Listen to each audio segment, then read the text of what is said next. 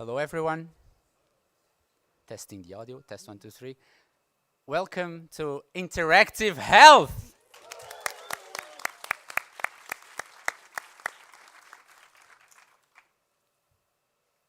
My name is Francisco Nunes. I'm a senior researcher at Portugal. My name is Christina Chon. I'm an associate professor at University of California, Santa Cruz.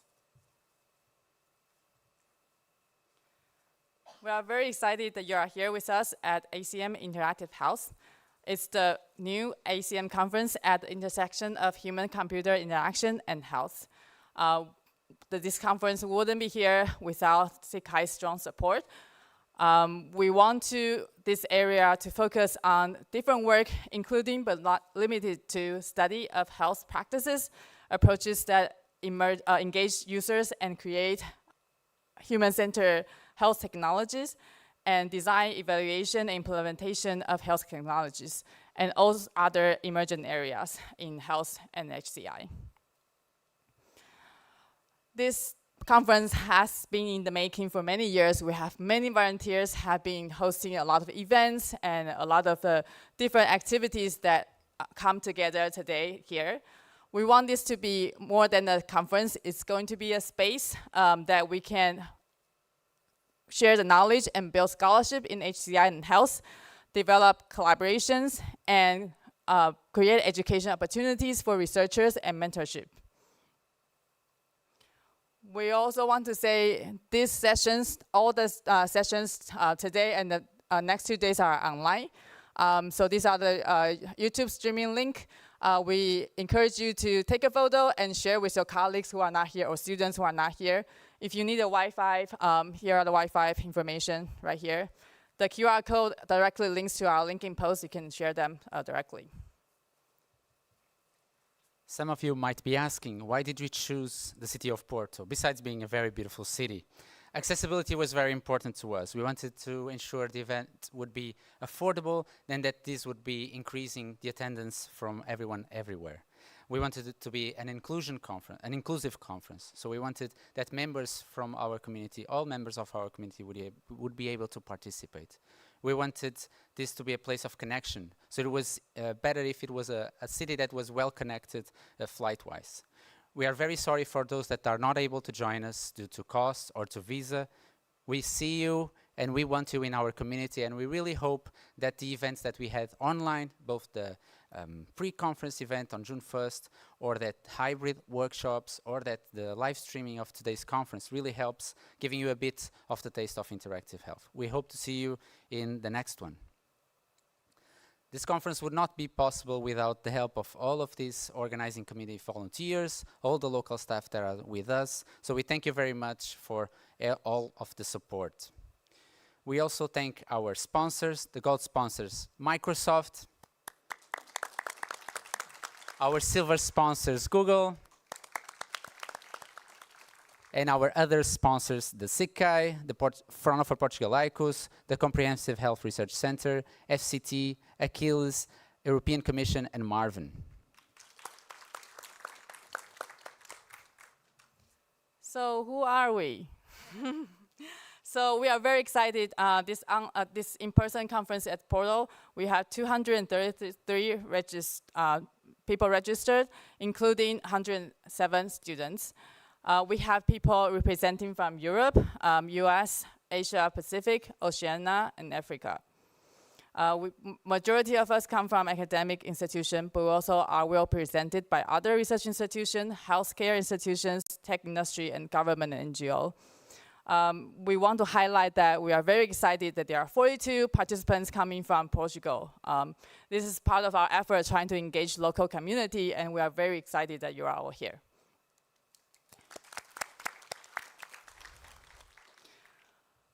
As Francisco mentioned, part of our goal for inclusion and accessibility is to allow people who couldn't be here with us can have a chance to share their presentation, share their work, and then participate in discussion.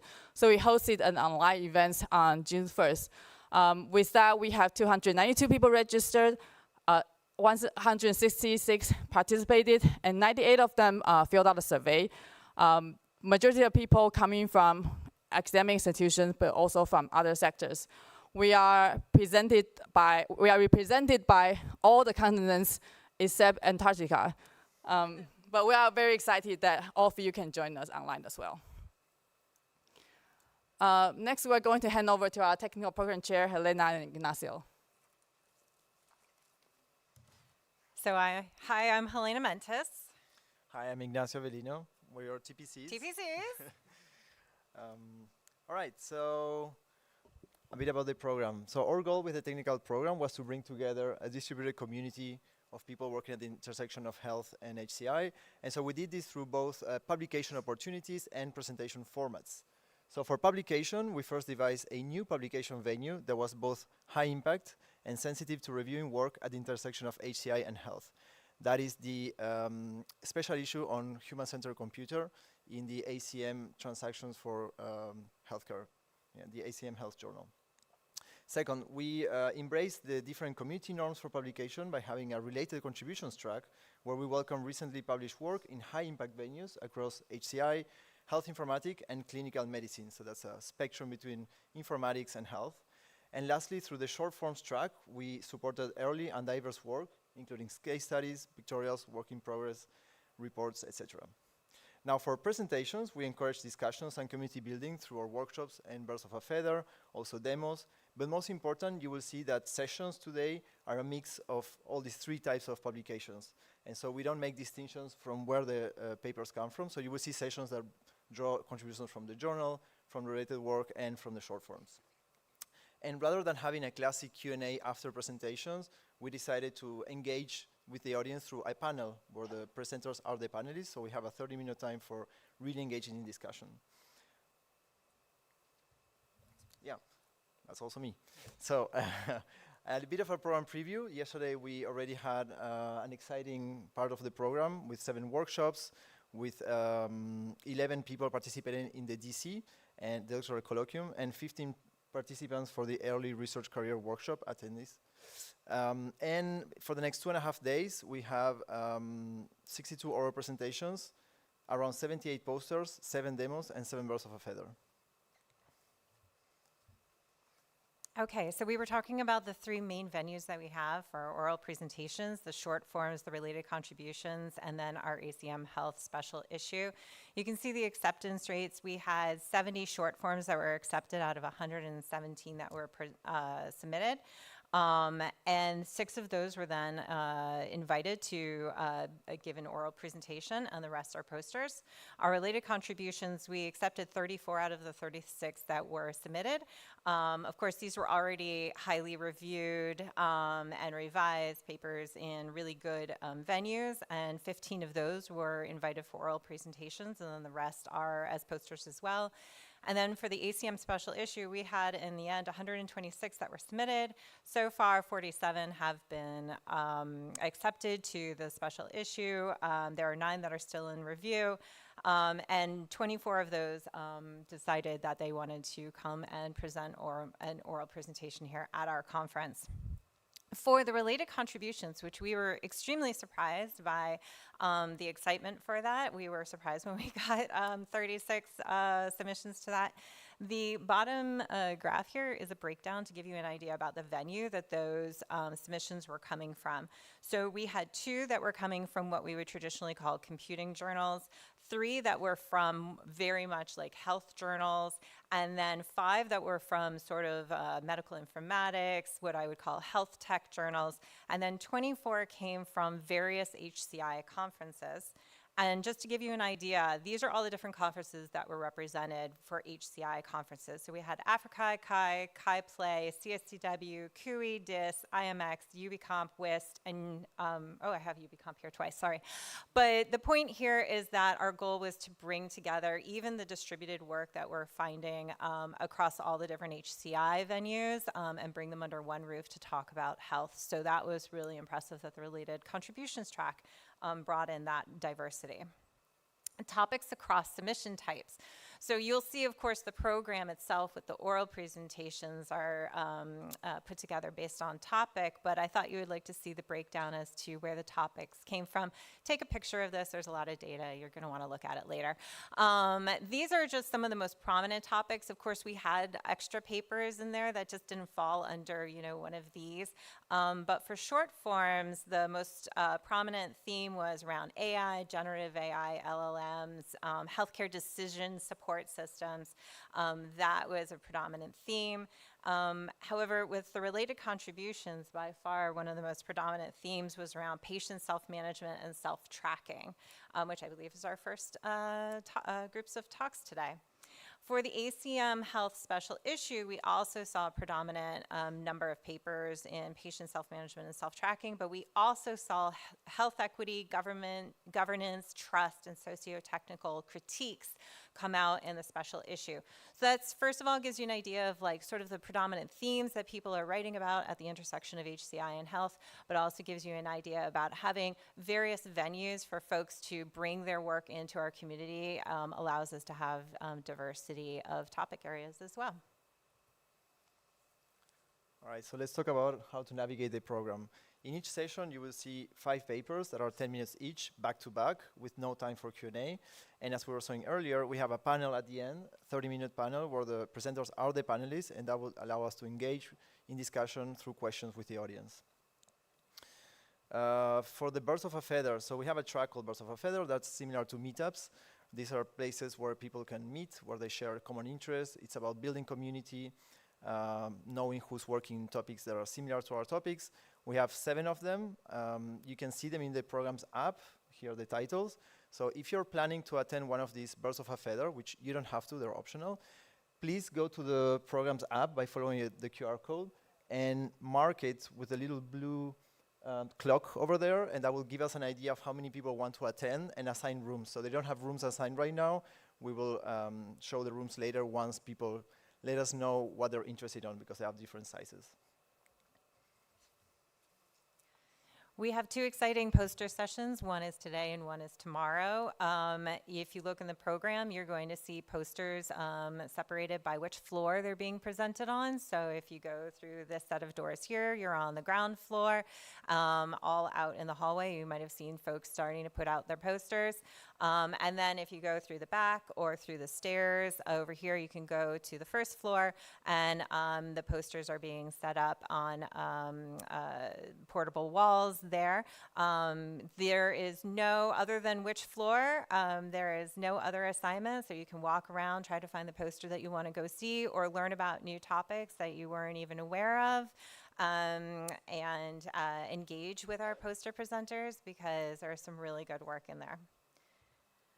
Likewise, demos are going to be during the reception tomorrow night, and that's at the Upptak Spela 1 building. For those that were attending the pre-conference events yesterday, it's the exact same building. The break food was fantastic, so I'm actually looking forward to the reception food, I'm just saying. And then finally, we want to say thank you. We had an amazing group. I mean, look at all the short form ACs that did all this heavy lifting and the technical program, all the chairs for all of these venues. Everybody really pitched in to help us figure out an entirely new venue and to listen to some of our kind of off the wall ideas about how we want this program to shape out. So we hope you enjoy it. Join us thanking everyone who participated in the program. Back to our GCs. Oh, no, awards chair. Oh, sorry, no, back to our award chairs. Sean?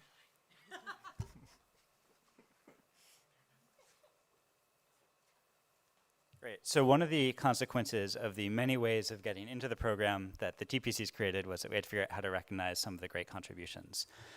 So we did best papers and honorable mentions for the short forms. The papers that came in through the specialist through the journal will have to be considered through the journal. So that was one of the questions. For special recognitions, we recognize clinical impact, community equity and care, and methods for short forms and special issues. And then the best demo is up to you all tomorrow night at the reception, so please vote. You receive stickers. Please do that. So briefly, we'll recognize these during the poster sessions and during the sessions that are upcoming, but clinical impact represented a significant impact in clinical practice or other settings where people seek care, so school-based care and other settings. We have 3 recognitions for that.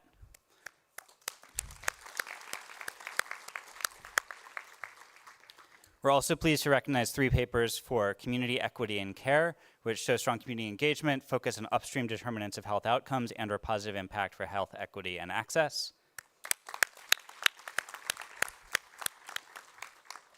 4 special recognitions for methods, and this could be particularly innovative methods or particularly excellent documentation of methods in a way that the paper can be a model for others to follow as well. And then 4 honorable mentions and 1 best paper from the short forms. And then a reminder to please vote for the best demo and engage with all the demos tomorrow night at the reception, and we will announce that at the closing plenary. Thank you.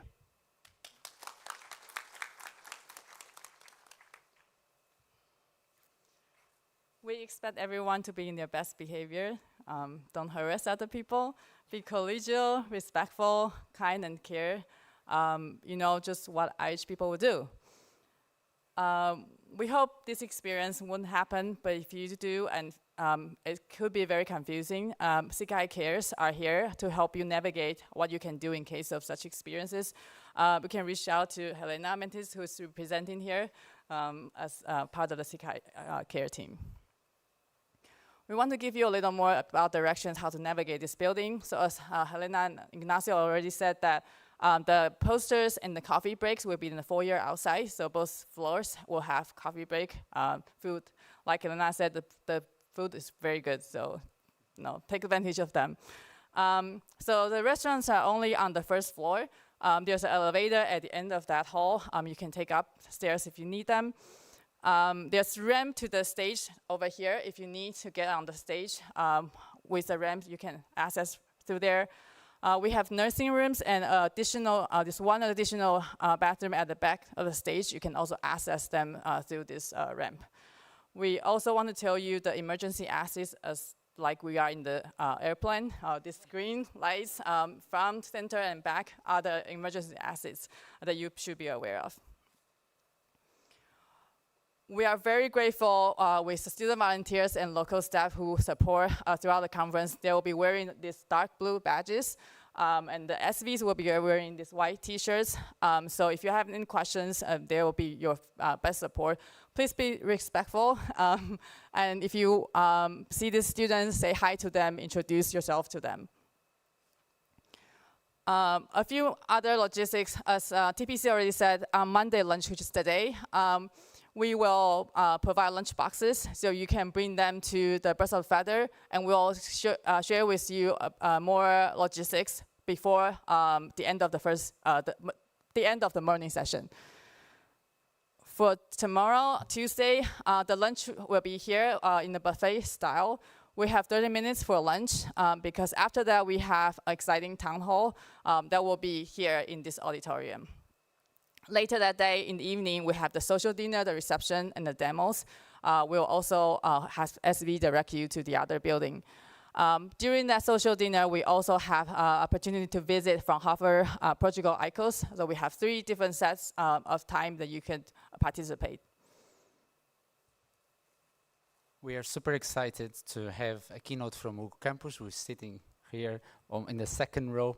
And Hugo will be talking about how AI and generative AI is currently changing the way that patients can approach healthcare systems, and about the agency that can exist for them with these tools. It will reflect about what patient-centered means for our community, what user-centered means, and maybe help us think about what could be different ways for the future.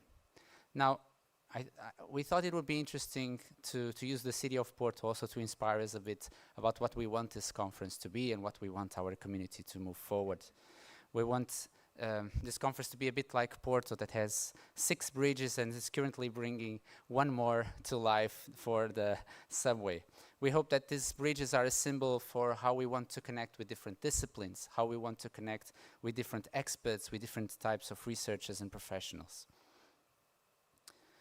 We want to model based on our Barco Rabelo, which was built as a purposefully built instrument to navigate the Douro River into the Douro Valley where the port wine is grown. These boats are able to go upstream and downstream to higher altitude. And we think that our community can benefit from being extremely focused on the challenges that the ones that we serve are looking for. And maybe be the ones that are changing and mending the technology so that they work better for everyone. And finally, we wanted also to show a bit of culinary aspects. Porto is having this famous dish that is called tripas à moda do Porto, which is basically a dish that the story goes was invented as a consequence of preparing for a war in Ceuta. I'm sorry to bring war aspects here. It's probably not the best topic, but it was something that was seen as a national enterprise. In an effort to support the sailors that would go to this region, they basically sent all meat that they had into the boats. So the city of Porto people only stayed with guts. And so basically they invented a dish that was based on these guts. And maybe it seems a bit more off-putting, but I think it's an interesting idea that we can think about how is it possible to be so creative in ways that serve our community. We want Interactive Health to be also a caring community that is able to get together in order for a greater good. And this name of this dish, tripas, it became the nickname of the city, Tripeiros. So we want this to be like our own characteristic, right? We want this caring to be what defines us as an interactive health. So with this, we close our opening plenary, and thank you very much.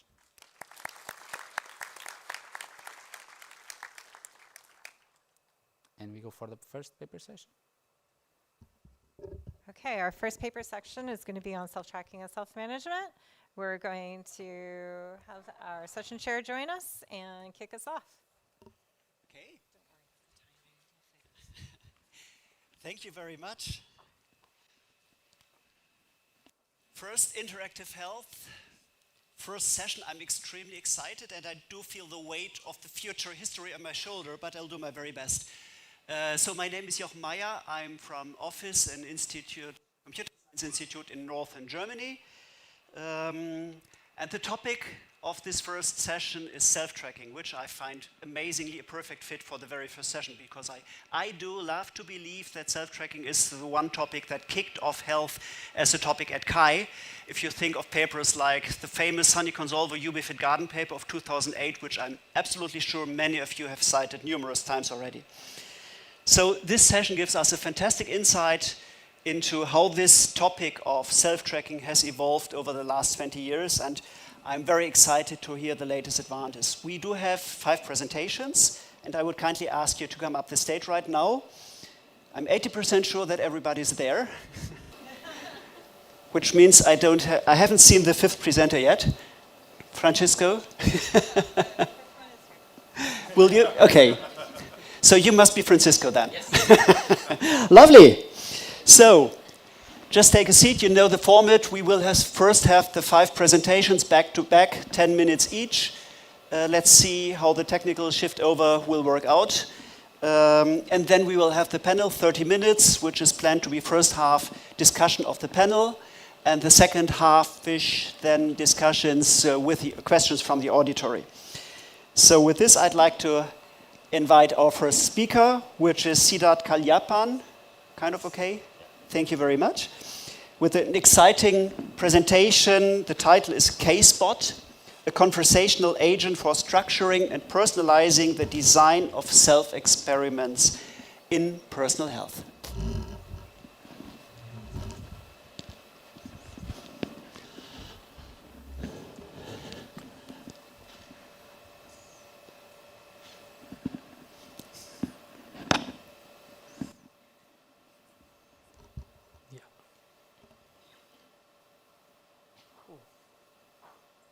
Hi everyone, I'm Siddharth Kalyapan. I'm a PhD student from University of Massachusetts Amherst, and today I'll be presenting our CHI paper called K-Spot. So the case in K-Spot stands for Conversational Agent for Self-Experimentation, And it is an agent that can help people design, It's an agent that can help people design their own self-experiments in personal health. Before I move on with CaseSpot, how many of you had a question like, does drinking coffee after 2 p.m. affect my sleep quality? Or does stretching for 10 minutes before bed reduce my muscle soreness the next day? And is there something I can do about it? This practice of using data to answer your own health questions is called self-experimentation. But doing it well requires expertise in different domains, such as experiment design, statistical analysis, and in some cases, precise knowledge in particular health domains. Prior tools have handled this by having experts pre-build a small set of experiments that are rigorous, but they struggle with scaling and limits what people can explore. Our goal is to close that gap so that people can design complete self-experiments on their own. Even with the requirements scaffolded, people run into common barriers in self-experimentation, such as collecting incorrect data, taking on too much tracking burden, and lack of scientific rigor. We believe that LLMs are well suited to this kind of vaguely defined, constraint-heavy problem because they can work it out through conversation. So we built CaseBot using LLMs based on 3 principles driven from N of 1 literature.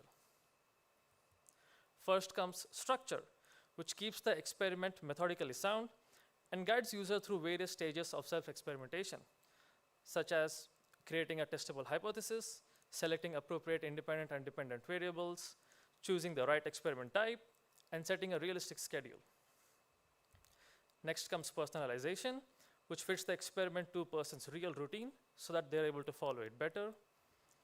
And finally comes safety, which checks for dosages against FDA or CDC guidelines and keeps the experiment in well-defined known domains. So in order to evaluate CaseSpot, we developed a worksheet, which provides the same basic structure of self-experimentation as CaseSpot, but it offers no feedback. Okay. And then we have CaseSpot that does the scaffolding through conversation, asking follow-ups, personalizing to your routine, and raising safety concern as it goes. The reason we do this is because the worksheet in this form isolates the value of conversation. So any difference we see comes from the interaction itself. We wanted to compare if just providing the structure is enough, or do people need some additional support? Now, comparing self-experiments is challenging because they might differ in domain, variables, and implementation. So we decided to build a 23-point rubric from prior literature. It scores on the same structural criteria of self-experimentation, but with each broken down into sub-criteria, with an emphasis on whether the plan is specific, actionable, and safe. So overall, this is how our process looked like. I'll briefly go over it in the interest of time. We built CaseBot on Claude 3.7 Sonnet. Then we ran a within-subject study with 42 participants, each using both tools, CaseBot and Worksheet. And we finally evaluated it using our rubric and proceeded with data analysis, which included quantitative and qualitative analysis. So what did we find out? Overall, we saw that 39 out of 42 participants built better experiments with CaseBot, with about 19% higher on the rubric scores. If we go by each structural criteria, we saw that they scored higher on everyone, with the biggest gains being in defining variables and building schedule. And in our post-survey questionnaire, we found that 37 out of 42 participants preferred using CaseBot, but numbers only tell half the story. Our qualitative findings show that we were able to successfully implement our design principles. On the structural front, CaseBot gave people structured guidance. As P49 says, it filled the gaps of my knowledge. CaseBot was also specific, as P44 stated that it established clear measurement points for energy levels and defined specific water intake amounts for the experiment. On personalization, CaseBot was proactive and reactive, going past the stated goal to ask things about like sleep schedule and adapting when participants push back. P12 said that it goes deeper, asking specifics about my sleep, and P8 added that it even improves on my suggestions. On safety, CaseBot chose the safer path, redirecting participants' ashwagandha experiment as out of safe scope, and stepping in for a clinical referral, telling that an injured participant that it needed to keep things safe and not interfere with their recovery. We also had some interesting observations as well. The same case-spot behavior, like probing questions and active steering, landed very differently across our participants.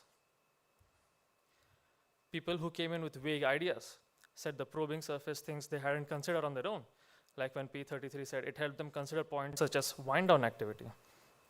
But for others, the same behavior felt like friction. P3 said it felt like being dragged through the process with too much guidance and redundant questions.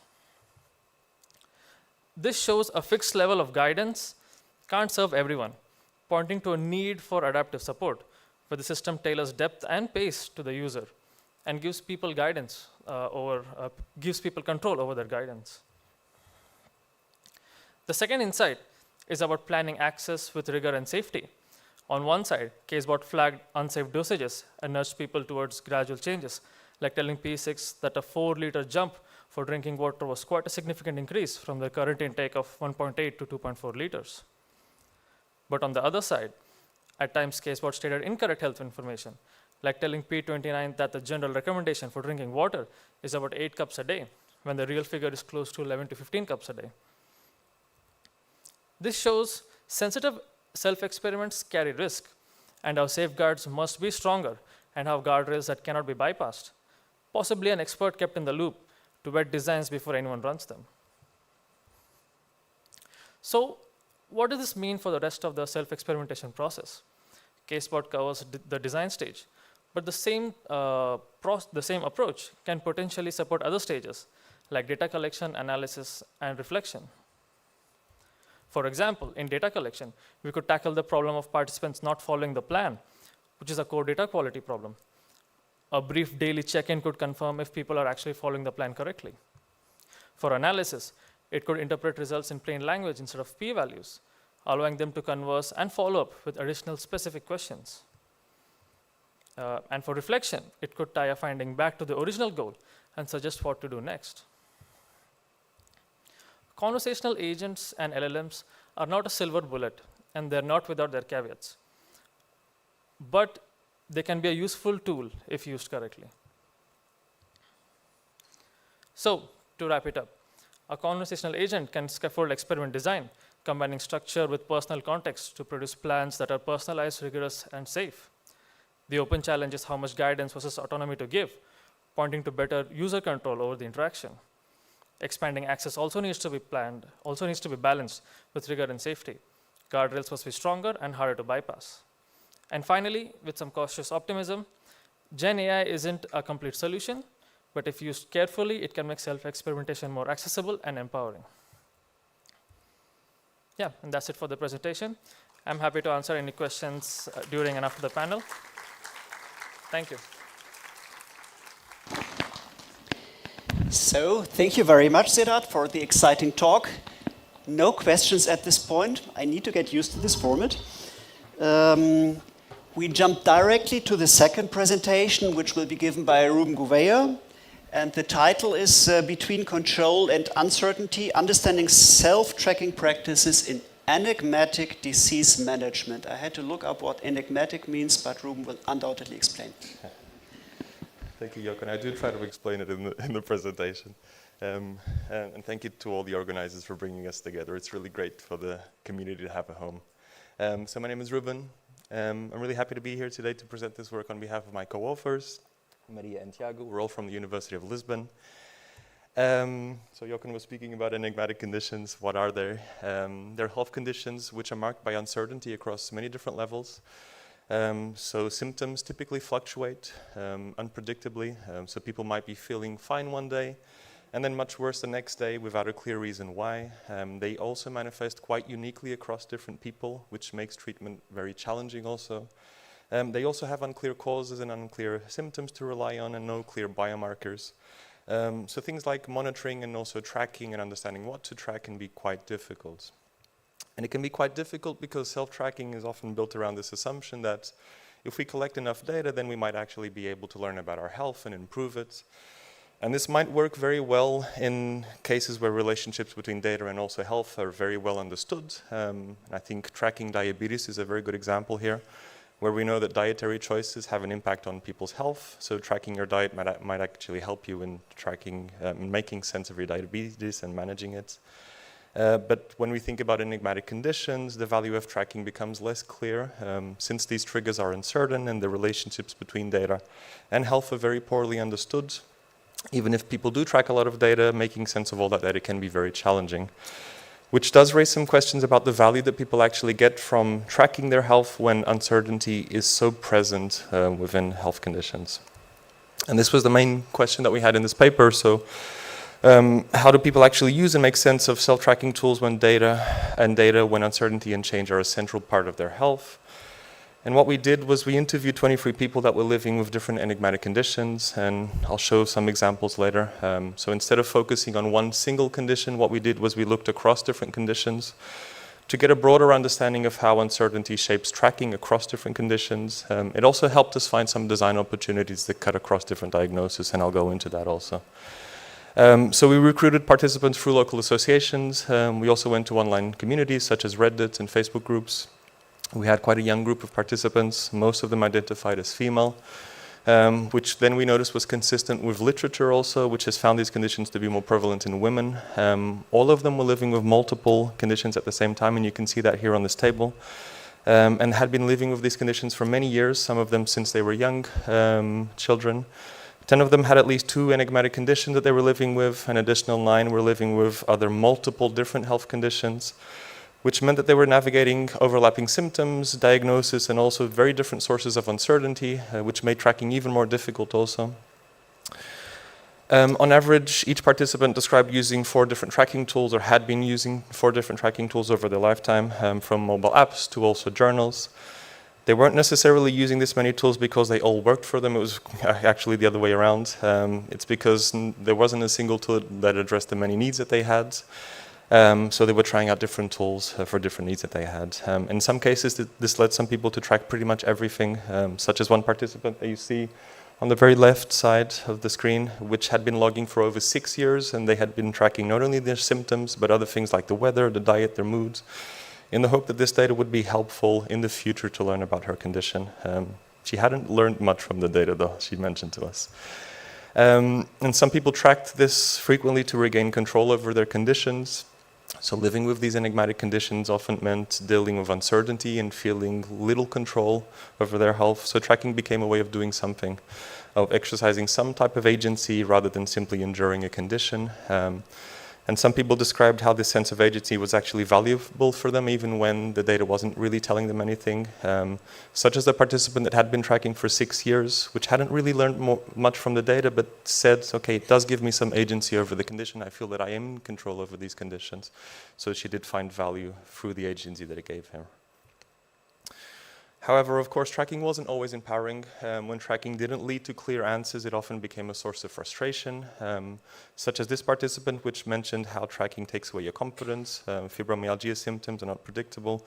So when you track, you're just reinforcing the idea that you don't have any control. It's just reinforcing the negativity of the disease. So instead here of helping people feel in control, it actually highlighted how little control they had over their conditions. So people were saying, hey, I'm tracking all the right things, I'm adjusting my behaviors, and still they were experiencing these flare-ups with no clear explanation. And this reinforced self-blame and also doubts that they had. And some people even described how this led them to question their environment and the different activities that they were tracking. So they were always looking for something to blame whenever a flare-up happened, such as the participant from this quote, which described that there was always a blame with tracking. It gives you this idea that there's something in your data. There must be something in the activity that you're doing that results in a flare-up. And this participant actually stopped tracking altogether because she was seeing her activities in a very negative perspective. We also looked at how these different fluctuations that people were going through impacted the way that they were tracking, and we found that tracking was often reactive. So people would track during moments of disruption and also change, such as a new symptom or a flare-up or something unexpected in terms of an improvement. And then they would stop or reduce during more stable moments. Tracking was also used to create narratives about their condition and reframe their experiences. such as this participant that said that tracking good days really helped when I want to say everything sucks and nothing ever helps.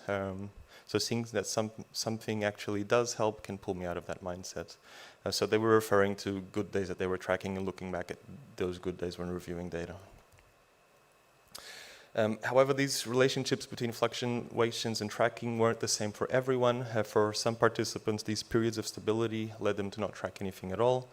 This wasn't necessarily because tracking wasn't helpful, but rather because they wanted to distance themselves from their illness and a patient role, such as the quote from this participant, which described tracking as a constant reminder that they were sick, so they would stop tracking because they didn't want to feel that they were a patient. We also found that people had many different tracking goals. Some tracked to find connections between their symptoms and their triggers, which was often quite challenging when they were dealing with so much uncertainty and fluctuations. So this participant described tracking their health like detective work, and sometimes how it felt like predicting the weather because it was so unpredictable. Others used tracking to prevent flare-ups in their conditions, so they would track to anticipate and try to identify any signs that might indicate that a flare-up was coming, and then adjust their routines to prevent symptoms from becoming worse. Ensuring recognition and continuity in care was also a big topic.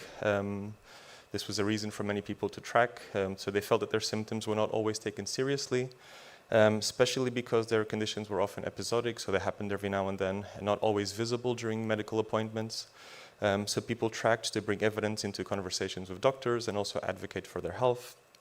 As this participant, which said, for some illnesses, you're really treated as a liar until proven innocent.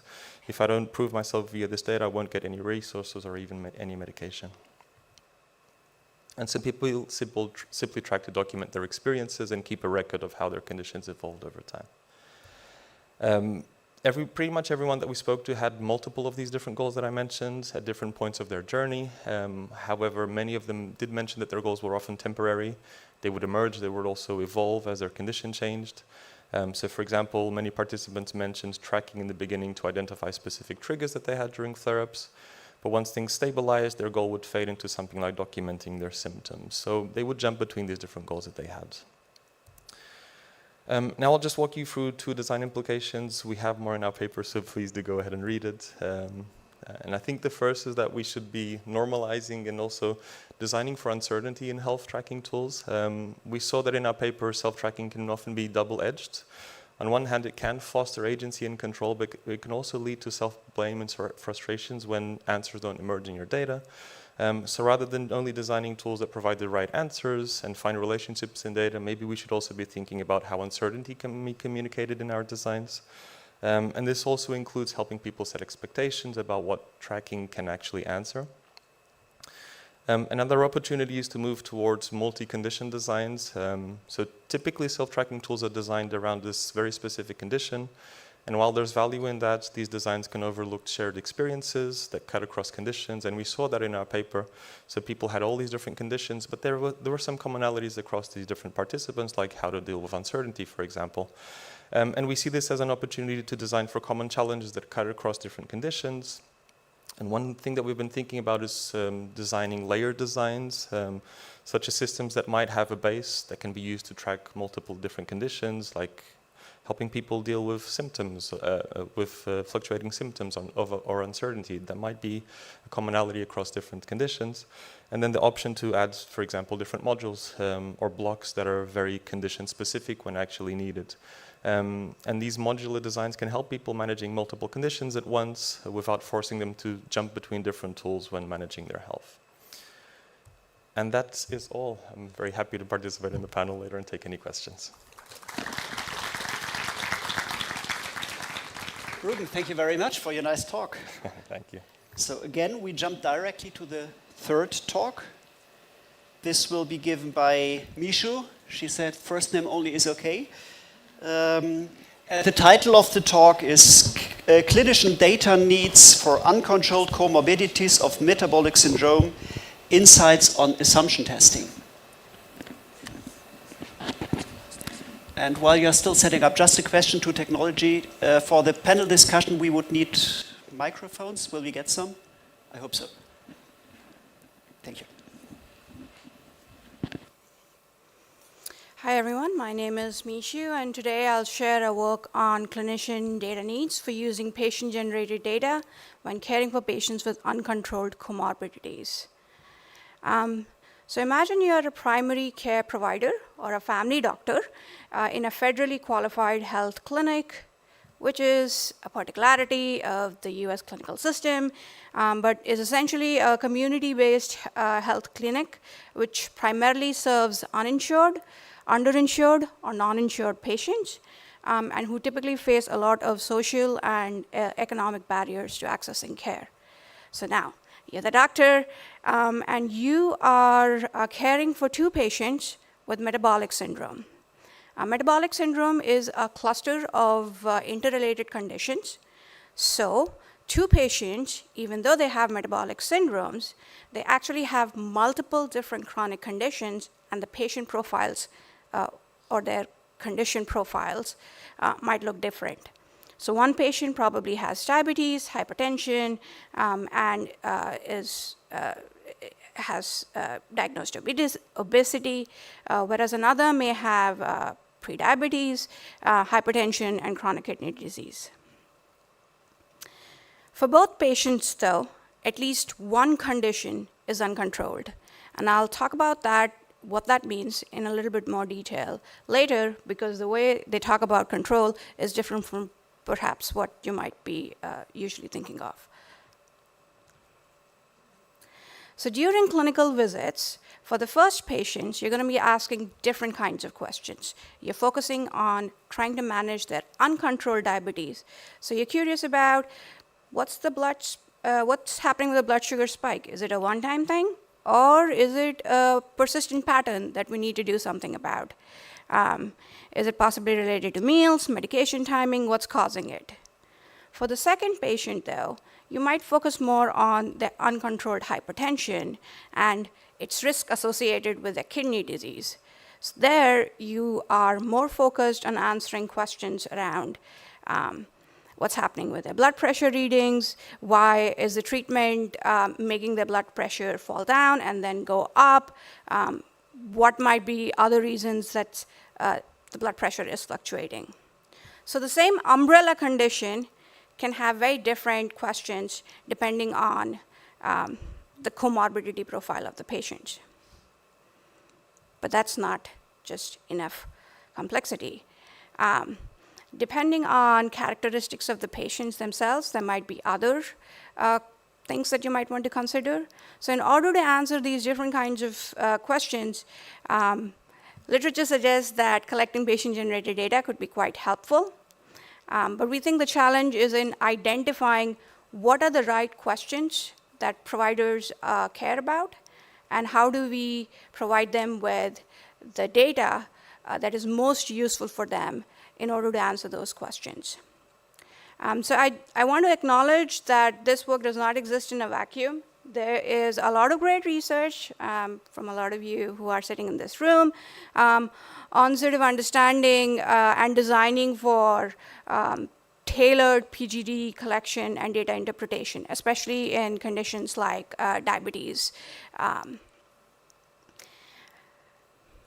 There's also a lot of work, recent work, which has focused on how do we support people, or how do we support patients, caregivers, as well as clinicians who are working with patients with multiple chronic conditions.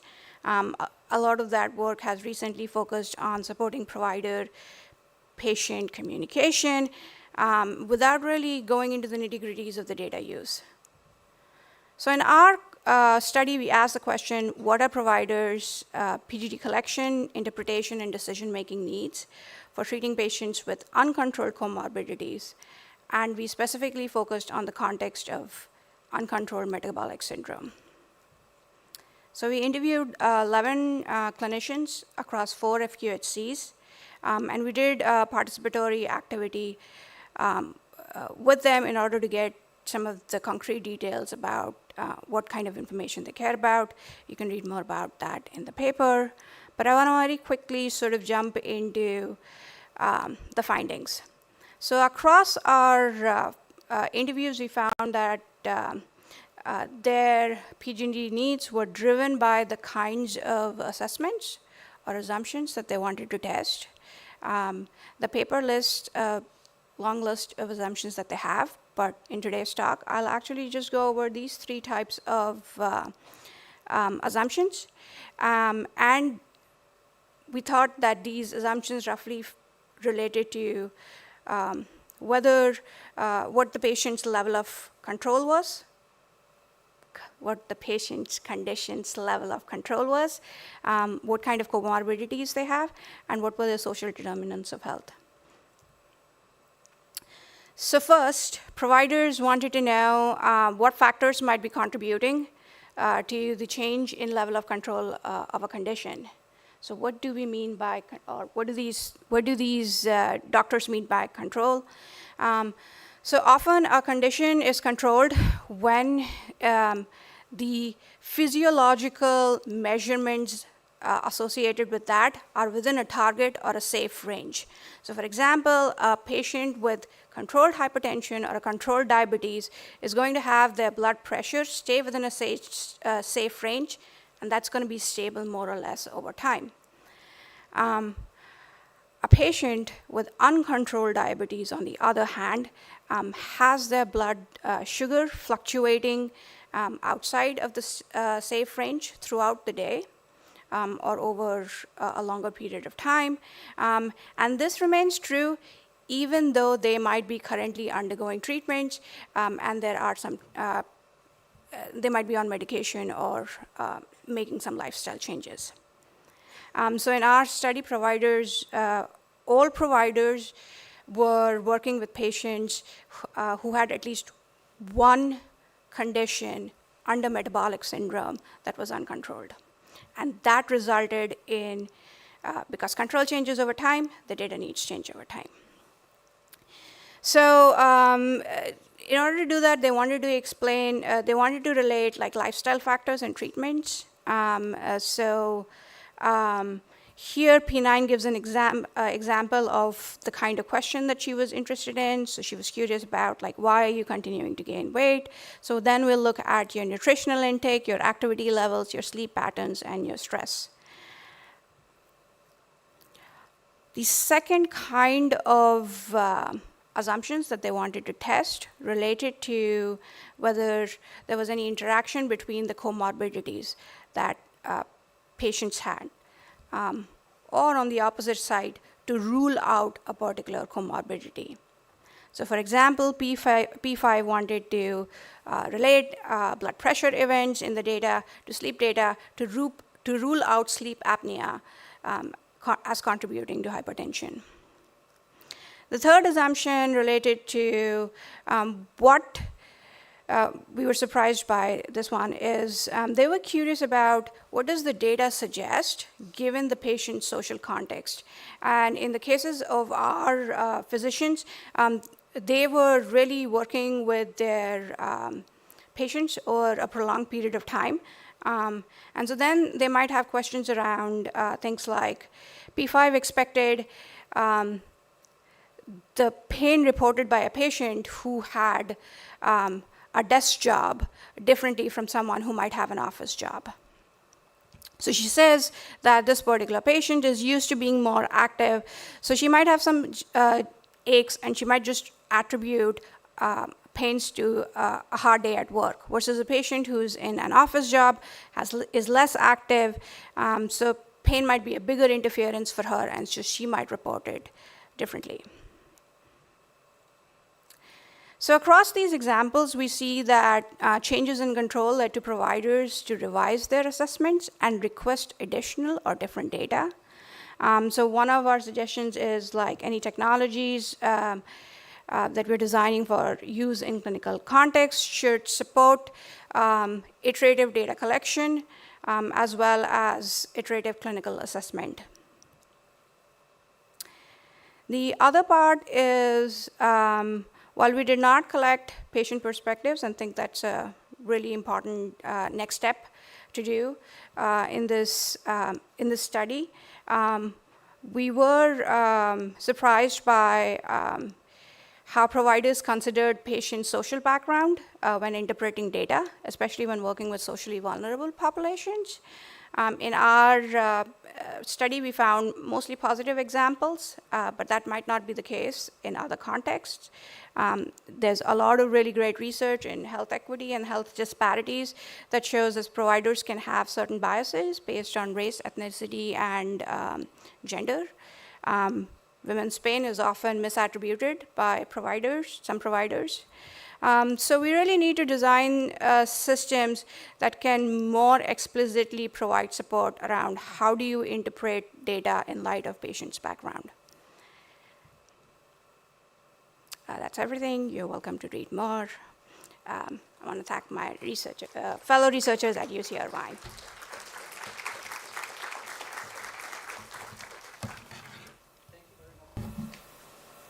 Thank you very much, Misha, for the great presentation. Lots of food for thought. So the fourth presentation will be given by Crystal de Meyer with the topic, with the title, Power Beyond Ethical Blind Spots. It will definitely be another very interesting and probably a little bit different presentation. I'm really looking forward. Crystal.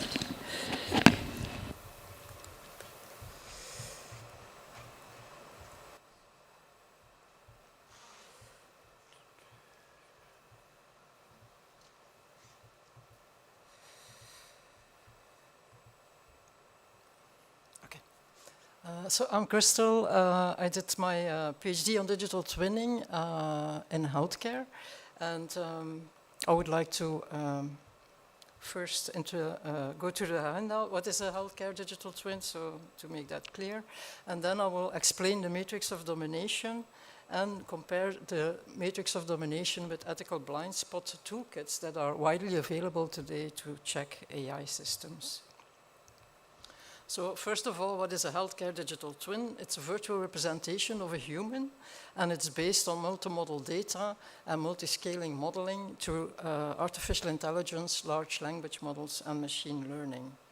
The big difference between other AI systems that are there is that healthcare digital twins are a representation of a human, and it's a longitudinal data collection, and it changes over time. So it grows with you and it changes over time, basically. It allows for prediction and simulation of healthcare trajectories or healthcare interventions. And it's a data layered system. So we have the electronic health records that are available in hospitals and on health platforms today in certain countries. And of course, with all the self-tracking tools that we have today, people are either voluntarily track themselves in different situations and also sometimes pushed today by medical professionals to track yourself for a certain period of time. During my research, I came across the matrix of domination, and when I interviewed the participants I worked with and did workshops with them, there was a lot of worry on a macro level, so how a government would organize healthcare. Organize healthcare on a macro level, and then also, of course, drilled it down to what's playing everywhere. So on a disciplinary level, for example, also the hegemony of technology comes into the picture. Interpersonal, how is the lived experience of technologies? And then I added a fifth domain, because it came very clear that there was also intrapersonal experiences. So the matrix of domination is developed in the 90s by a black researcher in the US for social systems. And I translated it towards a digital system where healthcare digital twins are classified. It's really a system that allows you to really look in detail what can go wrong. Or what can go well. It's always the both sides of it. And it's a domino effect. So on a structural level, it is basically what laws are there, what the policy design is in digital systems that are there, and then the disciplinary system, hierarchy and bureaucracy is replaced by the usability of the systems and how people are going about with these technologies. And the hegemony is will be very different in different countries also, but there's clearly a lot of technical applications are developed in the US, so there's clearly a technology dominance from the US and also from certain China areas. So those things are also to consider because the norms and the values are very different comparing to a European system, for example. I can mention a few, but I'm not going to go into detail. So on an interpersonal level, it's all about how people are really experiencing these systems. And on an intrapersonal level, it came very clear by the interviews and workshops that I did that people were saying like it could be my digital buddy, digital guidance, but also obsessive self-surveillance came across. Tracking yourself all the time, living a life through a digital twin, as it were. So probably you all know, but there are a lot of ethical toolkits today developed by universities worldwide. And so you have the development cycle here of a possible digital application, and so we're planning, so what's the purpose of the application, what are we, the representation data is there, different things that we need to consider about privacy, then we're going to build these systems and we need to plug in all these elements, and the matrix of domination really helps you to really look concretely into these issues. So, on a planning level, structural, which laws and policies need to be in these systems? What funding mechanisms are used? Institutional arrangements that shape the system. On a disciplinary level, how the procedures are set up, clinical protocols, algorithmic governance, and that regulate behavior. And building and deploying. So as I said, there's a lot of as you may need to think about, which assumptions about health, risk, prevention, and being a good patient are normalized. So again, I mean, my research was positioned in Europe, in Belgium, so geopolitics come into play, right? Because, I mean, like I said, so a lot of applications are developed in the US, and the norms and the values are very different, especially today. I don't want to go into detail on that. So deploying and monitoring, so we're testing these systems, we prototype them, and we put them with patients or just individuals to see what's going on, and then how do patients and professional experience and negotiate in these systems in practice. Monitoring on interpersonal level, consultations and feedback mechanisms determine whose experiences are heard. So if we see in the self-tracking environment, for example, still today, it's a very wide population and people are really healthy, they're tracking themselves, right? And those are ill are not so common that they track themselves. We can check that in the literature. It's widely documented. And then all dimensions apply for the intrapersonal level. Ultimately, patients may internalize algorithmic classifications, risk scores and expectations. So what's the norm in health to kind of comply to these systems? And people are worried if they don't comply that they might not get health insurance for certain aspects or have to pay more health insurance and get to a more premium system, as it were. It also shapes identity, of course, and self-understanding of their own health and well-being. And that's it for my presentation. Open for discussion.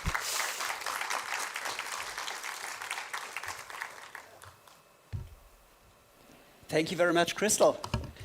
So the fifth and last talk of this session will be given by Francisco Nunes. I'm really working on my pronunciation. The title is Understanding the Self-Monitoring Practices for People Living with Gestational Diabetes, a qualitative study with implications for the design of self-monitoring technologies. Long enough so you could set up your technology in between. Thank you, and I'm very sorry to appear here again so closely by. I was not doing the program. So I'm very happy to present this work. I was super excited about this, and that was the only reason I accepted to do this as a general chair.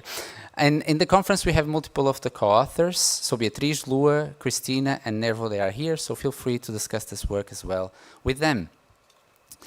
Gestational diabetes is one of the most common pregnancy complications. The prevalence is around 13% worldwide, but in some countries it can go up to 30%, 50% because of some genetic characteristics. Gestational diabetes is related with pregnancy. Hormonal changes can lead to insulin resistance, and the pancreas might not be able to respond and create as much insulin as needed. This might elevate the blood sugar levels and give the people diabetes in the end. The risk factors are obesity, being overweight, or having advanced gestational age. But there's also some genetic characteristics, so we can see this condition even in very athletic people. Gestational diabetes is very risky. It can lead to diabetes type 1 for the baby, diabetes type 2 for the mother. It can lead to a C-section birth, so it's treated as a risk pregnancy in Portugal and in many countries. The diagnosis is made at 2 times, during the first blood test, like at week 8, or in the glucose tolerance test in weeks 22 to 24 of the pregnancy. The treatment usually consists of changing the diet, engaging in physical activity, and if that does not work out, people will take metformin or insulin to help deal with the condition. People living in GD typically are measuring 3 to 4 times a day their blood sugar at fasting, before or after meals, before or after the main meals, but there is very little knowledge about how they engage in these practices. And so this was kind of the motivation for doing this work. We conducted 25 interviews, 19 with people who had gestational diabetes and 6 who had gestational diabetes in the past, as a way to reflect on the whole gestational diabetes experience. We also interviewed nurses who trained patients in performing blood sugar measurements, and our focus was on understanding their self-care, their self-monitoring, and how they learned to engage in this way. We analyzed this material with reflexive mathematical analysis, and the main theme that we are discussing in the paper has to do with the self-monitoring practices that patients engage in. Now, I'm not going to talk about everything or all the practices that we have identified, and I will mainly focus on those that have to do with how they fitted measurements in their everyday life or how they ensure they would measure at the right time. But there's more in the paper for you to learn about how they repeated the measurements, how they avoided measurements measuring in certain conditions, or how they would try to use measurements as a way to further learn about their condition. Self-monitoring was not a task that was isolated for our participants. It was very ingrained, and it appeared that it was done in between all the responsibilities, all the commitments, and all the everyday activities. As this participant said, and I'm going to read this quick because that's how she said it, it happens to be in the kitchen, but for example, if it's a night and my son goes to bed early, I'll take the meter inside already. It depends, but usually, for example, I take my son to school. First, he starts at 9. I wake up, take my son to school, get home, and prick my finger right away. It's different if I wake up right away and prick my finger. This participant did a lot of testing. She tried different fasting times, adjusted all to reduce blood sugar levels. However, what dictated when she measured and the way she measured was her son's needs and activities. The glucometer was following her around. The times for making the measurements was kind of adjusted if she needed. For example, if the son needed to go to school, they got delayed as well. And I guess you can kind of feel the speed and the train of thought that this participant was going through. There's so much going there, so much on their minds. And in between this work, the house, the family responsibilities, the endocrinology, the obstetric appointments, the nutrition appointments, that's where the self-monitoring occurred, in between all of this at the same time. To deal with these complexities, people living with gestational diabetes learned to be flexible. As this participant shared, because I had to do the measurement at 8, and it was exactly at 8 o'clock at that moment, I was taking my son to school on my way to the hospital. I had no choice. It is really hard. It really had to be done right there.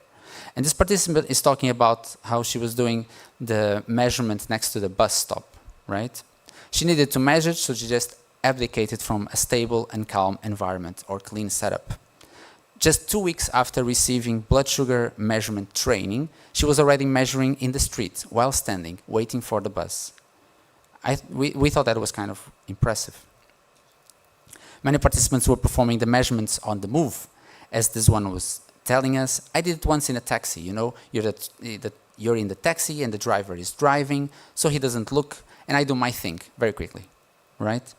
Sitting down, having privacy because the driver was not looking, and having a phone alarm that can trigger the alarm and tell her that's the time was just enough of a conditions. The participant adapted in a flexible way so that she would keep the measurements on time. The alarms were itself a very common experience. As this participant shared, I'm washing the dishes, in the meantime, it is ringing to measure. I wash my hands, I measure, it becomes it is when it has to be. The alarm would be the interruption in the usual activity. Following that, they would just continue with their lives. It was normal to measure during the cleanup or washing the dishes because the participants needed to measure 1 hour after starting the meal. So it kind of meant it could be that time of cleaning up. And participants really measured in a very flexible way. As this one shared, the other day in the middle of Senhor de Matosinhos, I had a little piece in my hand and my friends who I was with said, "Do you want to stop? It's not worth it. It's almost done. I just put it in, I take a photo, and it's recorded on the phone." The participant was walking with friends in a festivity close to here, Porto, and the alarm went off. The friends asked, like normally anyone would, "Would you like to stop? Like we don't need to continue, we're not in a hurry, we're just hanging around." But she did not think it was necessary. She could measure just by walking. The multitasking, the task switching for this participant and others were very common. And in this case, having just a purse, having a glucometer, having a smartphone to take a picture was just enough for engaging the measurement would be done. The condition was a tough pickle, we could say, but it was treated in a way as if it was just yet another thing. Now, people living with GD were extremely quick in learning to engage in self-monitoring. Only a few weeks after blood glucose measurement training, they were already doing these measurements in a very flexible way. They were multitasking, they were task switching. They were even appropriating tools in order to measure in a flexible way. For example, they would have the glucometer connected with a plastic piece with other things, and that was just enough to ensure they could measure by walking or doing other things. And this ideas kind of contrast a bit with the framing that is usually attributed to how much we take to learn to engage in self-care or to self-monitoring, where we are usually talking about months or years in regards to chronic patients. But people living with gestational diabetes had a strong motivation, and they wanted to learn a lot very quickly that they could integrate into their everyday life. Being a temporary condition that would probably go away after pregnancy also helped. They knew that if they play the cards well, probably they would not have any problem for them or their children. But still, it would be something that they needed to invest time on. Now, the paper talks about 3 design implications. First, about recognizing how this practical use, this appropriation of the glucometer can work for others and maybe it should be recognized by manufacturers. It explores a bit about the design of how mobile apps and educational ones can contribute more to the self-experimentation and to the learning experience from these patients. We continue developing this project, and we just finished an RCT that was piloting our app with patients, and maybe that will come in the next conference. And we also will be presenting another paper later about the program that was developed in the context of building this app.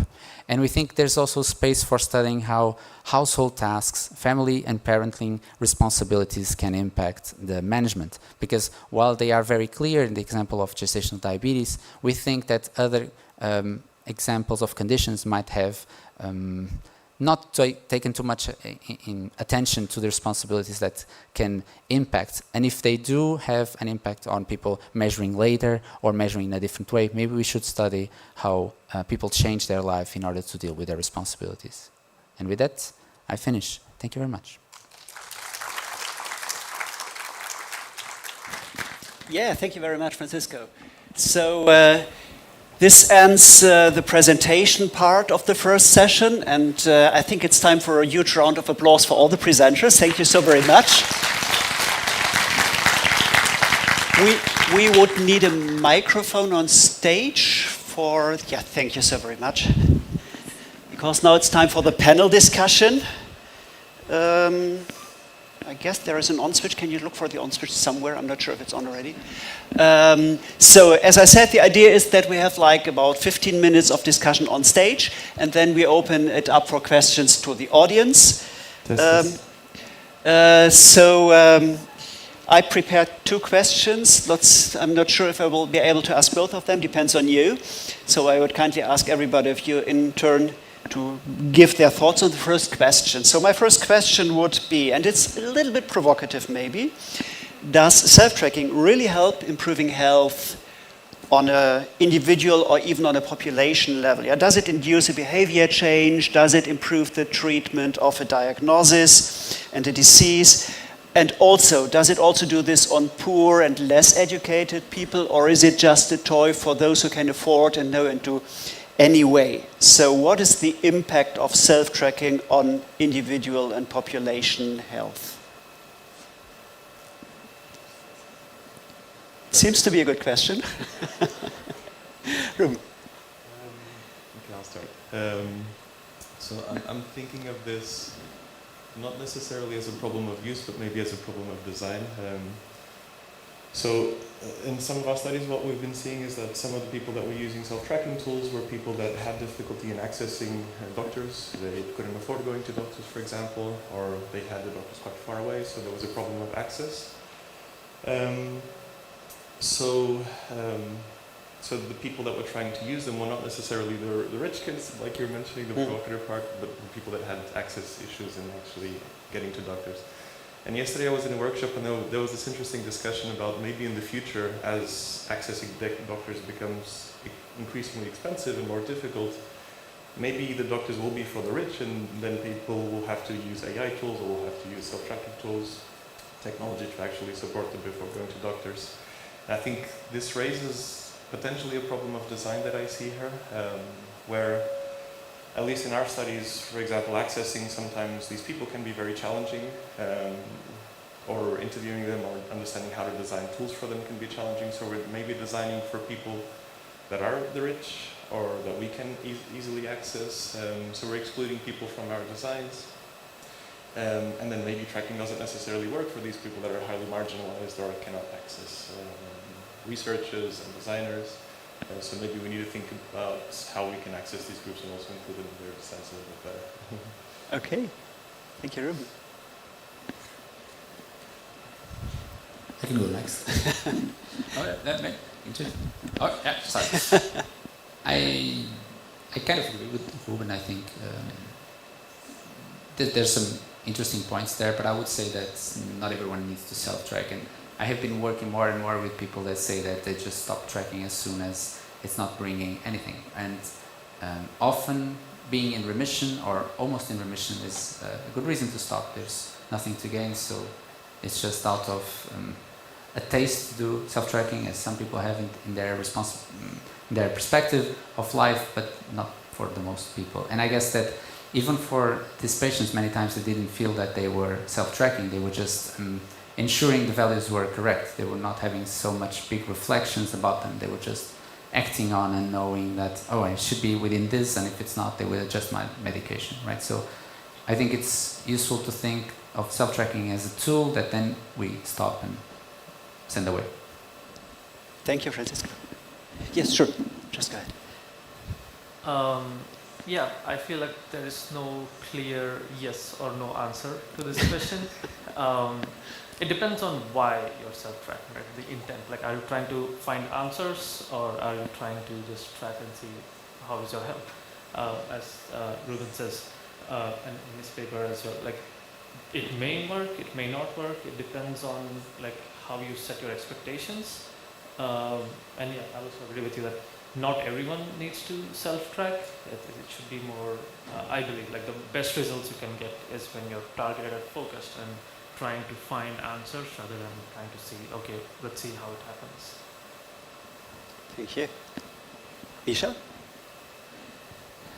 Yeah, so I think one of the interesting things that sort of didn't make into the paper was, as we were sort of preparing this study, you know, in the early stages, we kind of asked our providers, just sort of, not all of them, but some of them, like, in what context do you think collection of this much data makes sense? There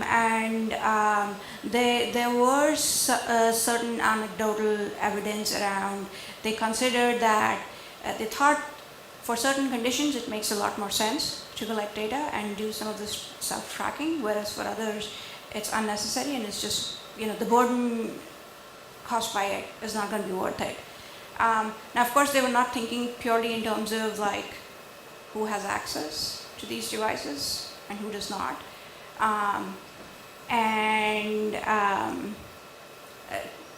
But I would say like the clinic that we work with, the doctors were trying to make these self-tracking devices accessible to the patient population that would typically not be able to access these devices at all. And it was very challenging to make that happen just in the insurance system that is there. So I think there is value in trying to make that happen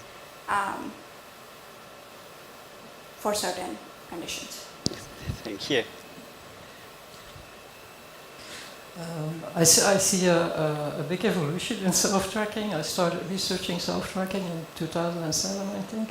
So over these years, there's a big change in it as well. So the devices get much more professional. In Belgium, I'm tracking a lot of things, or I did track a lot of things, and also with doctors we talk about it, and I must say doctors are not always very convinced for doing this. So there's a whole, there's still a whole work to do, I think, in design and in accessibility of these devices, and then more specifically for medical purposes.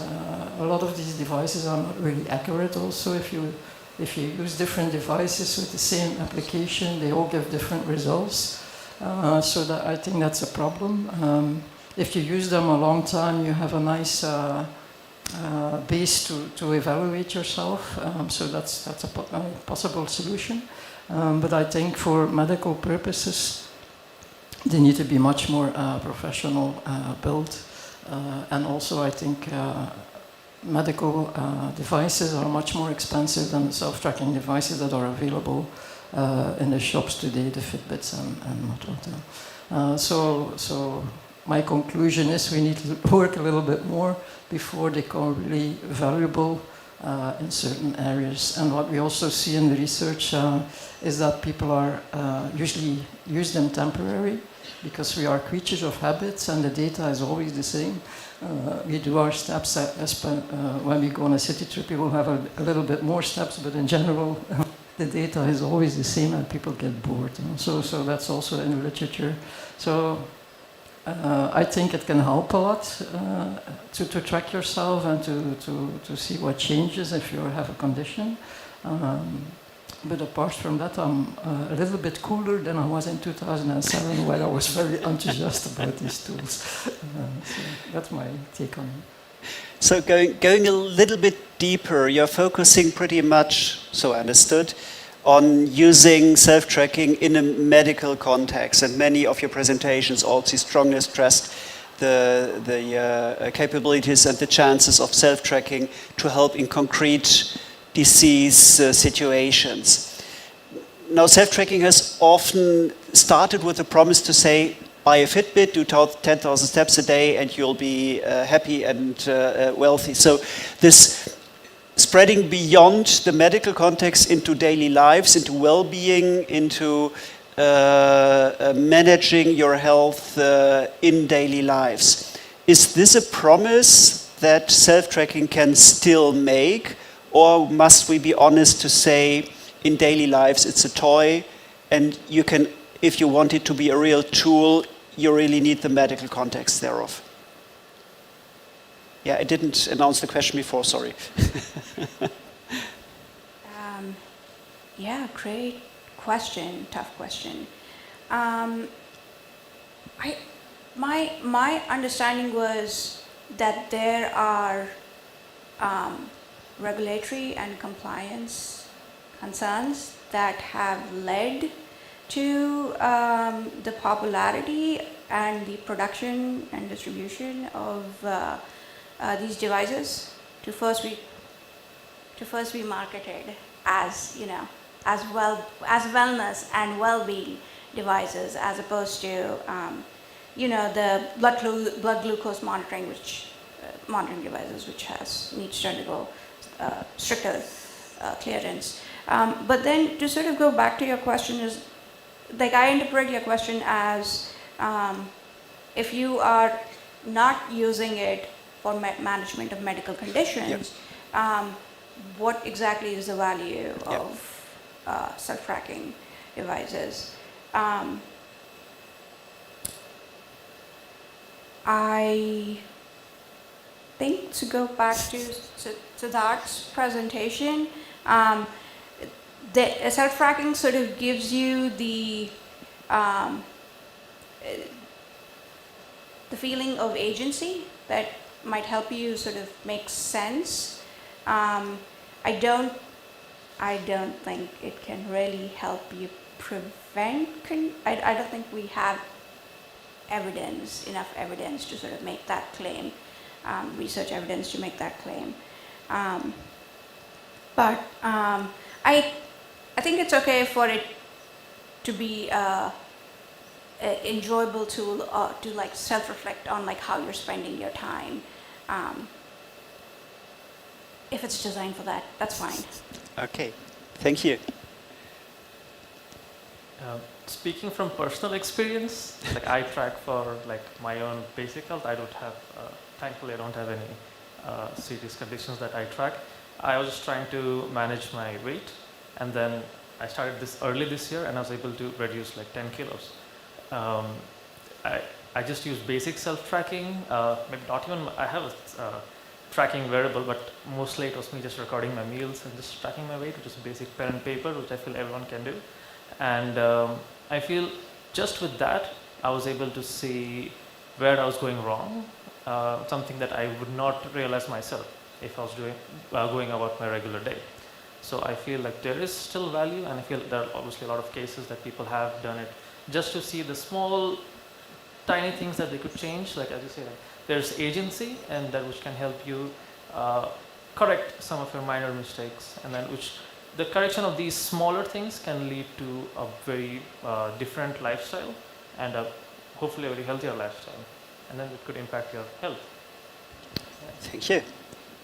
If you want to take a chance, sure. I'm thinking of something a little bit different. I'm thinking of, so I think programming is becoming more and more accessible as we have tools like AI, for example. And I can imagine a future where people are building their own tools, right? And we actually had some participants in the study that I presented that had built their own tools. So these are people that were software developers, and they knew very specifically what they wanted to track. They were trying different things out until they found something that really worked for them, and it was highly personalized to them. And I'm just thinking about this perspective where maybe in the future we have sensors that are available on all our devices, people maybe can be building their own tools and finding value for themselves versus having, for example, companies or industries telling, okay, this is the value of the tool that I'm developing, and you can build your own tool and find your own value in tracking. I think some people did find value that way. Thank you, Ruben. If you wish, if not, then fine as well.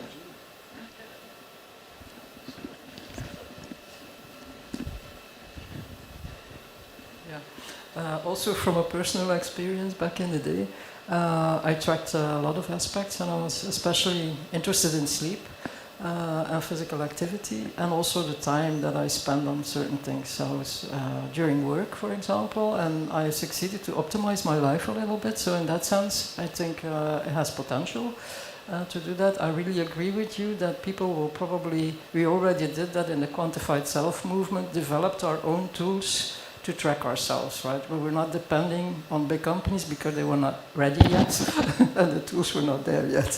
And so it was a lot of experimentation, and it worked very well, and everybody had his own purpose in these things, right?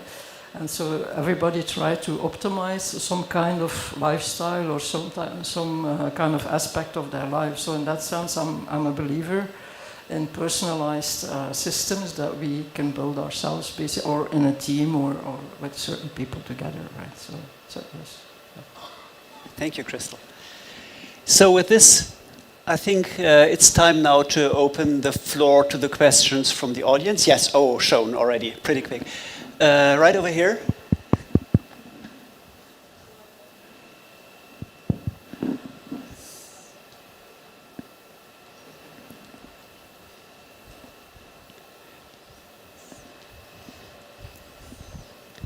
Thank you.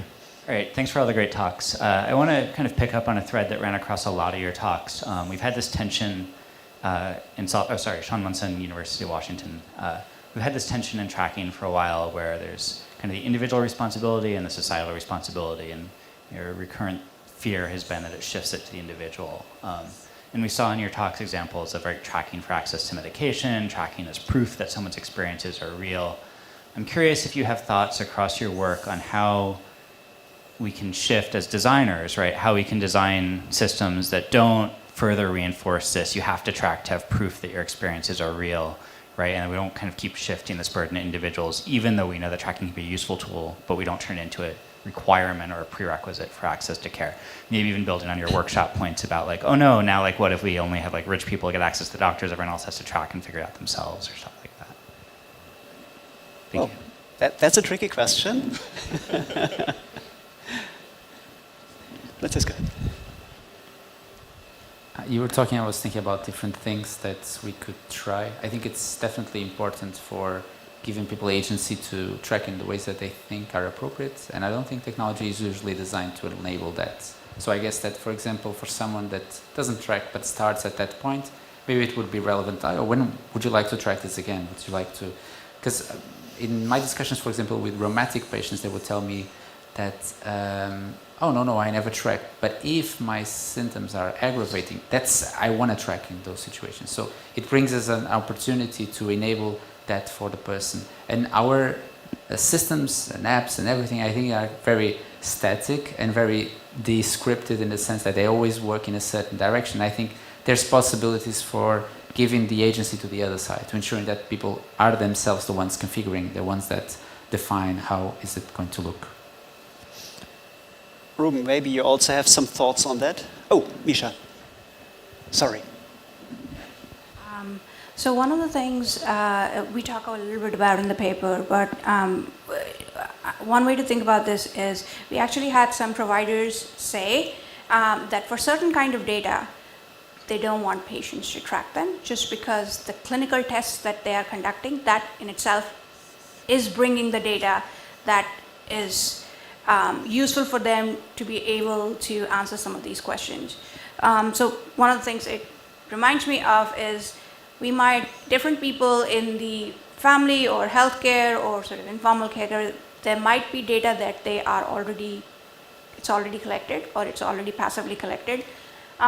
So I wonder if like the design tools that we need are sort of like a trade-off comparison in terms of who has this data already. If the clinicians already have some of this data, is that enough?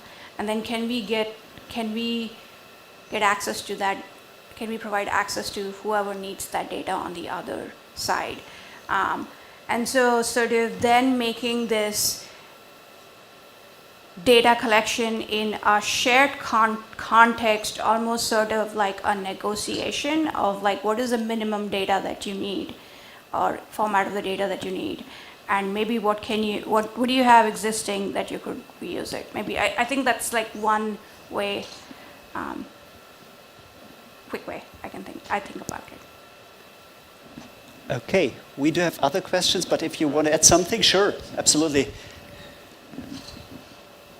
I hope I understood the question, Sean.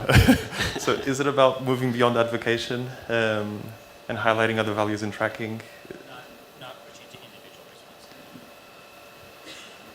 Oh, I don't think I have an answer for that one. So it's time for the next question. Wonderful. There's a question over there. Hello. My name is Pavitran. I'm from LMU Munich and Ludwig Boltzmann Institute for Digital Health and Prevention. I focus on cardiac prevention. My question is more towards Francisco. Thanks for your presentation on GD. And maybe just a point, a question around continuous glucose monitoring, right? So you had that prick test, which is like ad hoc at certain intervals, but more and more people are adopting this continuous glucose monitors and so on. And sometimes this information might be too overwhelming for the patients. Patients themselves, while doctors benefit from having more data and a more complete picture of their patient. So what are your thoughts about this, like how the space is evolving and and the potential, like the barriers and the enablers of this kind of emerging technologies, which allows for continuous monitoring. So your question was two questions, right? So what is glucose monitoring, and on the other hand, this mix between patients and clinicians benefiting from it. Okay. So we thought a lot about what this meant, and we ended up. So you could say that from a technical point of view, a glucose measurement is basically pricking the finger, expressing the blood, putting on a strip, putting it on a glucometer. But we thought of this practice as not as a simple measurement, but how people engaged in this measurement in everyday life. So what they did with the glucometer, when did they use it, and what they were instrumenting it to do, right? We consider all of this to be practice of glucose monitoring, because there's a certain intentionality that defines how you use, and there's also a goal that needs to be understood in order to understand the practice. We cannot simply say it's just putting the blood there. That's not how it works. It's not, that may be from a scientific or a technical point of view, but it's not how it gets done. And in terms of agencies, there's some clinicians that said things like, oh, I don't even think that they should be reflecting that much on this. This is just a tool for us, right? And for some mothers, it worked really well because it removed the pressure from them, like of not being a good mother, and not, because in some cases, people will not be able to control the values. Like their pancreas might be just exploding, and suddenly it's nothing that they can do besides taking an insulin to lower it, right? And in those cases, it's important that they don't understand it as a failure, as a personal failure. The first one is as a mother, right? And so clinicians many times said this is just for us. This is just for us to keep track of you, how you are, and if everything is going well, we don't change the treatment. If things start going off, it would be important. So it was seen more of as a tool for clinical care, not to put too much pressure. If people still wanted to learn more, engage more, and learn more from it, that was fine. They were supporting. But if they were having stress because of that, not really. They just let it go. Thank you. Yes, Hugo, please. Oh, thank you. Thank you. This is a wonderful discussion, and thank you for a stimulating conversation. A question which kind of, folks already kind of, we touched on this, but I want to kind of flip a little bit this in terms of what should patients not be allowed to track, and who should determine that?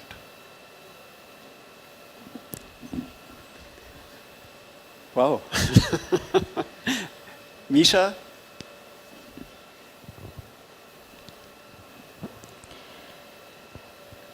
I think the way that, so when it's phrased as what should patients be not allowed to track, that sort of start pushing at like the agency of the patients a little bit. And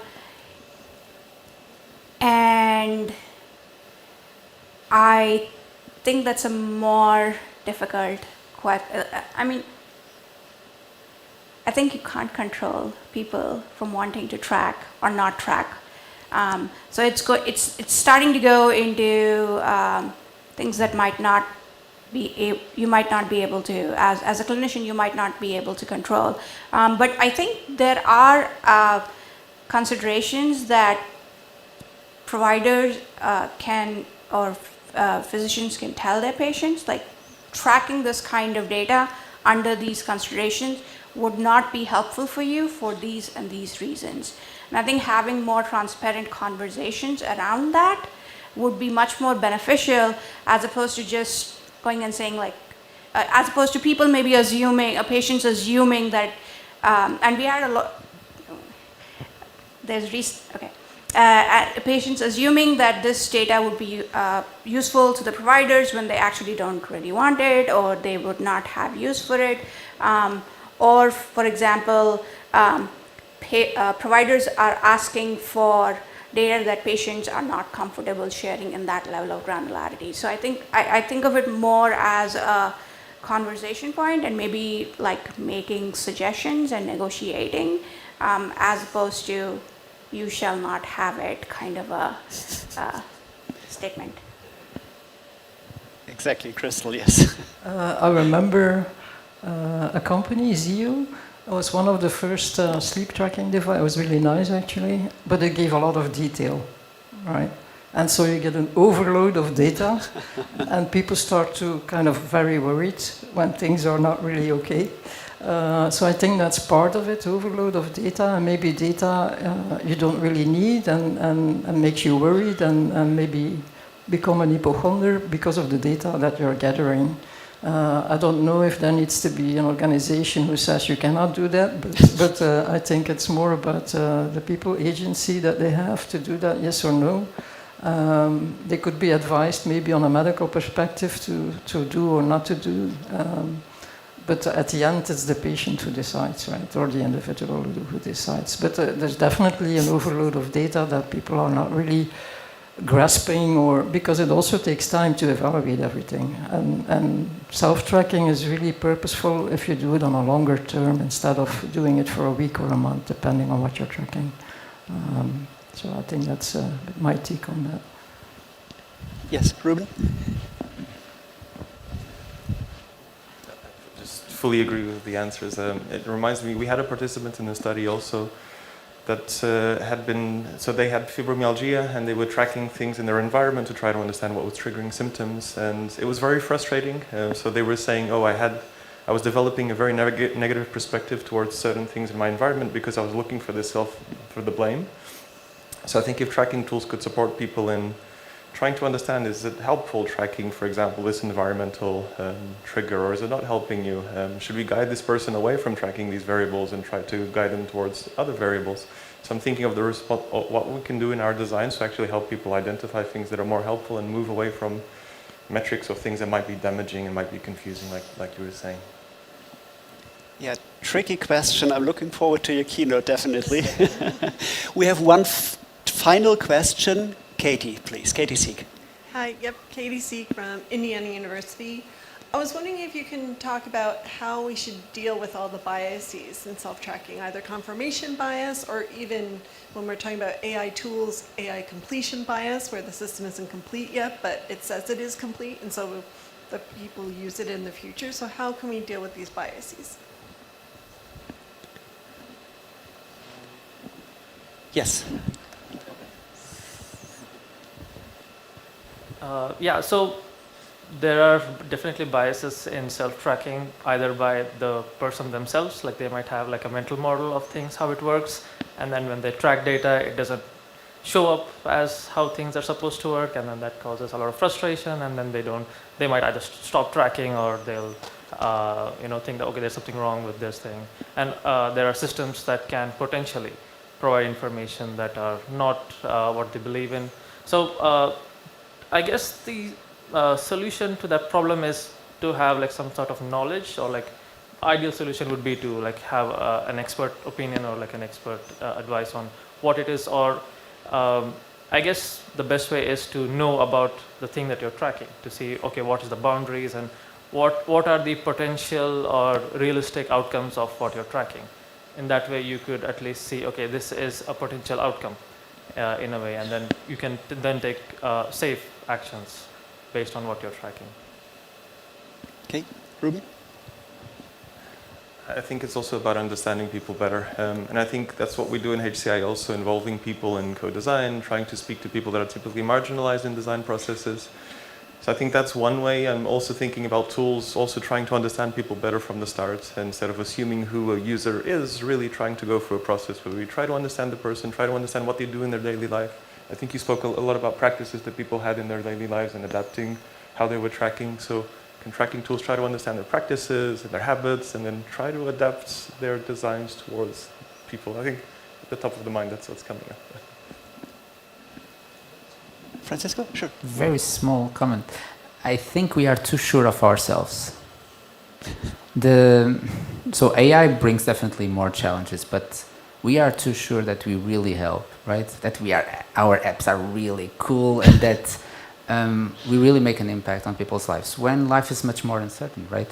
As we see from many conditions, and the app might not be really, really helping, and then suddenly there's an AI system that starts hallucinating all over. Sure, but that's so much completely different? Maybe there's something that we can learn from this humility and dedicate to our own system design.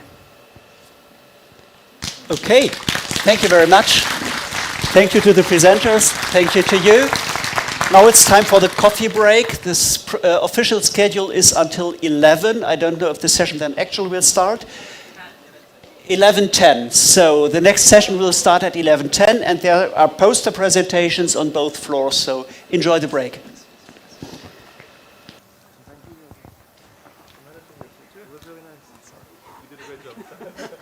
This is so challenging. I wasn't sure either. Your face was like, I'll ask him later. Yes, sure.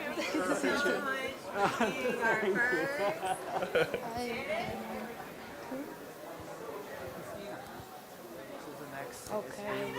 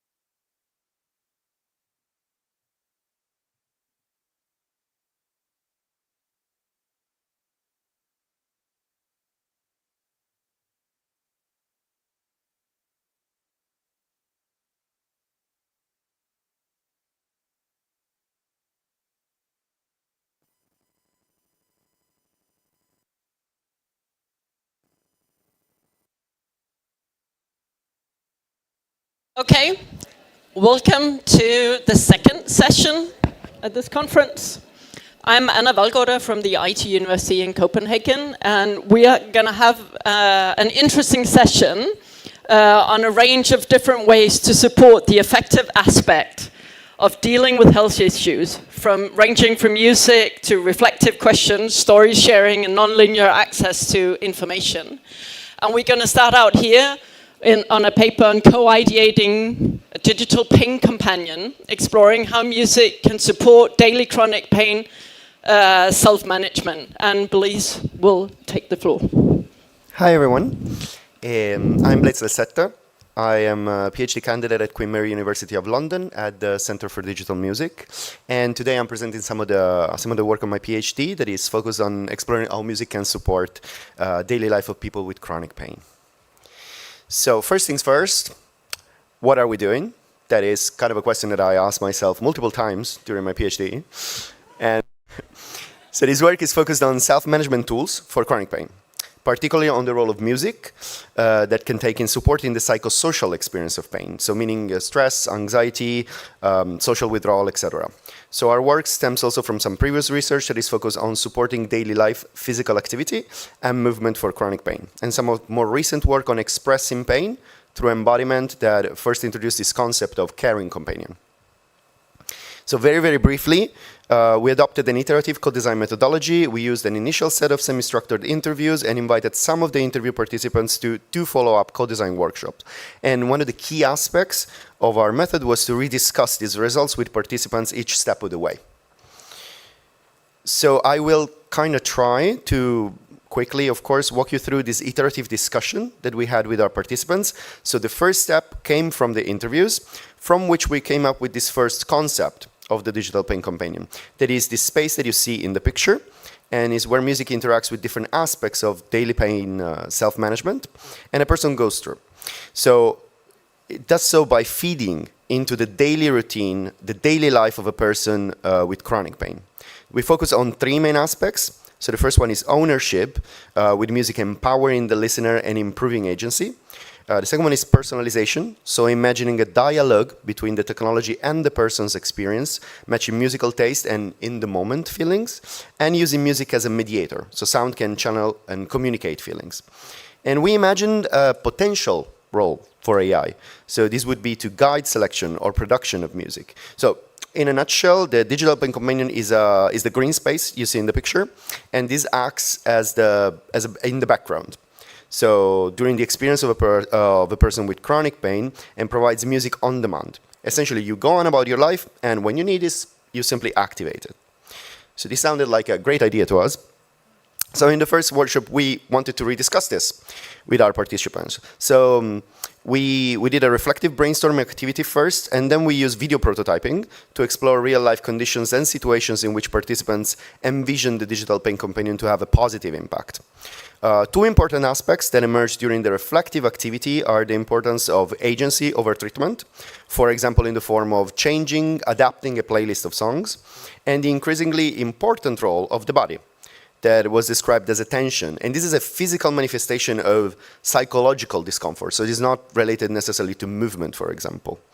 The prototyping activity explores some of the potential scenarios where the digital pain companion could be used, that you see in the slide, such as notifying friends and family of pain, describing your pain to practitioners, or support daily activities like sleeping or concentrating.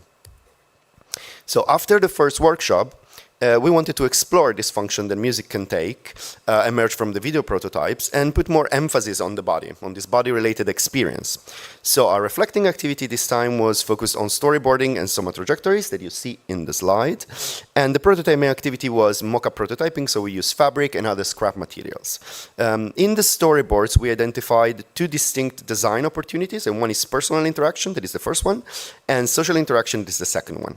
So in the first storyboard, you see music creates a safe space for the person in pain, and the soma trajectories that you see describe how the presence of sound can intercept pain and reduce its symptoms, and can also be paired with, for example, breathing exercises or similar practices. And in the second storyboard, music is used to connect with the people around the protagonist, and soma trajectories talk a little bit more about how social and emotional consequences of pain can cause lingering effects. So the final mock-up prototypes explore the physical attributes.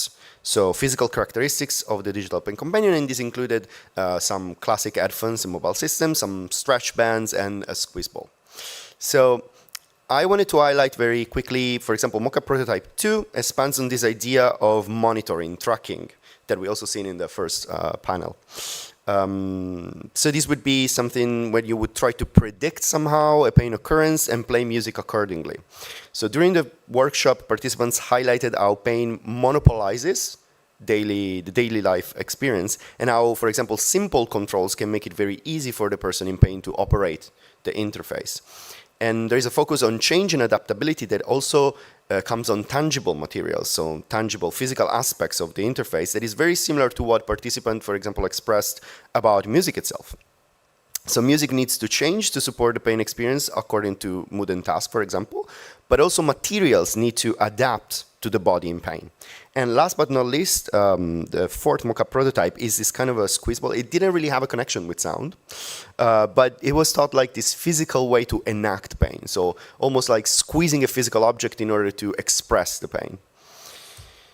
So at the end of this journey, we identified two main key points. One was distracting the body using your favorite music, and the role of ownership, so choosing your own story. Music is mainly a distractor and takes multiple forms depending on the context and needs that the person has. It's very hard to trace a line between, let's say, a specific mood and a specific music. Instead, we emphasize a lot how much music connects with the current mood and creates a safe space for the listener. And this interpretation is a little bit in contrast with some of the more instrumental approaches to music, where, for example, sound is used to complete a physical movement. And this mechanism instead aligns a lot with the cognitive vitality model, in which there is musical integration, vitality factor, and this is a model that describes how music interacts with us to reduce pain perception. And on the other side, we have two very important concepts that are improving ownership and making the pain visible, for example. People with chronic pain strive to re-establish this sense of ownership over their bodies and the pain. So having an active role in your daily treatment can help regaining control over this otherwise unpredictable, uncontrollable pain experience, right?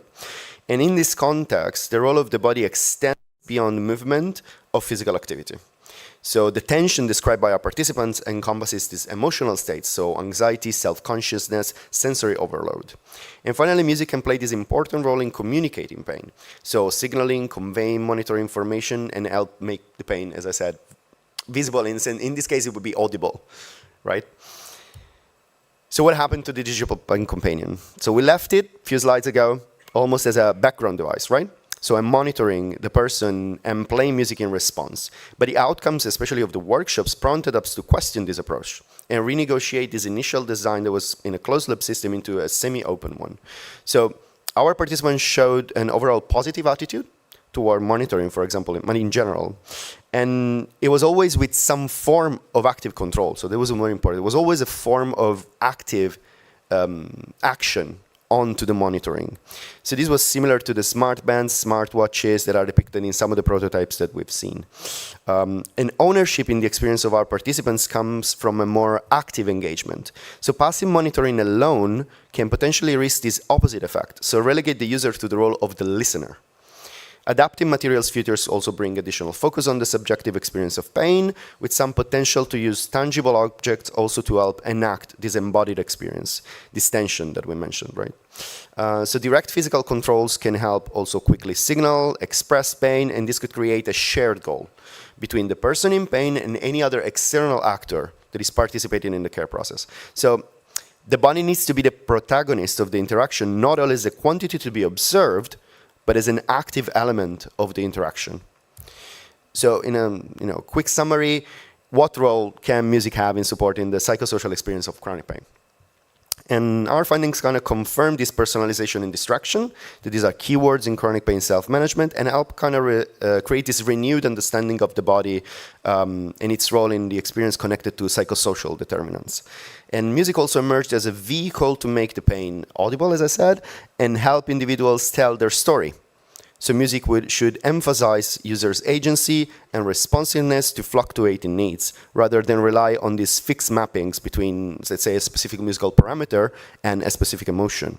And an active physical control can also enable to directly interact with the treatment, that is music in this case. So in the final form, the digital pain companion and any other similar HCI can leverage various forms of music engagement or different, for example, art engagements, and interact with this personal interaction, so facilitating self-support and self-reflection, and social interaction, so supporting the external expression and sharing of pain.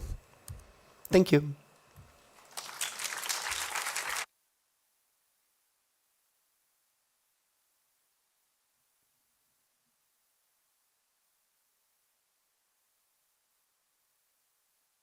We now have Gina, who's going to talk about navigating trade-offs in support preferences towards supportive communication guidance for health givers of young people.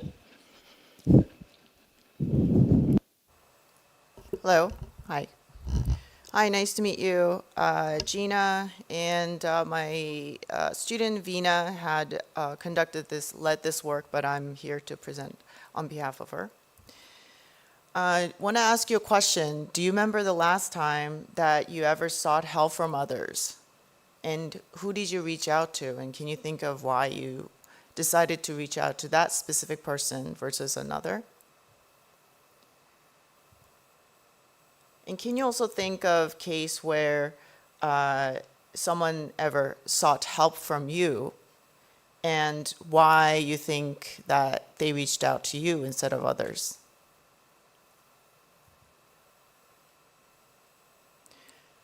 And what if that somebody was a teen? And what if you were a teen?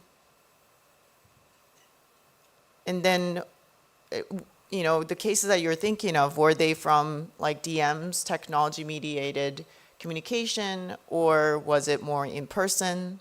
So thinking about all these different factors, it actually changes your expectations and what you're, what you're expecting from them in terms of the support that you want and how you might want to give support. Like, it always changes. So we were curious, especially for technology-mediated communication, you know, adding one question mark versus two question marks, adding one dot versus two dots, they all make differences.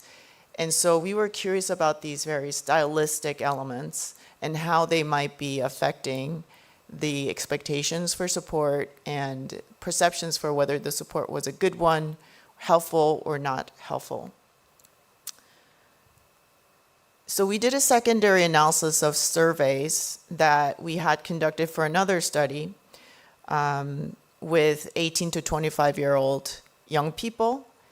We gave them different scenarios of scenarios where the support was being sought out for and the kinds of help-giving messages that were sent back to them.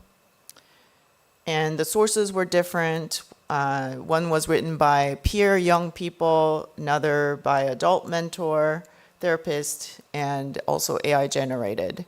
And we asked the participants to talk about what elements of that they liked or not like, and it was conducted blindly, so they didn't know what the source was. So in this paper, we contribute to empirically grounded guidance on 4 central style and content elements. And we also enable more evidence-based personalization of supportive communication. We uncovered some trade-offs in supportive communication, and that we are challenging this one-size-fits-all model of support, and also introduced a set of questions for health-giving practices. So the message overall is that we went into the study wanting to get some more confirmative answers, but actually we came back with more questions and things were very messy, like the actual real world. So I'm sorry, I don't have a very good answer for these questions here, but I will just, throw you some themes that we can think about as we consider how in this world of AI being infused everywhere and us designing technology for support contexts, what sort of questions we should be thinking about, themes that we should be mindful of. So one of the 4 elements that we saw was normalization. So that's something that you often hear when you seek support or you give support, that, oh, it's happened to me as well, or you're not alone. People go through this all the time. So this can go either way. It could be feeling that I'm not alone, so that's a good one. But it also can be felt that it's minimizing the challenge. So you can see some of the quotes that we gathered these themes for on the right side.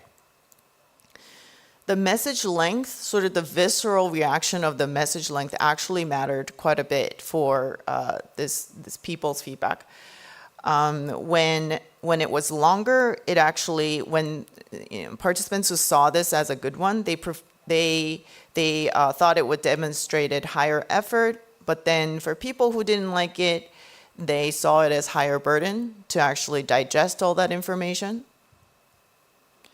But then when the message is short, the ones who liked it, they thought it was efficient. But then on the other hand, other people thought it was demonstrating lower effort. And the theme on the referral to formal support, right? So why don't you go see the doctor, or like this is where you can call, or this is the place you can go to. That was also perceived as, in a good way, honest communication on inability to help, but also at the same time it could be perceived as unwilling to help. And it could also be an inaccessible option for some people, like not having the insurance. And then lastly, the theme of motivating the help seeker, that they can do this, you can go through this, you should be empowered to do it this way. That sort of motivation can also go in many different ways, where they thought that it could be empowering themselves or the help seeker, where they can actually address the situation. But then at the same time, it could be seen as too much motivation can understate challenges the help seeker may face in addressing their situation. It could also be discouragement when it's used too little. So too little motivation can discourage the help seeker from trying to address their situation. It could also lead to complacency, where no motivation can lead to a false sense of complacency that the help seeker does not need to do anything to address the situation. So I know I just threw in a bunch of different trade-offs and things that are just so messy, and I don't have a clear answer to this, but these are some of the reflective questions that you could go further into in the paper.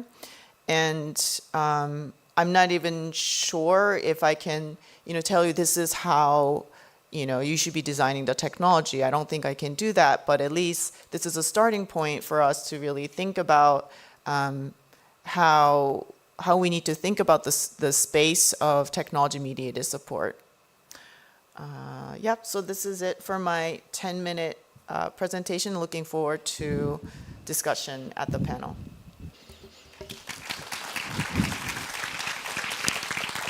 Thank you so much for this presentation, also for keeping time, everyone, so far. Next presentation is Shreya, who will talk about evidotes, integrating scientific evidence and anecdotes to support uncertainties triggered by peer health posts. Thank you.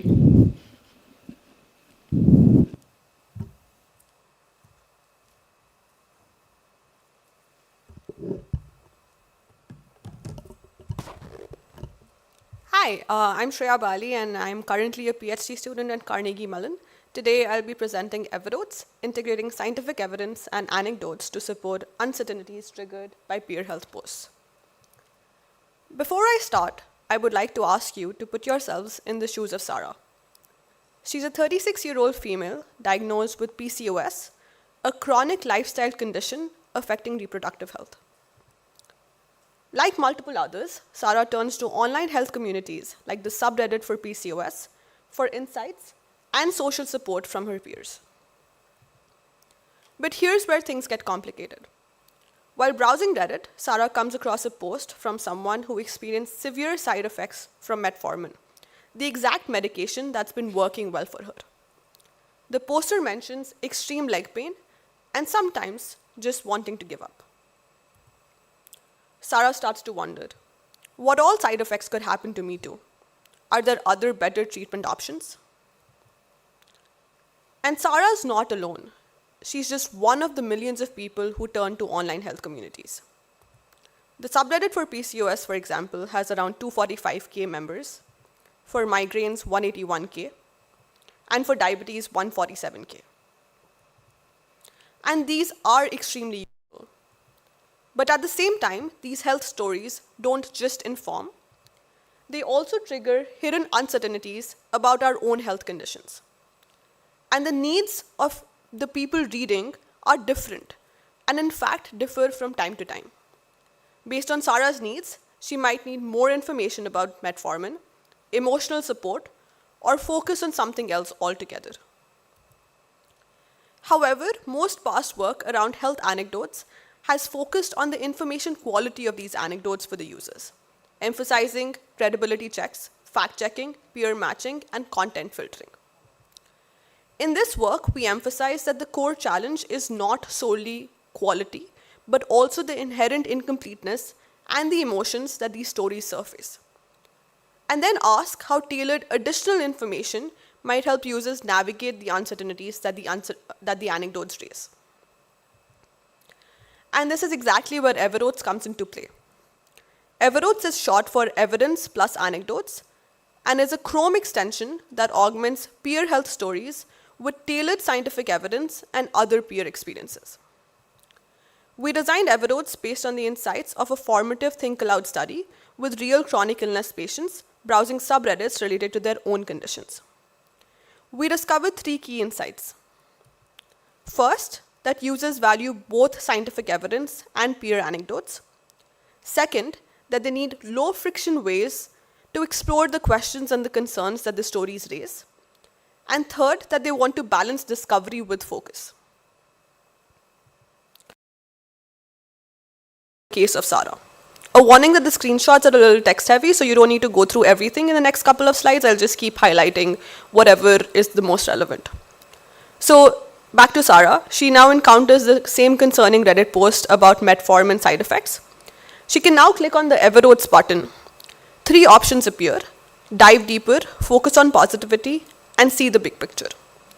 Each of these modes was inspired by a different way people commonly manage health uncertainty: by seeking details, finding hope, or zooming out for perspective. These aren't meant to cover every single user strategy, but they're grounded in common patterns that we observed in both past research and our own formative study. When Sarah selects one, Everotes brings together and summarizes both scientific research and peer stories tailored to the mode that she chooses. First, we have Dive Deeper. This mode returns additional details about the treatment, symptoms, or experiences mentioned in the post. It essentially supports users' emergent information needs and the information-seeking kind of uncertainty management. For instance, if in Sarah's case she clicks Dive Deeper on a post, it will show information related to the common patterns and likelihoods of the side effects related to metformin. I'll go over one of these, which is how metformin is associated with gastrointestinal side effects, which are common but vary in severity amongst users. Users can expand the details to find the exact references from the research articles and the Reddit posts that support this claim. Next, we have Focus on Positivity. This mode essentially finds more positive outcomes and success stories. It is designed specifically for the emotional impact that the health posts and conditions can cause, and supports emotional regulation. It's designed for moments when you're overwhelmed and just need hope that things can turn out okay. For instance, in this panel, Everotes returns finding uplifting evidence and anecdotes that highlight successful coping strategies and improvements of people with PCOS. One of the claims made here is how many users report that adjusting diet, such as increasing fiber and intake, severely alleviated metformin side effects. Finally, we have big picture. This mode helps users zoom out. It essentially supports cognitive reappraisal by perspective broadening and allows more serendipitous discovery by returning information from other sources. Again, in the case of Sarah, if she then clicked on big picture, she'll get general effective management strategies, which essentially is aimed to helping her zoom out of the specific case of metformin. For instance, here it mentions how lifestyle modifications, including diet and exercise, are essential for managing PCOS. To understand how this design is used in practice, we conducted a user study. Specifically, we recruited 17 chronic illness patients who have used Reddit for health information in the past. First, let's see how users thought the Everoads tool affected their informational and emotional needs. In the pre-study survey, we asked participants how well sources like Reddit typically meet their health information needs, using a 1 to 5 Likert scale. The average response we received was 3.2. After using Everoads, we asked the same question again in the post-study survey, and the average rating jumped to 4.6.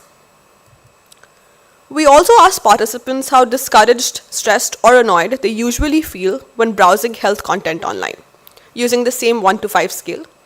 In the pre-study survey, the average response was 3.4, indicating moderate emotional strain. After using Everoads, that number dropped to 1.9. Further, interestingly, by displaying anecdotes and scientific information together, we discovered that anecdotes and scientific information formed a form of information symbiosis, with each compensating for the other's shortcomings. First, users experience improvement in how they navigated and discovered health information. Scientific information, while verified, is usually not accessible for the non-medical experts. Anecdotes essentially acted as effective gateways to relevant scientific information in the design of Everoads. Similarly, scientific information helped users navigate peer stories, as a lot of users didn't want to read the anecdotes not backed by scientific evidence. Second, this helped users find a balance between the specificity and the generalizability of different information sources. By providing rich personal experiences, for instance, how people actually go about their days while having side effects of metformin, the anecdotes added a contextual depth in the real-world setting that made scientific articles feel more personally applicable. Second, while anecdotes are very specific and the original poster might mention very specific details about their life that might not be the same as the reader, scientific articles help users get broader and more generalizable takeaways from each individual anecdote that the users were reading. Overall, Everoads proposes reframing health information systems as uncertainty navigation tools. Health information is inherently uncertainty causing, so we can't really disentangle the informational and the emotional needs that these arise, and Everoads proposes one way to address them together. Finally, while the primary paradigm in health information platforms is increasingly relying on algorithmic inference to predict user needs, for example, through personalized content recommendations, Everoads demonstrates an alternate approach. Lightweight, explicit user input that guides information synthesis through lens-based interactions. The system provides tailored results without requiring personal health disclosures and also helps users identify new ways to manage the uncertainties through this process. To summarize, we proposed the conceptual reframing of health anecdotes as uncertainty triggers and created an artifact and report the findings of an exploratory study using the artifact. Everoads is available on the Chrome Web Store. If you find any of this work interesting or just want to chat about related areas, feel free to send me an email. Thank you.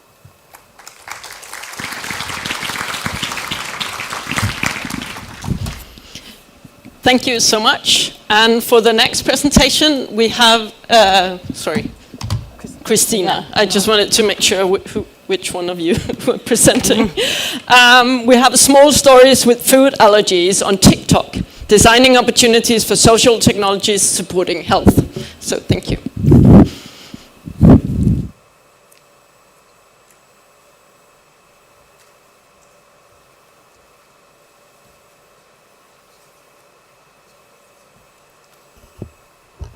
Hi, everyone.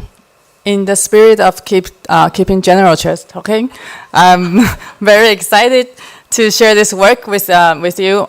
This work was led by my very wonderful PhD researcher, Ariel, and undergrad researcher, Madeline, and then my colleague, Norman, at UCSC. So we started looking at food allergies because it's a life-threatening condition, and it's very serious and actually very challenging to manage. But in movies, in comedy shows, on social media, they are often portrayed as like these funny jokes that you can make, or make it as like irrelevant, or as a nuisance to other people. This actually shape a lot of the ways how people look at people with food allergies and these experiences. Ariel has been studying how people, especially young people, teenagers, using social media to navigate healthy eating experiences and food allergies, especially for a while. But so other than those like making jokes and being like bullying food allergy people, we also see people using TikTok or Instagram in very powerful ways. So in this work, we want to look at what are those ways that people are using these platforms to create stories about themselves. We know storytelling are very powerful tools. In formal sort of medicine practices, like the narrative medicine is a very powerful way to help people to share their experience, to make sense of this experience and connect with other people.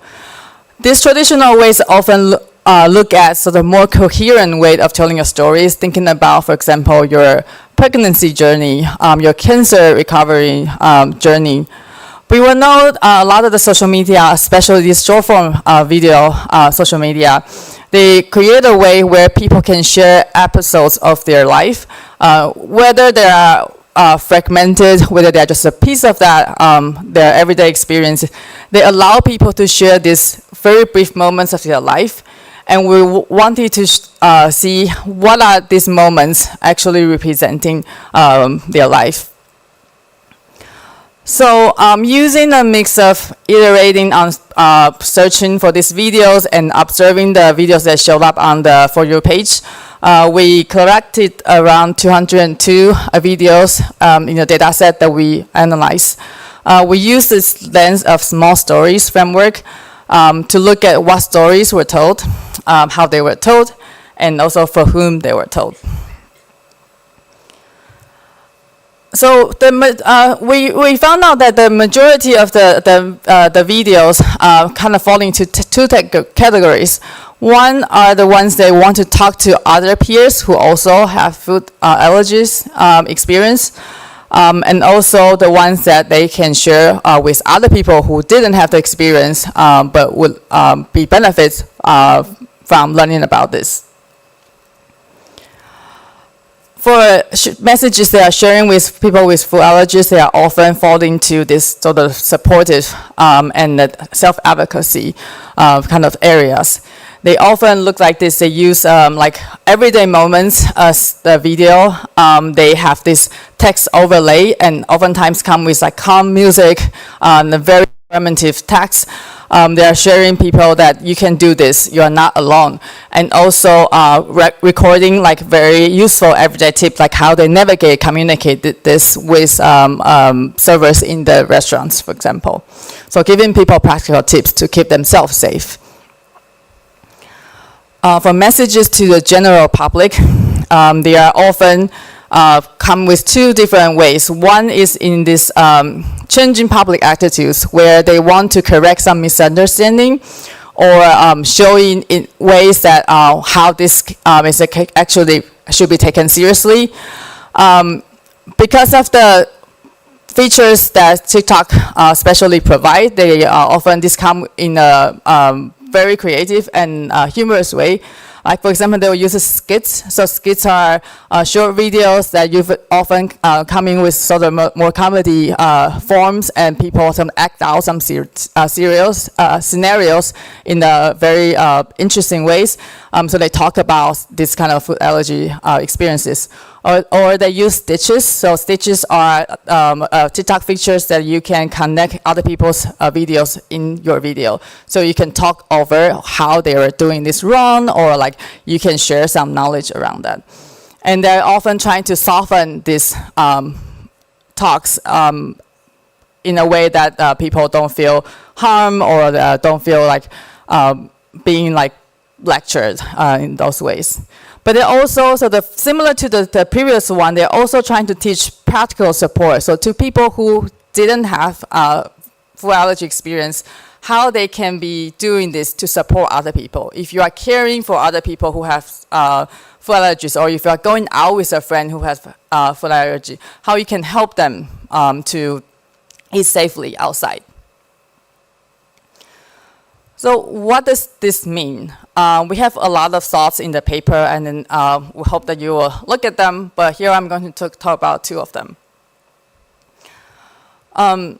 So we saw a lot of people in our prior work, and also in other people's prior work, that people actually use and appropriate social media as a way to track, their experiences, to reflect on those experiences. But there's also this tension, right? We know that on social media, there's also a little bit of performative elements. And also on TikTok, there's this emphasis on authenticity. And so that often kind of come at odds with the ways that people want to reflect. And so I think these ideas are not new. Like people have studied social media for a long time. But we thought this, especially in this context, we saw a lot of people actually have other thoughts than the ones they are putting out there, the stories they are told.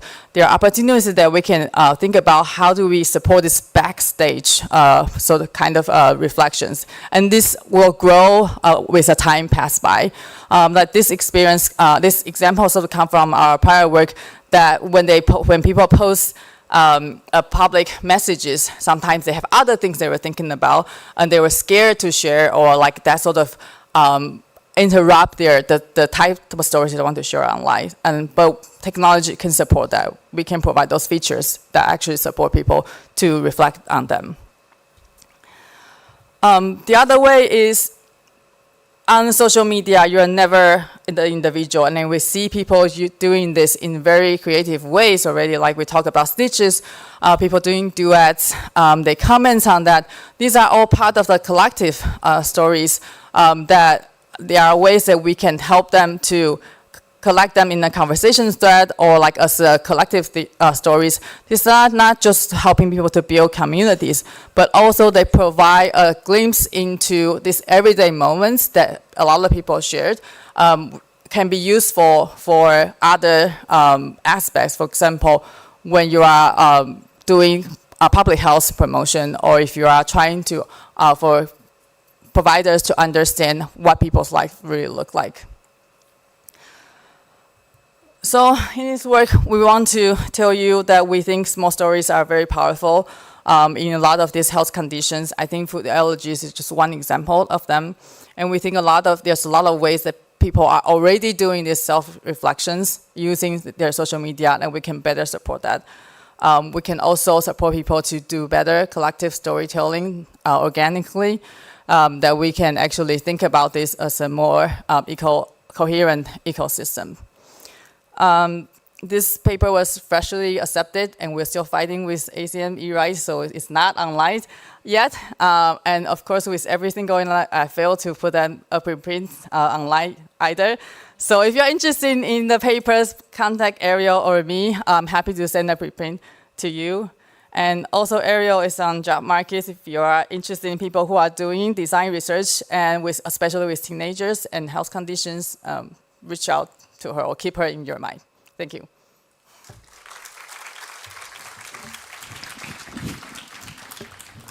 Thank you so much, Christina. And now we have the final presentation of today, which is Kevin, who will talk about I Thought Surviving Was the Hard Part, a design research study of post-sepsis recovery amidst systemic uncertainty.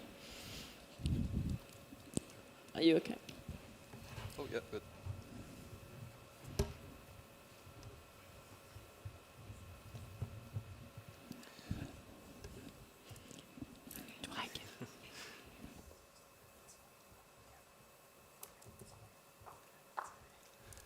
All right, hello everyone. My name is Foylan. My name is not Kevin. I'm a graduated master's student from the University College of Dublin, and the project I'm going to be presenting today is from my thesis from my master's in human-computer interaction. It has since received special recognition for clinical impact here at Interactive Health, and it has also been nominated for an International UX Design Award, so this has been a very rewarding project to keep on returning to. I completed it in partnership with my student partner, Anamta Hassan, who sadly could not be here today. This project partnered us with a division of Ireland's Health Service, the National Clinical Programme for Sepsis. The task was simple but wide open: contribute to the sepsis healthcare in Ireland through an HCI lens. So our first question was pretty simple but very broad. How do we do HCI on sepsis, which we then later on refined to what role might computing technologies play in supporting the remit of the National Clinical Programme for Sepsis, which I will here on out refer to as the NCPS, because that is a mouthful.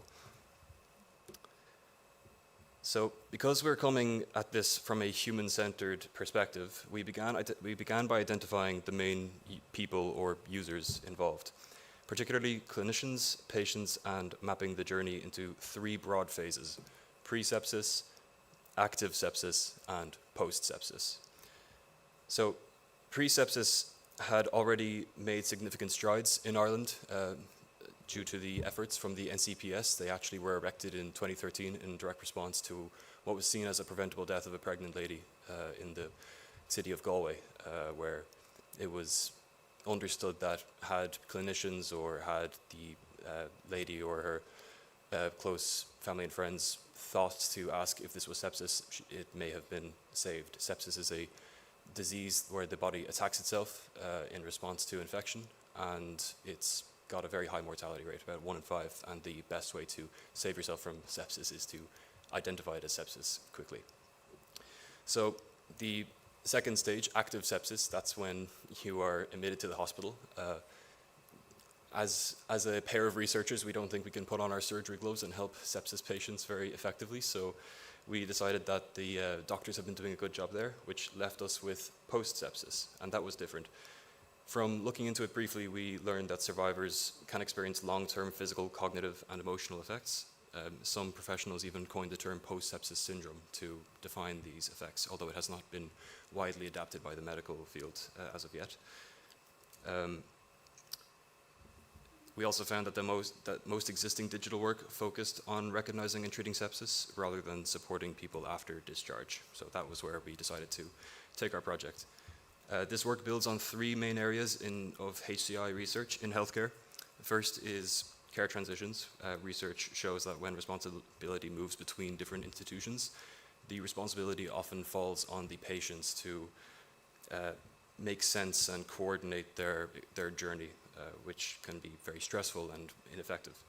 The second is research on longitudinal recovery shows that recovery is often nonlinear, and continuous tracking can itself become burdensome for the patients.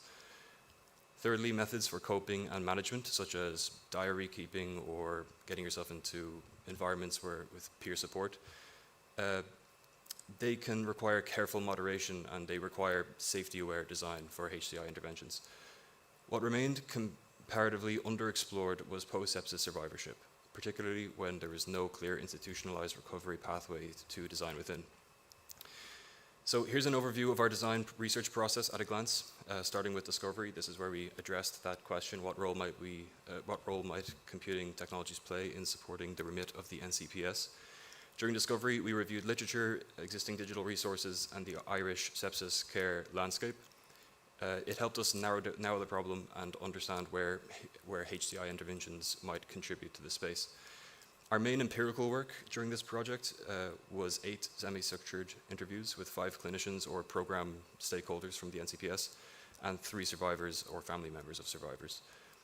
Professional participants were recruited through the NCPS network that we were partnered with, and survivors were reached through clinical contacts. Interviews were conducted online, recorded, transcribed, and we conducted a thematical analysis, which led us to deriving 4 themes from our interviews. These themes covered experiential, informational, and systemic aspects of recovery. We then created 2 composite personas and brought several possible design directions to a participatory workshop with our NCPS partners. And from there, we were able to design sepsis care, which I will show later on in the presentation. The goal wasn't to jump straight to a polished product. It was to make an often invisible recovery experience visible and then translate those findings into grounded design opportunities. So these were our key findings or our key themes from our qualitative research. First off was survivorship itself. It was quite poorly defined, at least in the Irish healthcare landscape. Participants described leaving hospital without a clear recovery pathway or obvious ownership of what should happen next. Second was recovery, and recovery was emotionally isolating. Survivors often felt that they should simply be grateful just to be alive. And even when they were dealing with fatigue and physical weakness, it became a bit isolating to continuously seek out help, which led to many of these survivors kind of shutting down and shelling up. One of the survivors captured that experience with a powerful quote that became the title of our paper, which was that they thought surviving was the hard part. Thirdly, there were major informational gaps. Discharge information was often sparse or focused only on immediate medical instructions. Survivors needed trustworthy guidance about common symptoms of post-sepsis syndrome, while what the recovery journey might look like and when to seek help.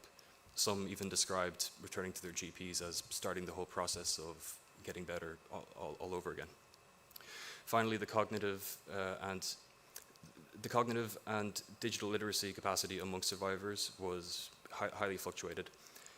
Some users had fluctuating experience with post-sepsis syndrome, where they could have brain fog or feel fatigued, and other survivors of sepsis might tend to skew on the older side, which meant that there was a factor of limited digital literacy at play. So this research approach allowed us to hone in on these 4 themes and that we were able to incorporate into our product design philosophy to address the issues in post-sepsis care. Oops.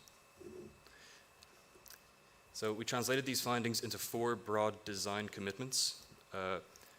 From the uncertainty finding, we came up with recovery guidance to help people make sense of changing symptoms without pretending that recovery follows a fixed timeline. From our isolation theme, we decided to afford community support and validation from others with lived experience. And informational gaps pointed us to prioritize trusted, curated resources rather than expecting survivors to search across disconnected websites. And fluctuating capacity amongst users inspired us to prioritize low-burden design, short pathways, flexible engagement, and the ability to leave and return without losing context. These weren't just feature ideas, these were principles that we felt any future interventions in this space should follow.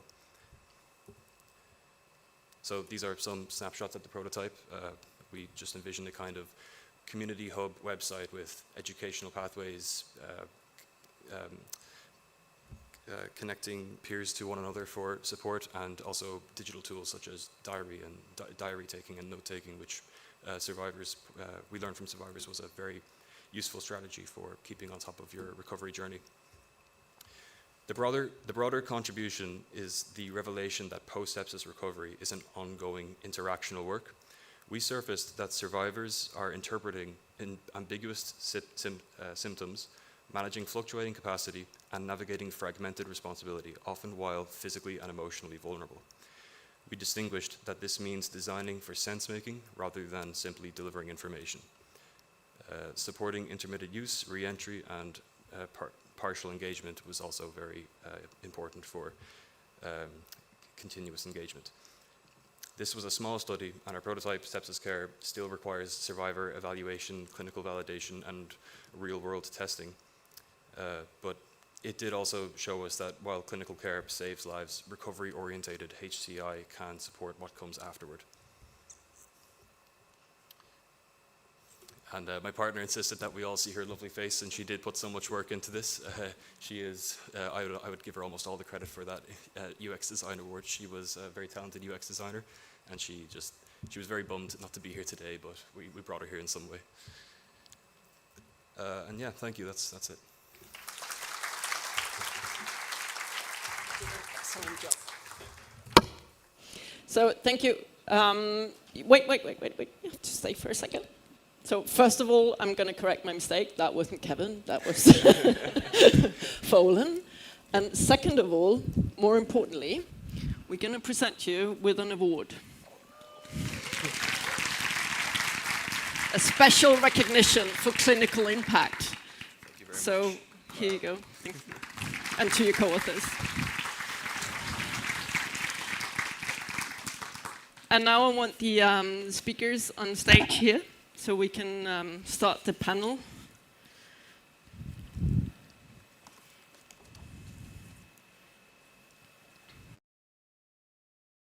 Just take a seat. And I've narrowed it down to one question, and then you get in the audience get the opportunity to ask more questions. Also, practical information. If you can't see the subtitles, move further back, then you can watch over the panelists while they're sitting here. So I have one question that might be relevant to, hopefully is relevant to most of you. What is it that we sort of as a community need to do to better engage with these effective dimensions of health in the context of technology? So we have the microphone there if anyone wants to talk about it. No?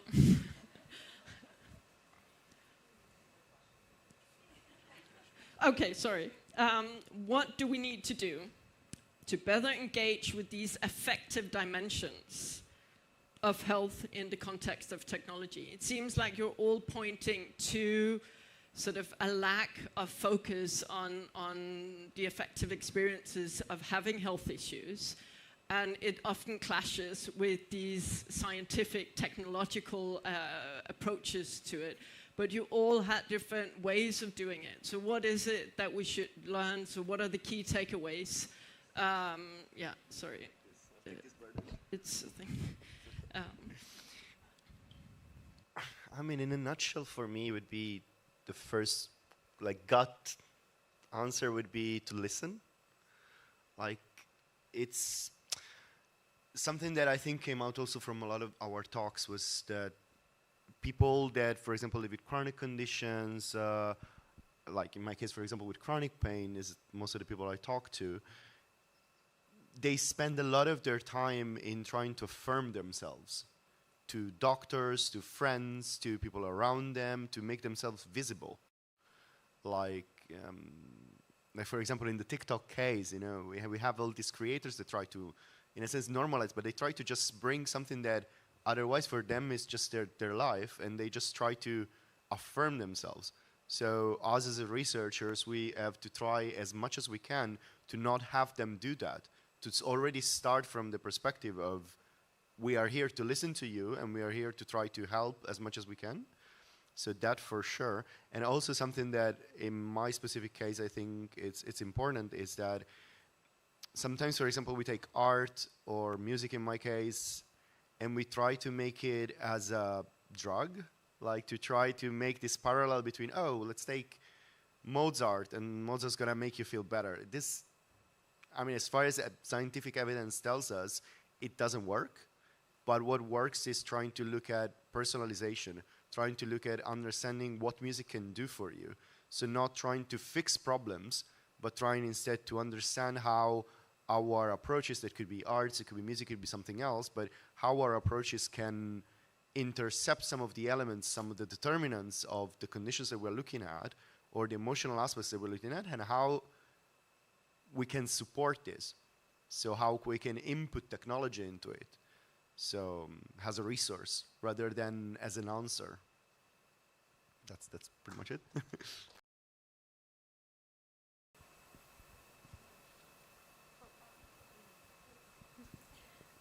Yeah, I think I definitely agree with that a lot. Even in my research, I think like one of the important parts was like making it known to the participants that it's okay to have an emotional response to it. So for example, like the interface that I created, there was a focus on positivity mode.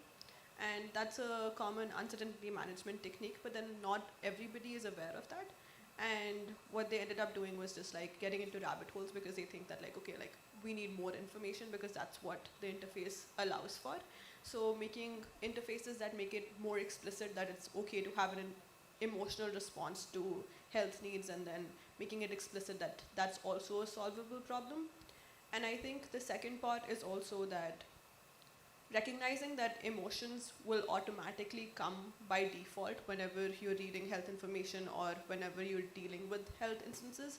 So in my opinion, like it's important to like always consider emotions and not necessarily disentangle them. So there's been some past work where, for example,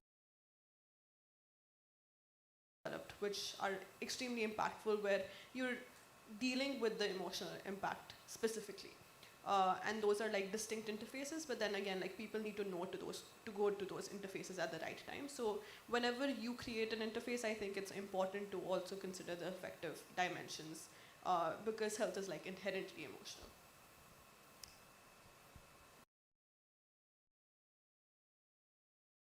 Work that I presented today, it was about understanding young people's preferences and expectations towards, depending on the context of their help, right? And I guess our intention in conducting the study was to understand how we might be able to design technology that could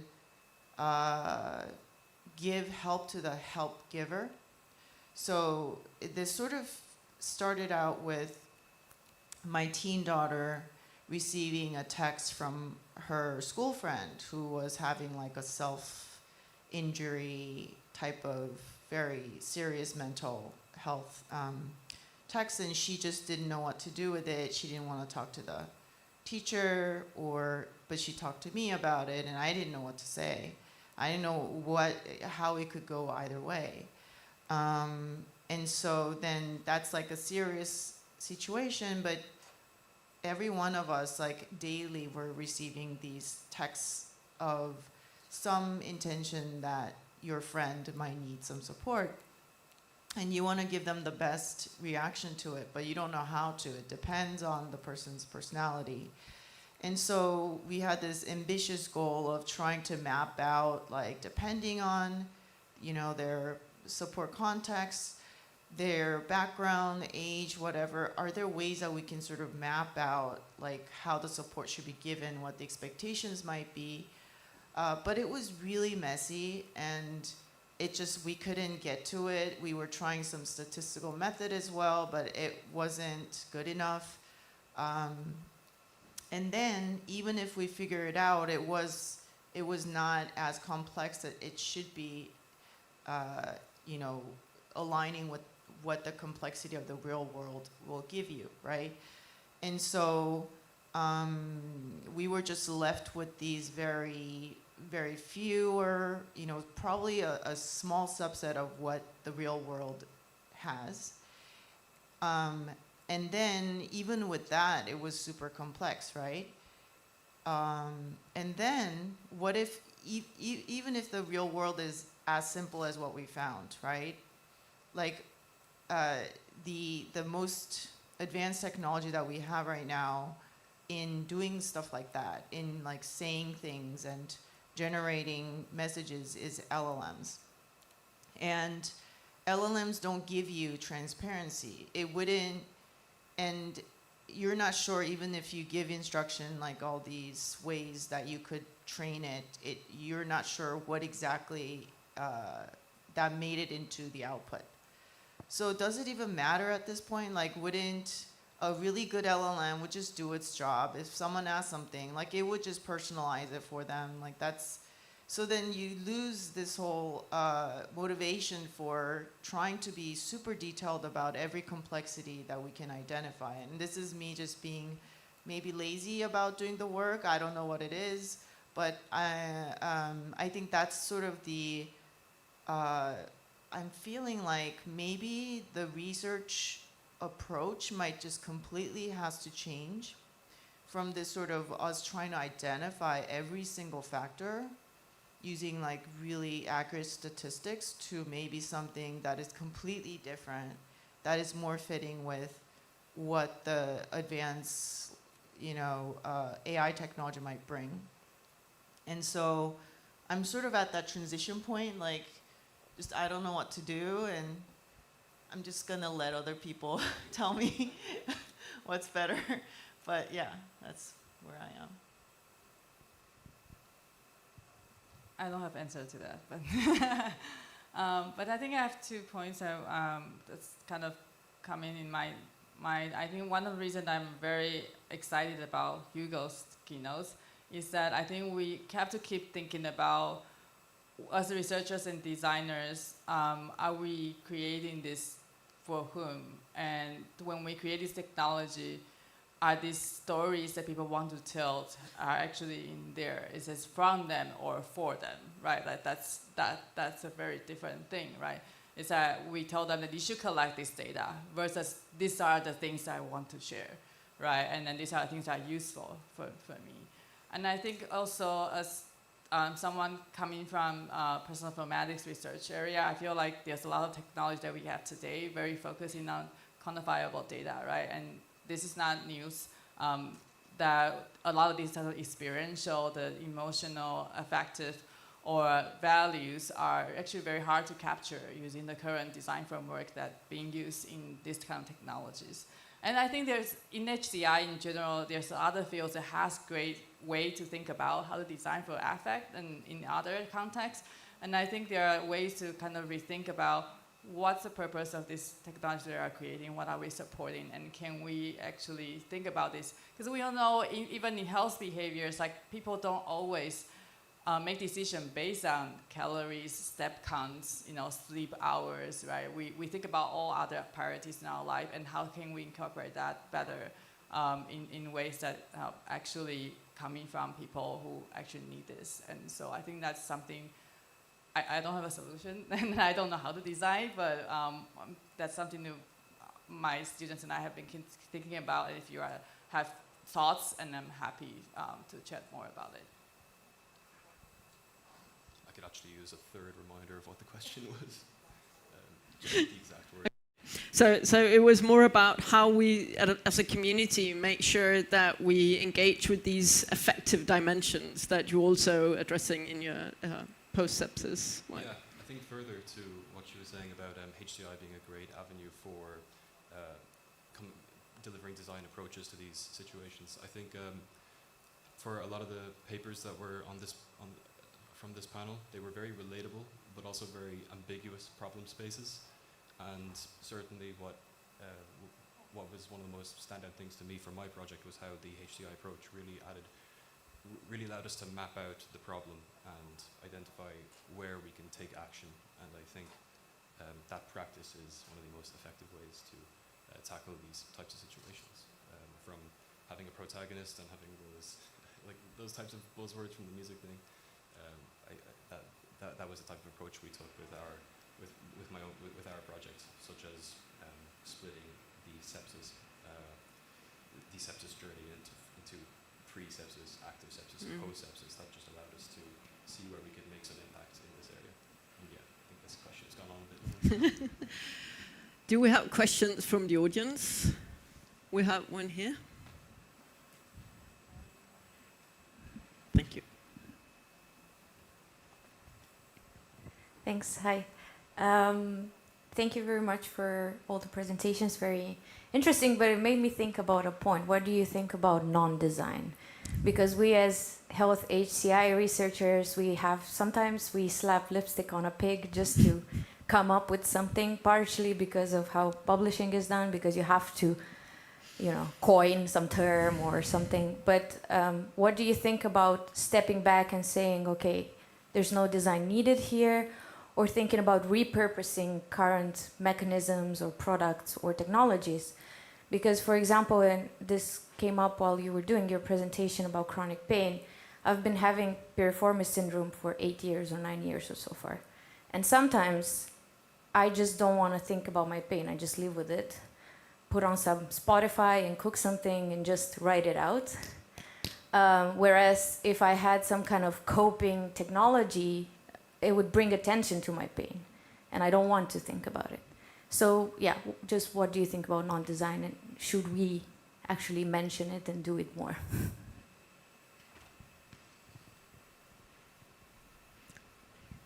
Sorry. Thanks.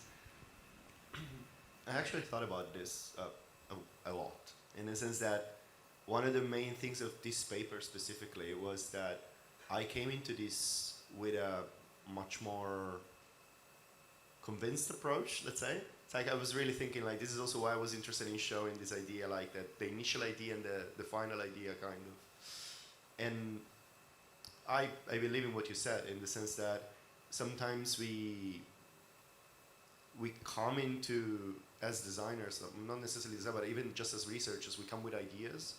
And for me, at least, this is why I think it's important to keep a very like co-design participatory approach to this, because you need to listen to the people that will eventually use your technology.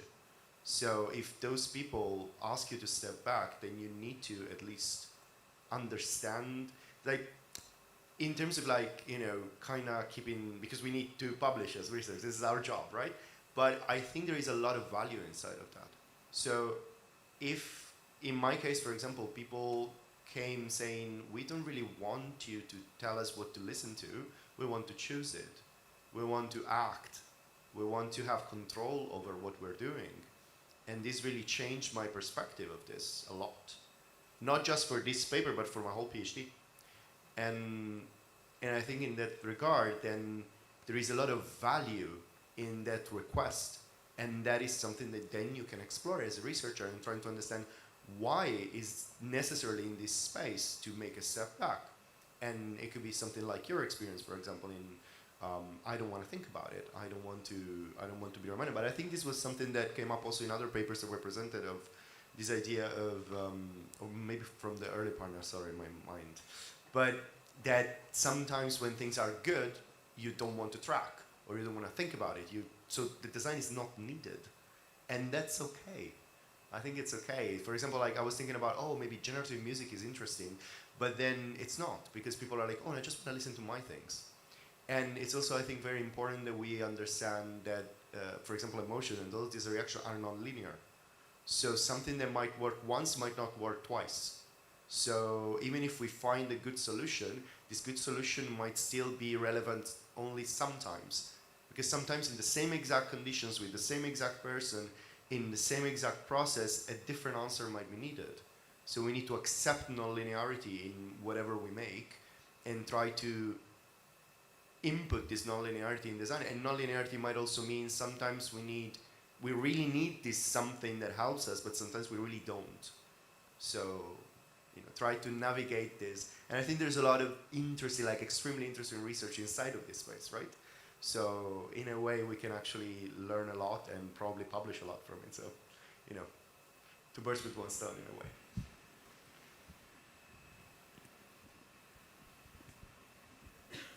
Yeah. I think like one approach that I've used for like some of the other projects is essentially like in health specifically trying to like treat the individual that we are personalizing towards as sort of like an active designer in some interfaces, where they're making the decisions themselves, but we're just allowing them to make those decisions. So that I think has come up a lot in this panel as well. Like we need to allow for hyper personalization, and a lot of that is like eliciting what the users need and at what time.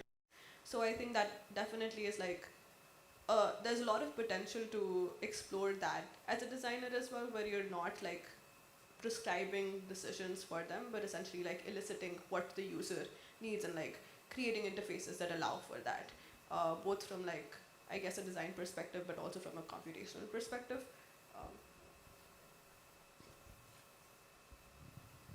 So I really like that you brought that up. I think that's a super important perspective, and that we should all think about it. And I implore everyone to, the conference organizers even, to explicitly state in the call to have a section on non-design implications.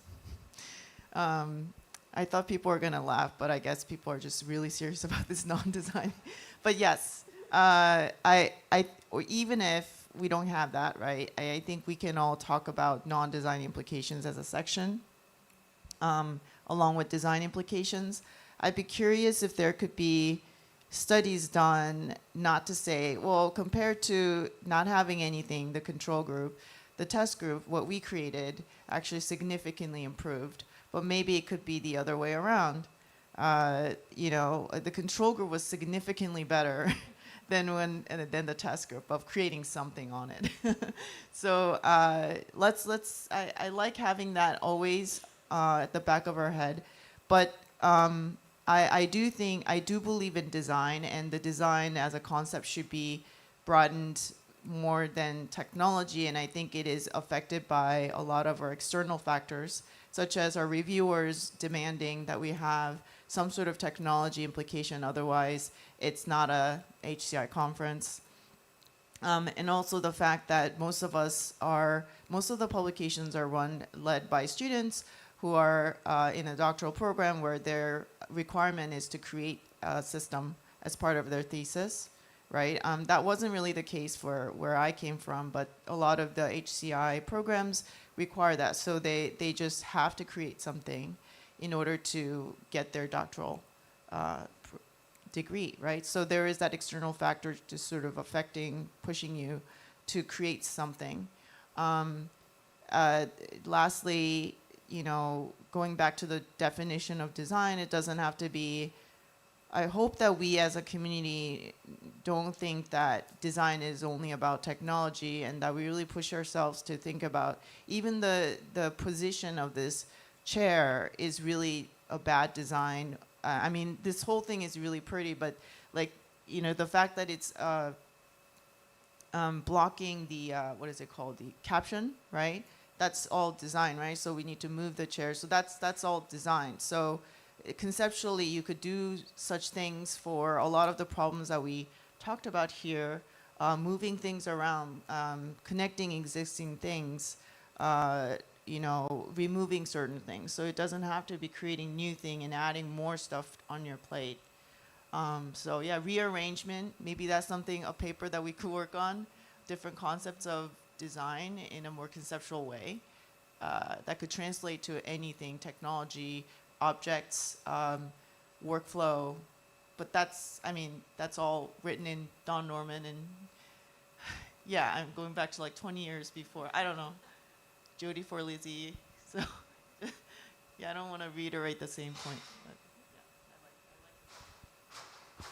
yeah, I think a lot of people already make this point, but I also want to point out, so similar to, sorry, I didn't catch your name, similar to your experience, a lot of teenagers that we study, we work with told us that they go to social media to escape from their daily challenges. But somehow TikTok still learn that they have food allergies, and they so decide to show or not show them something, right? And that's actually pretty traumatic for them. But that's a point that I want to make, is that non-design is also a design decision, right? You choose not to intervene. Some of these things are happening because of other people's design decisions, right? And so like, I think maybe to Gina's point, there's different ways to think about what design decisions are and how we approach those, and what is actually useful in what context, and that as a sort of broader way to think about design is not just for technology, I think. I also thought that was a really great point to make.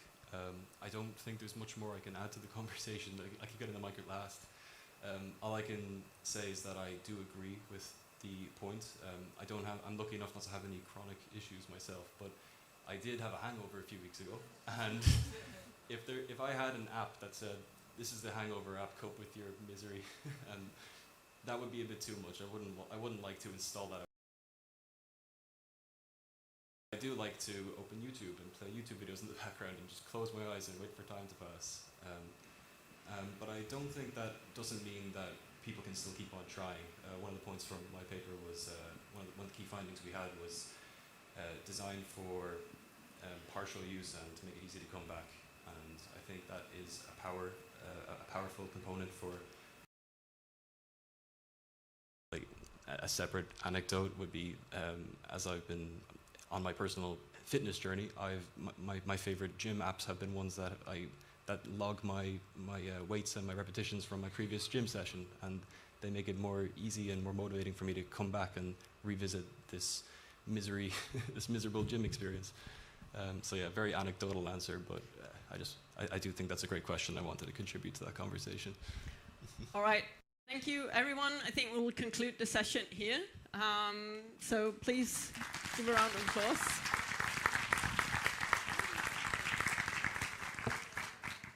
We just have a small announcement before you leave the room.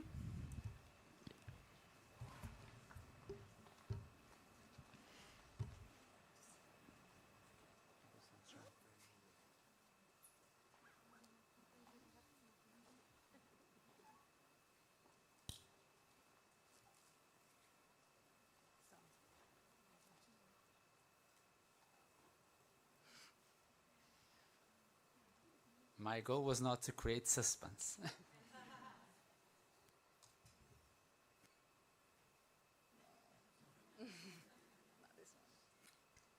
And we'll be back.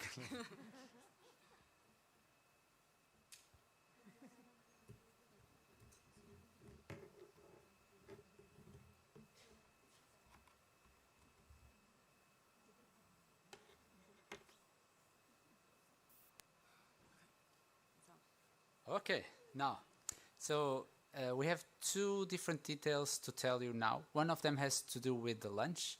So there's two main lunch options that you'll be able to pick up. One is with chicken, another one is vegan. And there's a vegan option that is gluten-free, so it's gluten-free pasta. But this option is for those that have told in the registration that that would be their case. So we ask those to request the catering staff for that specific option. The other ones are okay to pick up if you want. And the way that we are going to do this is that we'll be calling the SVs that will be in charge of the birds of a feather. SVs. And we are going to do it in this way that the SV would get out with the group that wants to go to that particular birds of a feather, so that there's some order in picking up lunch and that you follow them into the venue where the birds of a feather is going to take place. So if you want to join one of these birds of a feather, we advise you to follow them when they start leaving the room. So for the first one,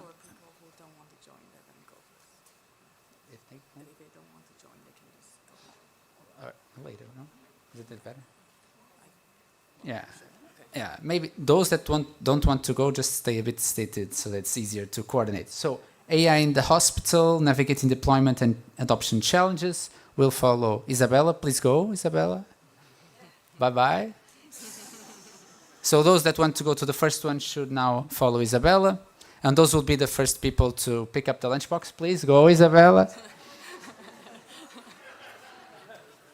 Up, up. So it's the ground floor where the lunch is. There's also options upstairs.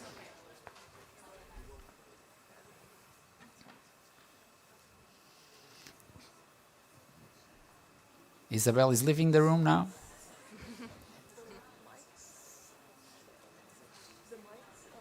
It looks like we are in kindergarten, but it's very complicated to coordinate so many people with so many rooms. Unless these. Yes, the food will be there, don't worry.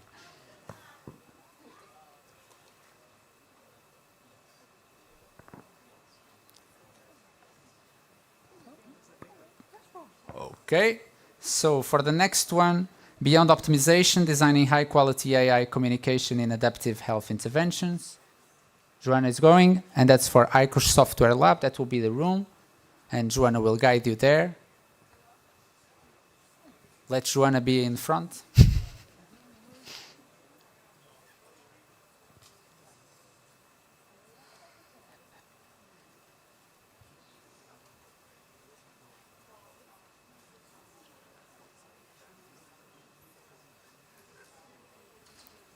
If you haven't been in one of those Japanese tours, now you know how they look like.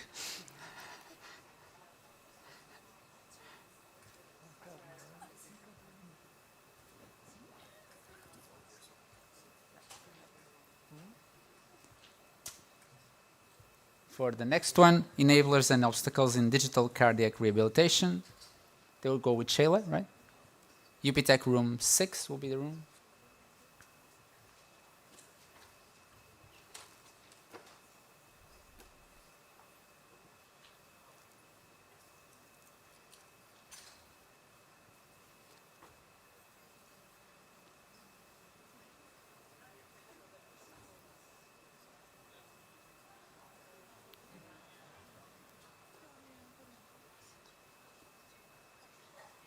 Okay, for the next one, healthcare app design in low resource context, challenge practices and opportunities.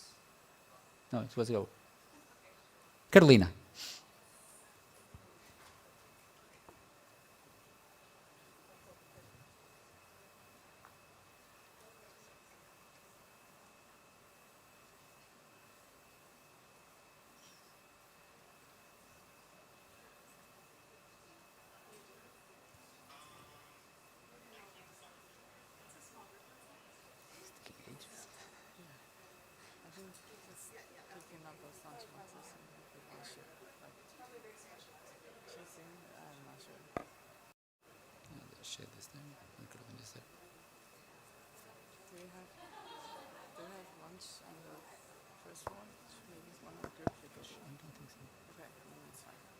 I think it's the same.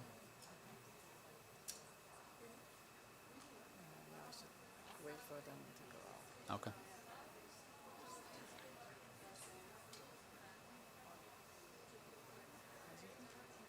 She said that there's a sensor and that they forced the door, so the door stopped opening. Okay, follow Shayla. And now follow Carolina. I was informed that you should not force the doors. They have some sensor. The door was set and so decided to close.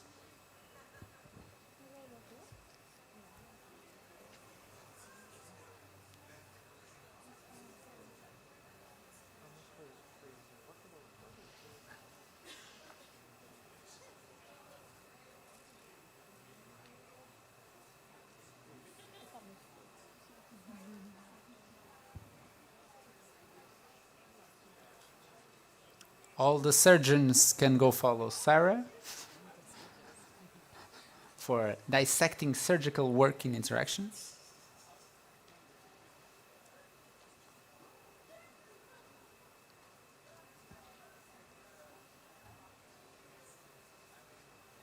Don't distract the SV, Elena. Keep going.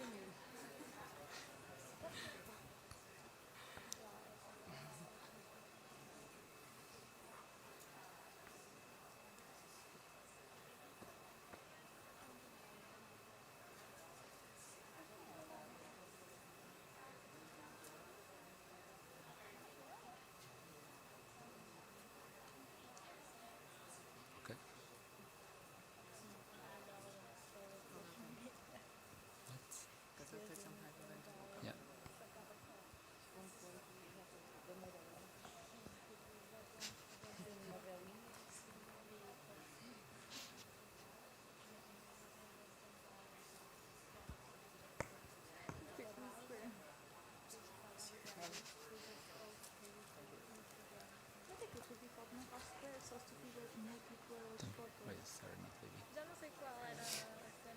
And now precision medicine in practice. What role for HCI? We'll go with Rachel.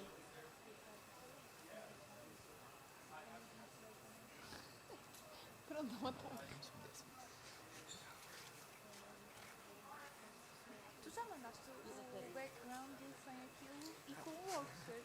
Portanto, eles inventaram um background sem logo com a quadrado. Azul. E vou falar com outra vez. Já não pode tirar tudo. And now for the safeguarding trust, privacy and security in AI supported healthcare, we have Tahi, which will be guiding you.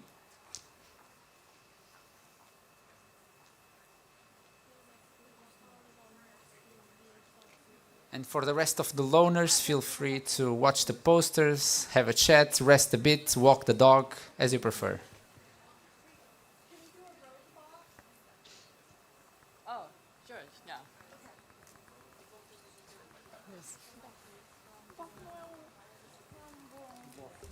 Okay, anyone else? We're going to do a rogue birds of a feather for reproductive health. And you can follow Camille here. We're going to go out. We're going on the second floor. There's an outside area. So, rogue boff.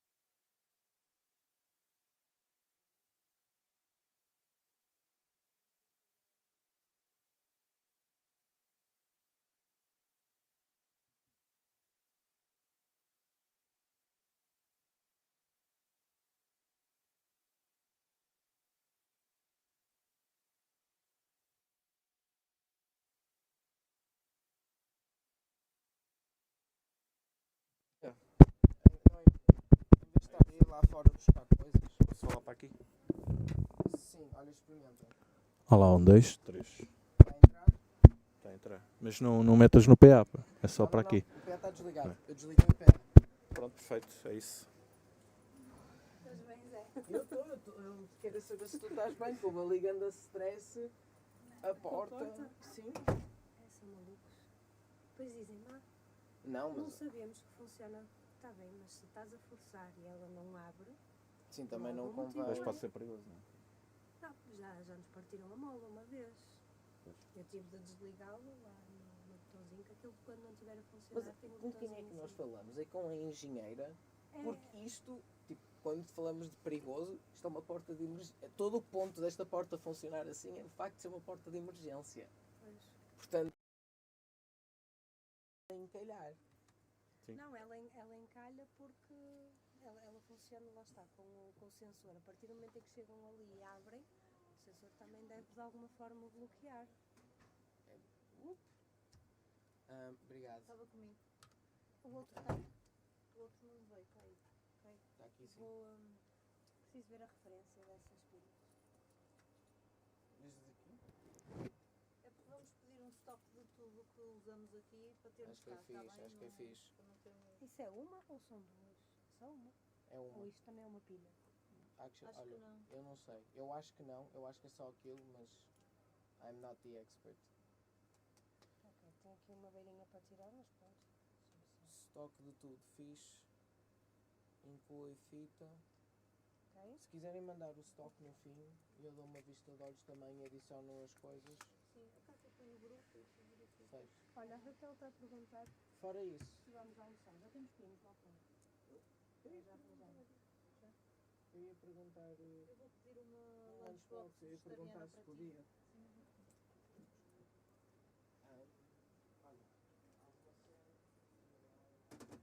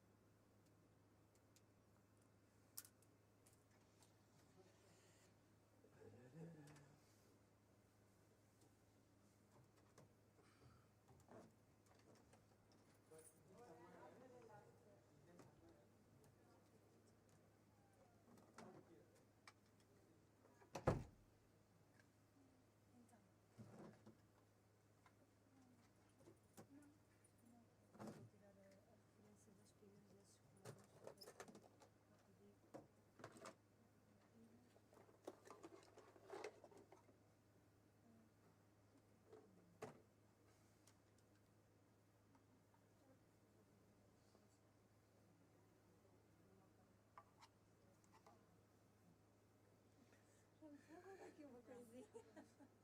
Já ia vir para o lado direito. Se é possível. Vitor, da parte da tarde conseguimos assegurar que não haja falhas? Ou... Sim, da parte da tarde. A questão aqui é que havia 2 layouts diferentes que não estava previsto. Portanto, ontem à noite é que o designer esteve aqui e se calhar até fui eu que sugeri isso.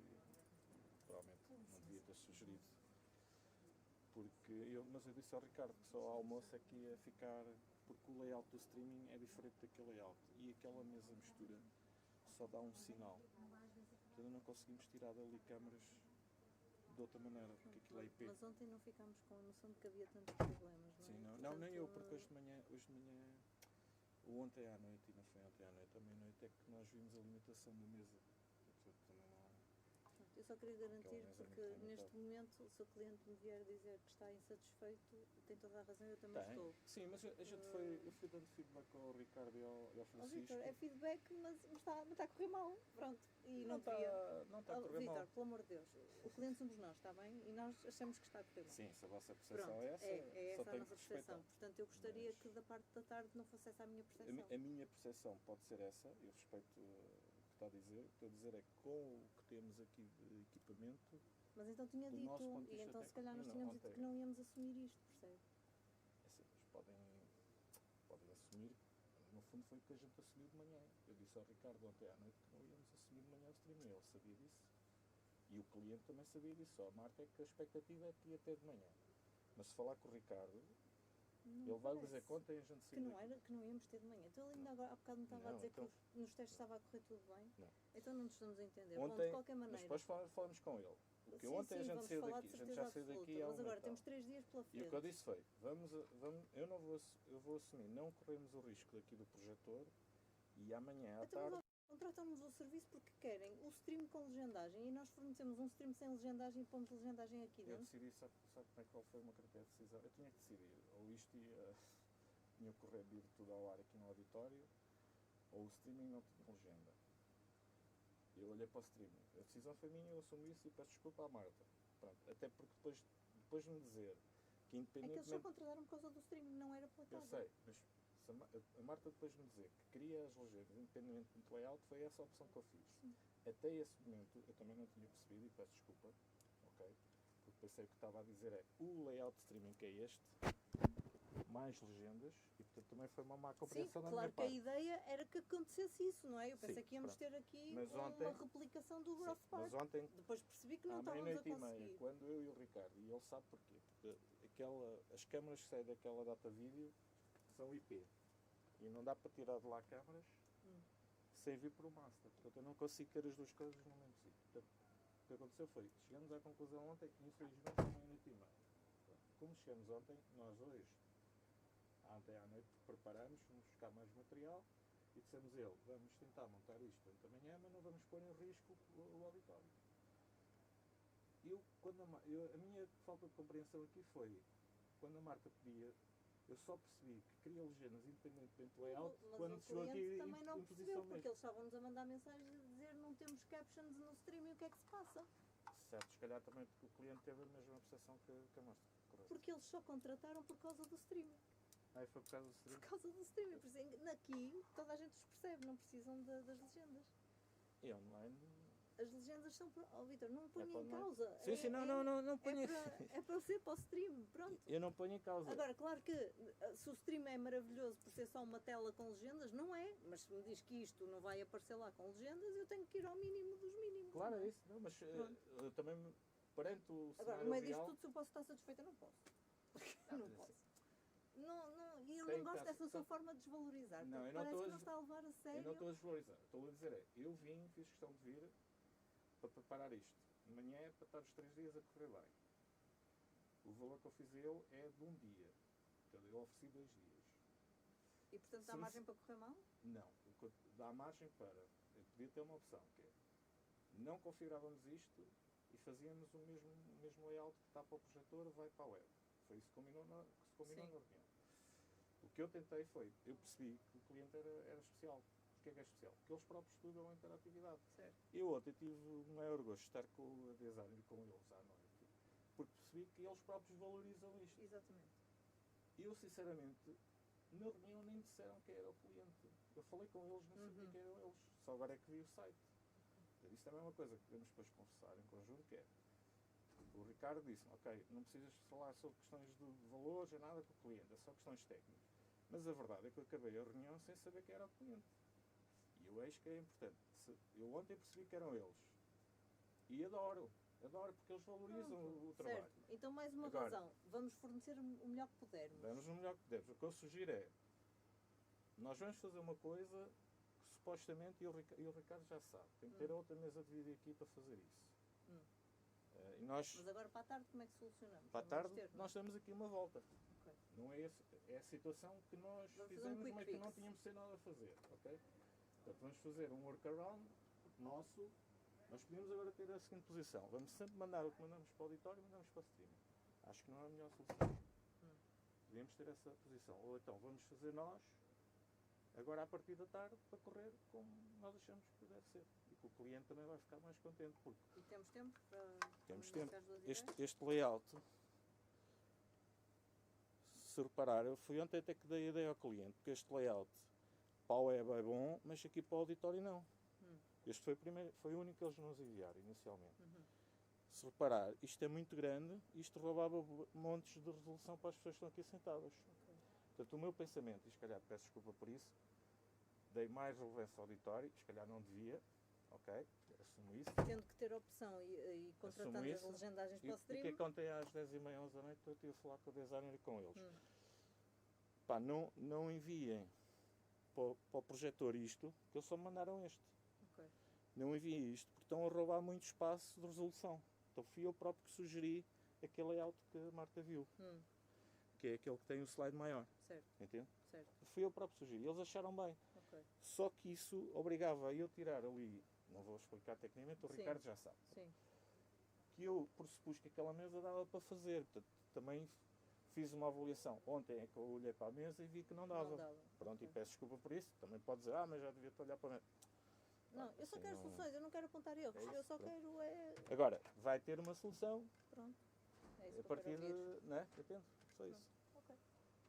Marta, Conseguiste a tua lunchbox? Sim, também queres uma? Esta é para... Eu levei já para nós, vou passar uma... Queres? O que é isso? É... Exatamente. Dá para comer? É com tofu, boa. portanto tem cuidado. Obrigado. Mas também há a versão não vegetariana, só para os vegetarianos. Não, A questão é... Eu gosto. Em solidariedade com o Zé... Obrigado. Há alguma cena que eu te possa ajudar? Para já não, da tua parte está perfeito. Deixa-me só aqui eu pôr a tal cena do streaming com layout. Perfeito, tudo fixe. Então vai, Também- depois já falamos daqui a um bocado. Vou só Perfeito, orientar isto. Ok. Tá, até já. Tá, até já.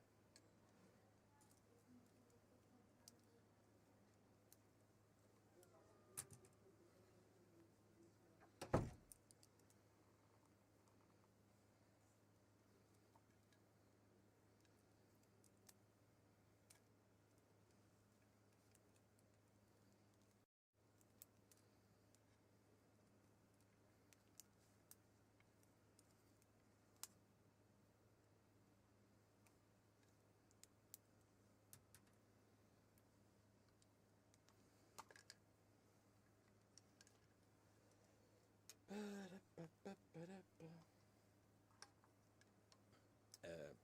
aqui não está.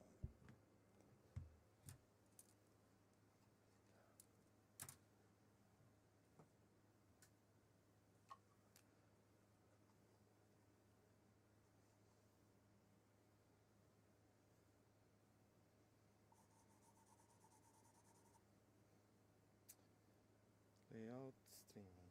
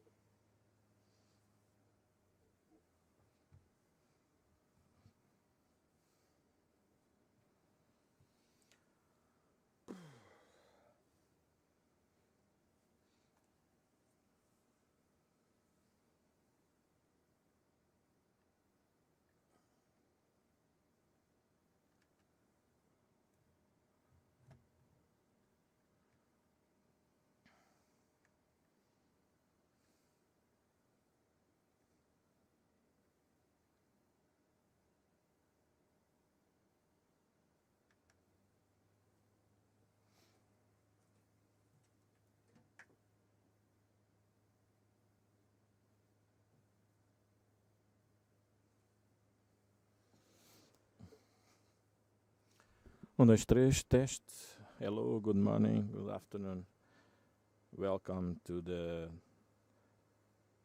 second part of this conference.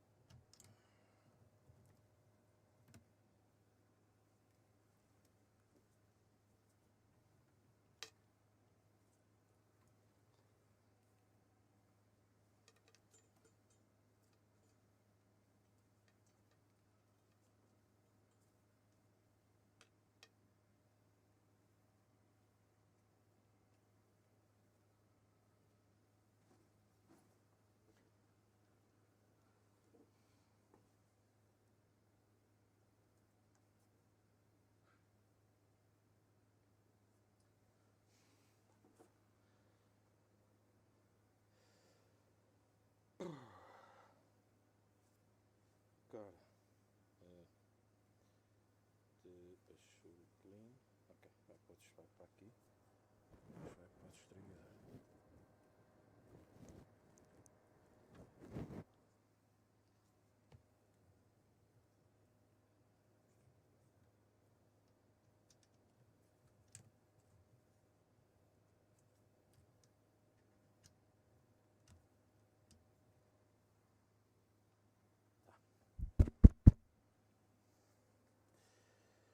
Agora, vamos cá.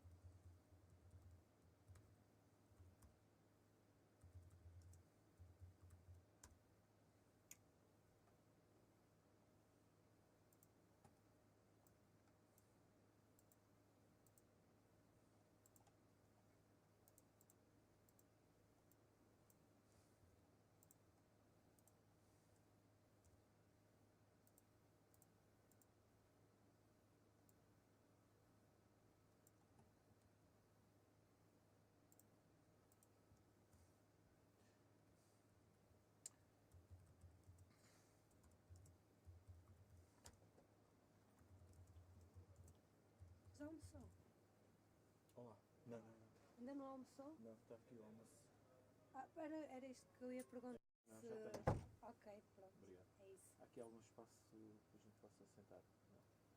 Não. Lá embaixo. Sentar. É assim, tem ali as mesas do catering. Do catering? Posso dar-lhe uma cadeira e Ok, está bem. pode sentar-se lá à vontade. Sim, é muito bom. Que é para entrar luz dentro deste auditório escuro. Tu já almoçaste? Eles deram Já tens o saquinho? Tens um saquinho destes? Ok. Consegue arranjar? Esqueci-me do nome. Cátia. Cátia. Sim, eu vou pedir-lhes. Eles Ok, então agradeço. tinham lá, eu é que eu Só sei para que ele já não estava com ir toda a gente. para o meio da cidade assim já Ah, claro. não perde tempo. Até está boa a comida. É vegetariano? Não. Mas hoje vais ser. Porquê? Há outro também? Ou só vegetariano? Há vegetariano e há com frango. Ah, eu sei que só havia vegetariano. Posso espreitar? Eu não sei o que é que está aí. Sou vegetariano. Quer frango? Mas agora não vais Se quiser de frango eu posso trocar. Consegue tocar? Consigo. Consegue-se tudo. Mas se calhar não é mal comer isto. O frango como é que é? É com... É exatamente igual, só que é com pesto e tem pedacinhos de frango. Não se mas nota a diferença. Eu vou arriscar isto. É? Vamos estar aberto a novas coisas. Ok. Eu arrisco muito frango. Eu acho Tu que vais arriscar menos, tu tens 80 anos. Claro, Eu já mas não. legumes não puxam carroça. É isso, é isso. Tu precisa de mais energia que ele andou a apagar fogos a fim de semana. Não tinha aqueles maiorzinhos. Explicas depois. Está ótimo. Não, eu estava a dizer. Que eu já são 1h20, daqui a um bocado vai o pessoal todo. Ainda vou ter que deixar aqui o esquema todo e ali mais para isto. Olha, mas isto está a apanhar áudio, por isso melhor quero ligar.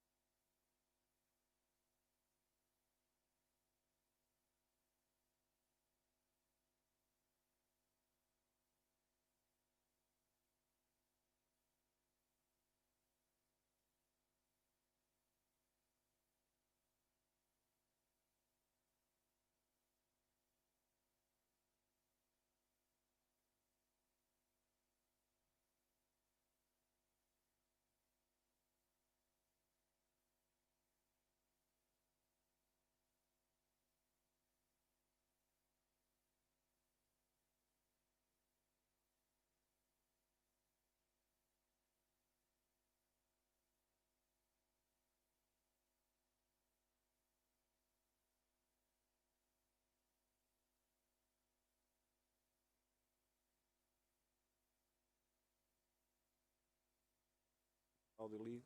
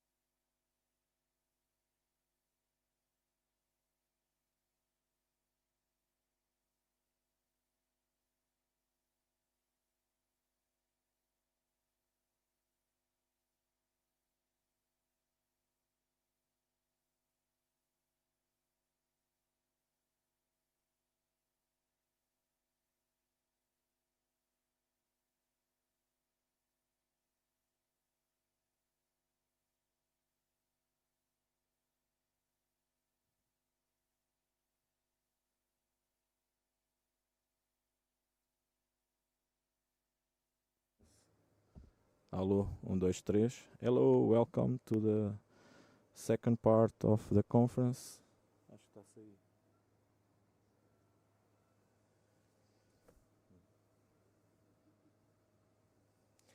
Hello, good morning.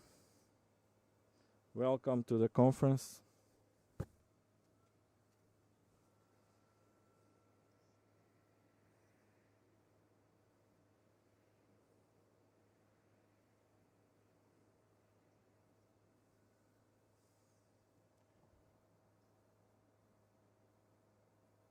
Este é o...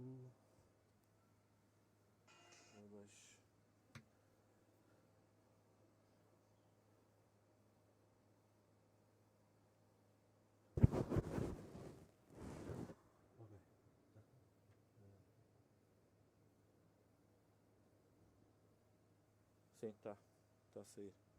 Pronto, vai ficar esse setup à tarde, ok? Portanto, este vai para o streaming, ou seja, ingest up na 92, eu estou a tirar aqui o SDI e estou a dar aqui para um encoder, ok? Atenção que o Alt D4 é que me está a dar para eu depois fazer a mistura para voltar a injetar aqui, é que está-me a dar os pipos, ok? Portanto, o que está em produção vai ser o Alt D4 e o ingest SDI1. Sim, na 57. Ok, tá. Até já, vai almoçar. Tá, tchau, tchau. Até já. Ora bem.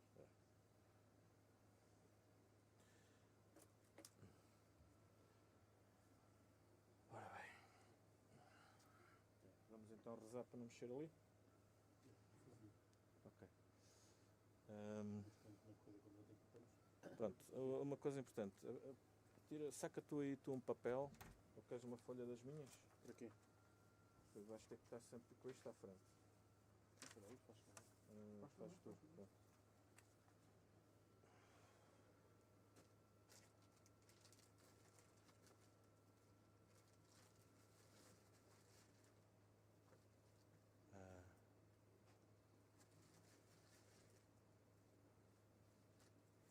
Pronto, ali... esta entrada também tem que ser do PGM. Dá-me aí mais uma... Desculpa, dá-me aí mais uma... Um cabo SD grande, já apontas isso. Falta aqui esta parte que eu acho que é importante, que é o PGM. O que eu estou a meter aqui... É o amarelo. Se calhar não é preciso, é só eu tirar aqui o amarelo. Não, mas está bom. O amarelo já está decidido certo. Eu já tinha feito isto ontem. Sim, o amarelo já está aí. Não preciso de cabo. Porque ela assim, repara, isto é o streaming. No streaming, este retângulo é o que ela...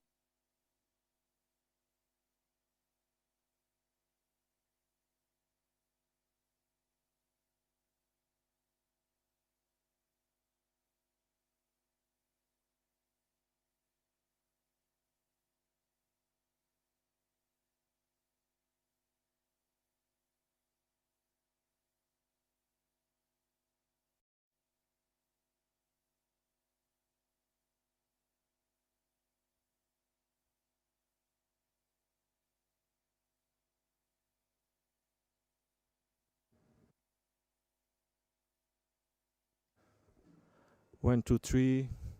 One more test to live captions in English.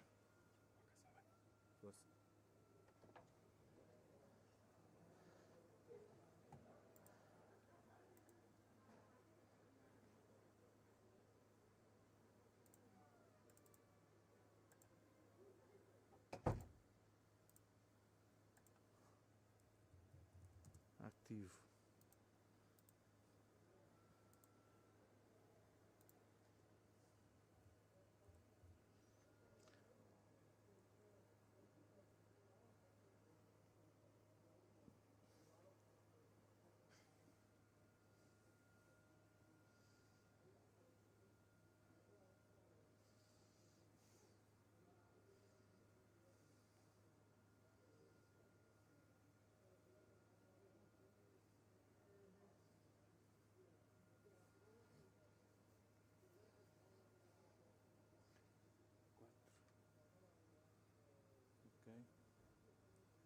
assim, na verdade, deixa expor aquele canto. Vai ficar assim, 4, projetor, expor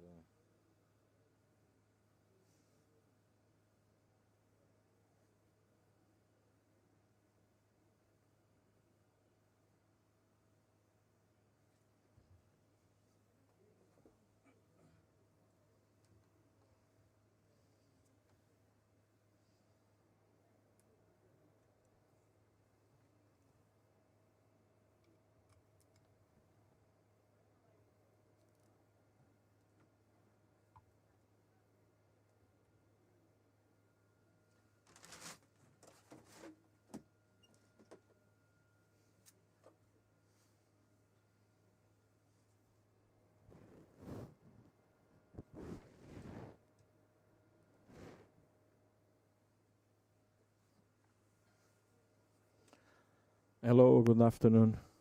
Welcome.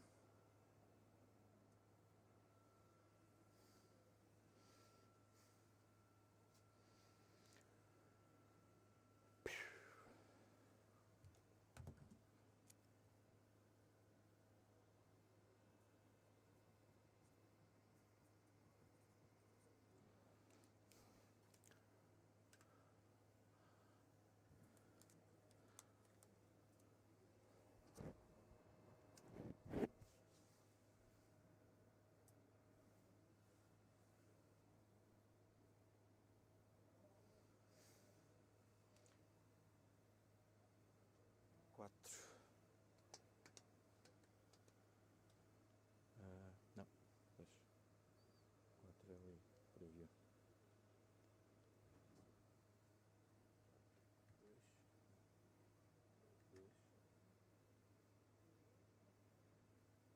3. Editar o clean. Está o clean.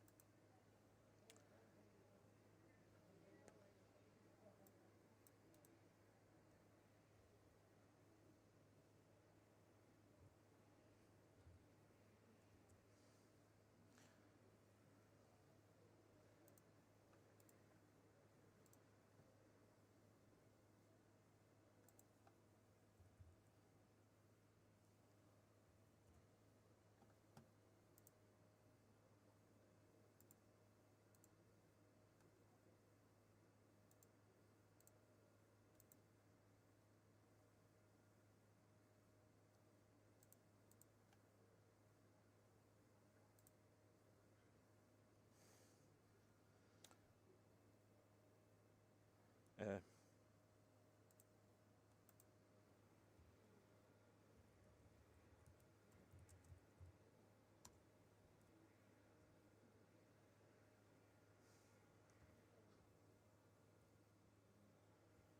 Se vai para aqui. Bom.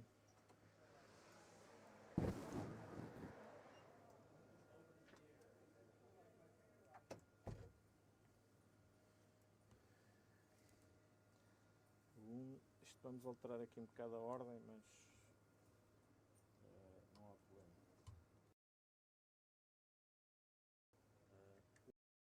O backup dos backups. Ou seja, em situação normal. Saquei aquela forma. Deixa eu passar. Como é que estás? Posso meter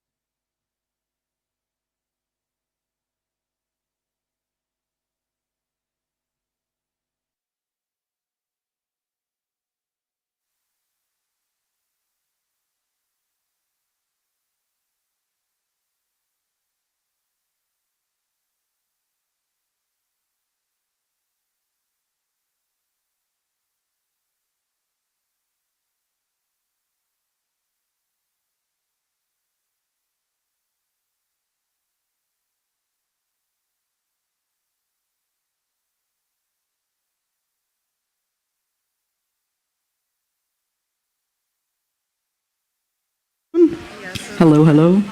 Here we go. Yes. Where are we?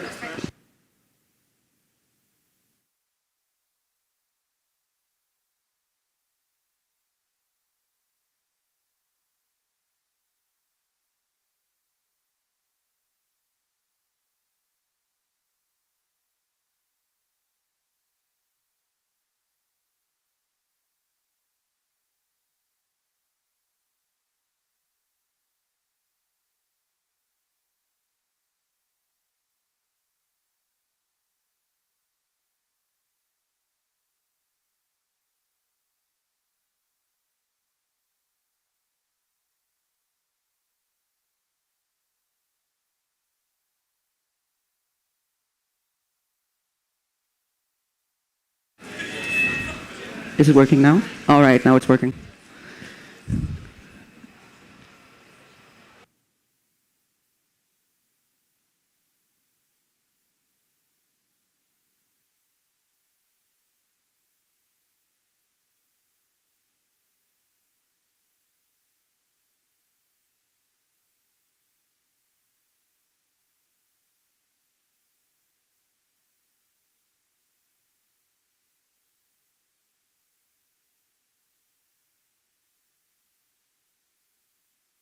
Down. If we could let people find their places, please, then we'll start the next session.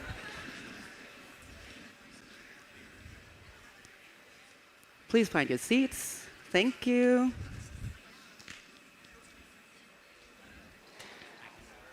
All right.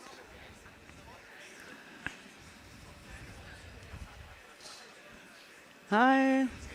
All right. I think we should just start the next session because we're running a bit behind now. Hi, I'm Silja Vase. I'm from University of Copenhagen. I'll be chairing this session. And the session is called Patient-Clinician Data Needs. And I would like to call upon the stage the first participant, Jao. And his Diogo's paper is called Co-Designing Customizable. Oh, do you need some? Yeah, you need some space, sorry. Just taking it. Yeah, so co-designing customizable clinical dashboards with municipality teams. And we're looking very much forward to a talk. You have 10 minutes. All right. Right. Okay, yeah, okay.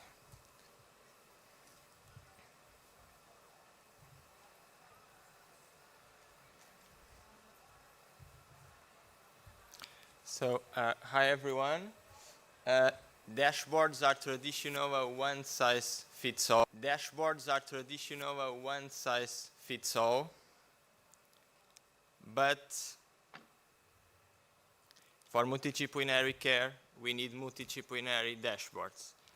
I'm Diogo Branco from Universidade de Lisboa, and today I'm going to talk about how multidisciplinary dashboards can help monitoring chronic conditions.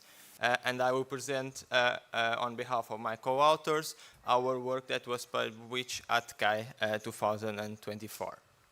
It is a collaboration also with the Faculty of Medicine. So chronic diseases are often associated with a multitude of comorbidities needing continuous and close monitoring by healthcare professionals that places a significant burden on healthcare systems globally. Multidisciplinary care teams comprise professionals from various healthcare domains, each contributing unique expertise to provide a holistic and patient-centered care. However, there are communication challenges within these multidisciplinary teams that arise from the available mechanisms to share information that often consume valuable time for clinicians. Technological devices advancements revolutionized the chronic disease monitoring by enabling continuing collections of vast patients' data, although there are a lot of data that is generated from these devices that still lack of evidence to support the clinical utility. Dashboards can contribute for clinicians to better comprehend patients' data by summarizing the complex data and revealing the partners that can otherwise remain hidden. However, dashboards for multidisciplinary care teams face unique challenges that are overlooked in traditional ones, like the need for information sharing between the different clinical teams. That said, our research question was, how do multidisciplinary teams of clinicians perceive, adapt, and ideate dashboards for long-term multidisciplinary care? Now let's focus on our approach.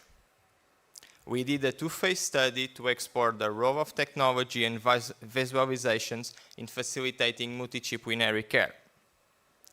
In phase 1, we did a focus group to understand the type and detail of information desired by clinicians. In phase 2, we did a workshop to design and discuss more informed and comprehensive dashboards, while also envisioning future scenarios in which technology could play a significant role. In the first stage, we had 5 participants in the synchronous sessions, and then 6 more joined for the post-sections asynchronous activities. Participants were from different clinical areas like neurology, physiotherapy, and others, and now form a tertiary private clinical institution focusing on neurological conditions. We asked people to iteratively fill different boards, A3 paper sheets with examples of activities, devices, and data outcomes that are relevant for patient monitoring. To foster further discussions and consolidate information behind the session, we translated the final state of the paper boards into a digital format on Trello to enable participants to reflect and comprehend the information.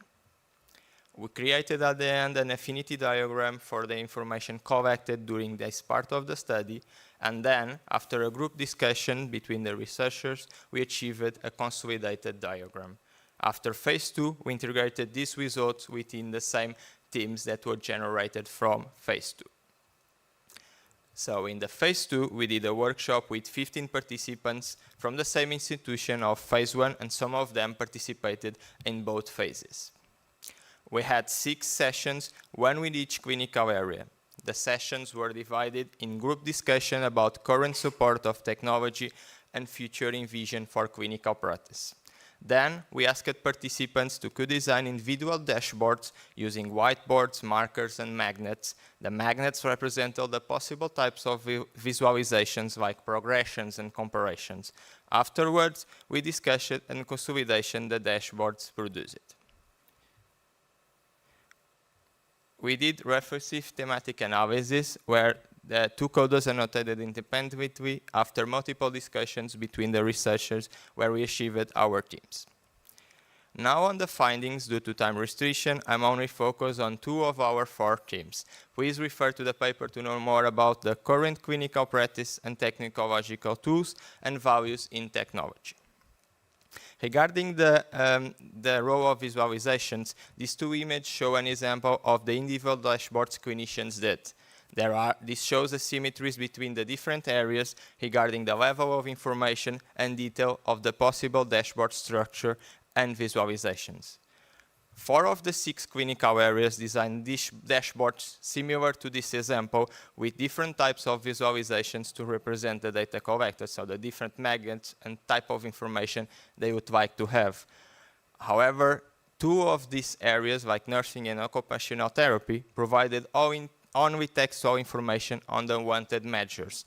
These can be related to the degree of exposure each area has to technology and in their clinical practice that allows us more or less to reflect about the role of the visualizations in their clinical practice. Participants also mentioned they would like this 2-level dashboard. In the first one, all clinical teams share a general information about the patient, the internment, and a summary of the most relevant results for each area.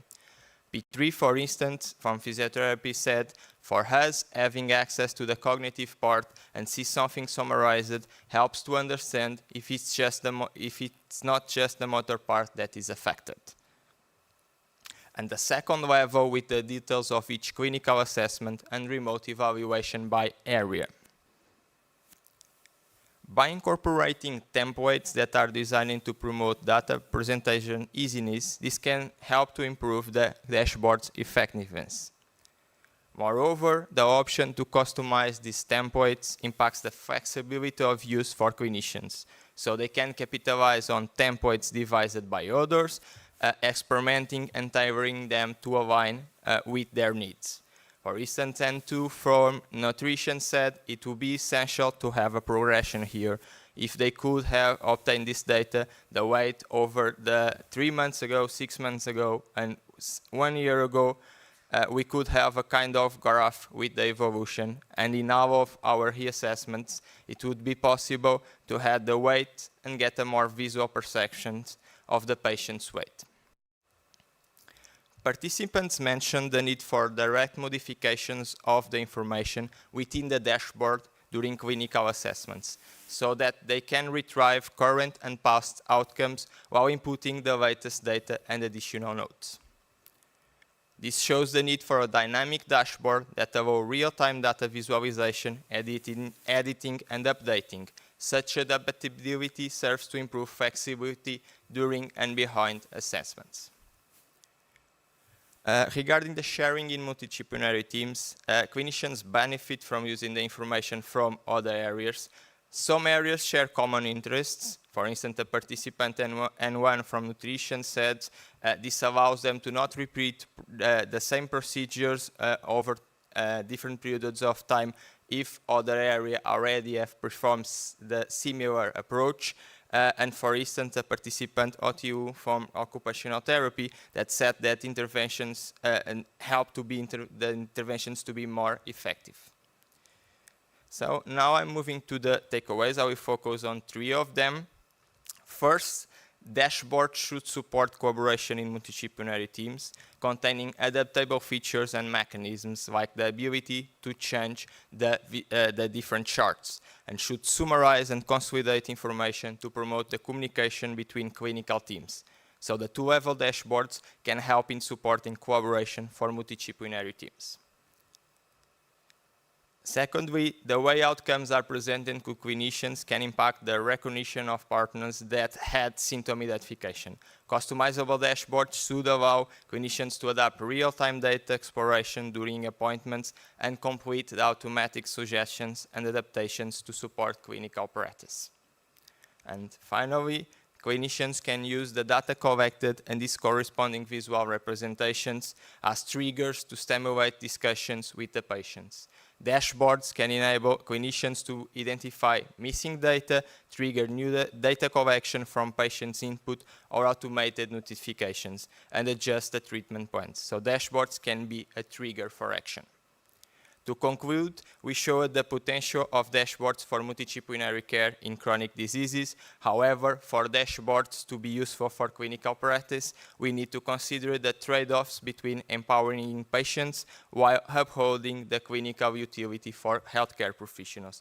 Before finishing, just mentioning that this is part of a bigger project that is Data Park, where we had this and other contributions along the time, that it's a joint collaboration with CNS, a specialized clinic for neurodegenerative diseases, where we have a platform that is deployed for 8 years, since 2018, and they use it as their day-to-day platform to manage their patients in Parkinson and other neurodegenerative diseases, where it contributes both for, so it's about this intersection on healthcare professionals and also HEI that can really helps to increase and go throughout new approaches in this intersection domain.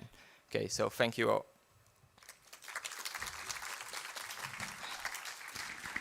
Thank you so much, Diogo. And if we could get Johan. You ready? Yes. So this is our next presenter. Yeah. Nice. Give a round of applause to Johan.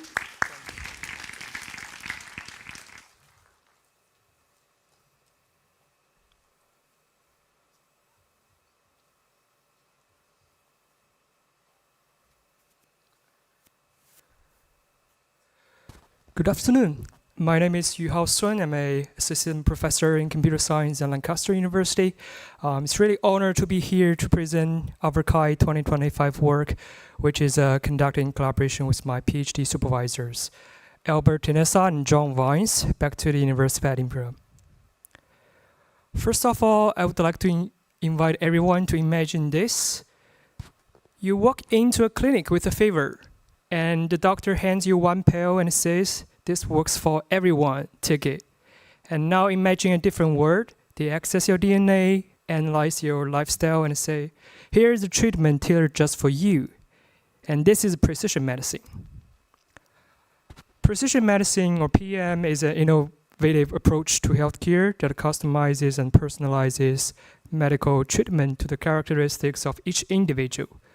But here's the catch. PM runs on data, massive, messy, multidimensional data, including genetic factors, lab results, lifestyle logs, and all screaming to be decoded. But PM as a field was established around 1998 with the approval of the first application in the breast cancer field.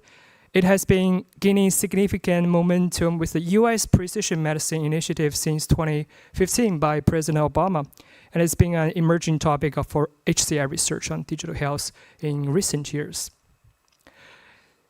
And today, as a representative of the precision medicine revolution, there's a technology. It's called polygenic risk score, which is a PM technology estimates an individual's genetic risk for many diseases before their onset. So polygenic risk score sums up these tiny genetic variants into a single number and predicts your odds of getting the disease in the future. But why does polygenic risk score matter? For doctors, it could flag high-risk patients decades before symptoms appear. And for the public, this could be transformative with actionable empowerment. It could nudge people towards lifestyle change, proactive monitoring, and also some preventive strategies to their DNA. We are shifting from describing what is happening in your body to predicting what might happen. And with prediction comes complexity, which is very uncertain. So our study at this CHI 2025 paper was motivated by the concerns to these complexities and uncertainties around this technology, polygenic risk score, and specifically these three research questions. In summary, we want to understand how do perceived benefits, barriers, and ethical concerns around potentially using polygenic risk score services in the future. So we conduct two studies consisting a survey and followed by a semi-structured interview to explore these three questions. So the survey results inform the design of materials for the following interview. First of all, we first surveyed 254 UK adults to understand the public perceived benefits and concerns towards polygenic risk score. We will spotlight three themes that emerged in the survey study. Previously, I think here's we encourage respondents to diverge rather than converge in their insights. And for a question that we want to highlight is, to what extent do you agree the following institutions are being allowed to use personal direct-to-consumer genetic testing and polygenic risk score results in a commercial context on a condition that you consent? So we have 5 sensitive contexts: schools, insurance, in-barrel selection, sperm/egg donation, and dating apps on a 5-point Likert scale. And the result, respondents were more inclined to agree with genetic testing and polygenic risk score using in-barrel selection and sperm/egg donation rather than in insurance, dating apps, or schools. And particularly notice opinions on reproductive uses were slightly more polarized than in the other 3 contexts. And second, the motivation for seeking and not seeking PRS vary. Curiosity and personal health guidance were the top reasons for seeking PRS, and for not seeking PRS, not introduced officially by professionals, is one of the main reasons. And after that, we also summarized 10 barriers in using this precision medicine technology, including privacy, mental health, interpretation, and also some contexts that are very high stake, including insurance, and for older adults, aging, ethics, schools, next step, transparency, and in the end, we have policy and governance.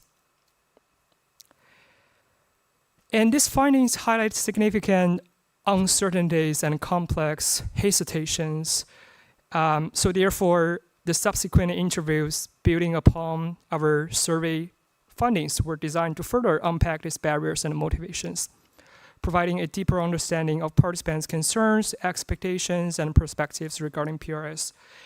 Based on the previous 10 barriers and qualitative responses we received in the survey, we developed 10 PRS user stories with vignettes with 2 outcomes each. So we provide a storyboard and users can choose one of topic, and then we provide 2 basically contrary outcomes to provoke their thoughts during the interview. And we call them a contravention, which is the previous technique back 2012 at CHI, I think, which present contrasting and open-ended outcome scenarios. In summary, building on the survey findings, we interviewed with 11 participants, and they offered personal insights into the perceived challenges and benefits of PRS. And our participants engage with this contravention-based PRS storyboards by relating them to their past experience and stories. So the interview findings highlight 5 themes, so including proactive health management, challenges in understanding genetic information, the need for inclusivity, psychological impacts, and societal concerns. So all of these themes emphasize we need to make genetic insights accessible and trustworthy, and using a holistic approach to health, which means that genetic information is not only main reason that we need to look at in terms of future health conditions. So in the end, we want to also trying to say that for precision medicine technology, especially in our case, polygenesis score, we need to understand this kind of technology as a complex socio-technical system. That means there are so many factors that affect negatively and positively that how the user, the patients perceive about this technology. The first one is non-linearity and probability nature. Everything is uncertain. We got a percentage to tell you that how much that you can get a disease in the future, and that is overwhelming. And how the clinical and healthcare professionals gonna interpret this figure to the audiences, the users. Second, delayed and indirect feedback loops. We got that results, but the effects gonna appear in 5 years, 10 years, 20 years, we don't know. So there is a delayed feedbacks, and how the users, patients gonna perceive this in terms of their future health condition, and how they can change towards a better health lifestyle in the future. Risk of data governance and commercialization. When we're talking about precision medicine technologies, we do want to help every individual instead of making it as a profitable tool. So that is also a good question about commercialization, that how we can prevent this kind of technology will not become something that only rich people can use. In the end, we have challenges in regulating genetic data misuse. This is a long-term discussion and conversation across Europe and also the US. So we still need to make efforts in these kind of regulations and how we can make it prevent from genetic data misuse.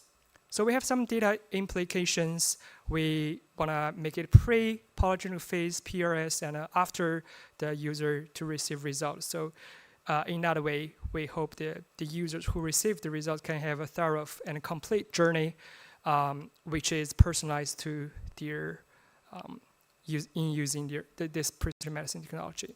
So in the end, our research kind of demonstrated a paradox, even as polygenesis score and other precision medicine technologies unlock a lot of power, but the public's trust hangs by a thread, because PM, precision medicine, is not just about science, it's about personal stories. And we hope we can make it better in the future from an HCI perspective. And thank you for your listening.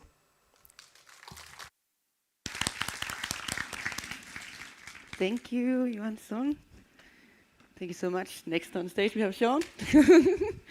And Sean's going to present the paper that's called Providing Context to the Unknown. I think that's a great title. patient and provider reflections on connecting personal tracking, patient-reported insights, and EHR data within post-COVID clinics. The floor is yours. Does it work? Great. Hi, I'm Sean, PhD. Yeah. Can you hear me now? Okay, perfect. Hi, I'm Sean, a PhD candidate at the University of Washington, and I'll be presenting our paper, which was originally published and presented at CSCW 2024.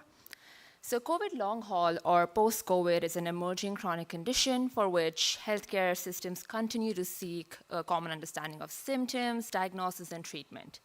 It encompasses a wide range of recurring, ongoing, and new health problems after infection with COVID-19.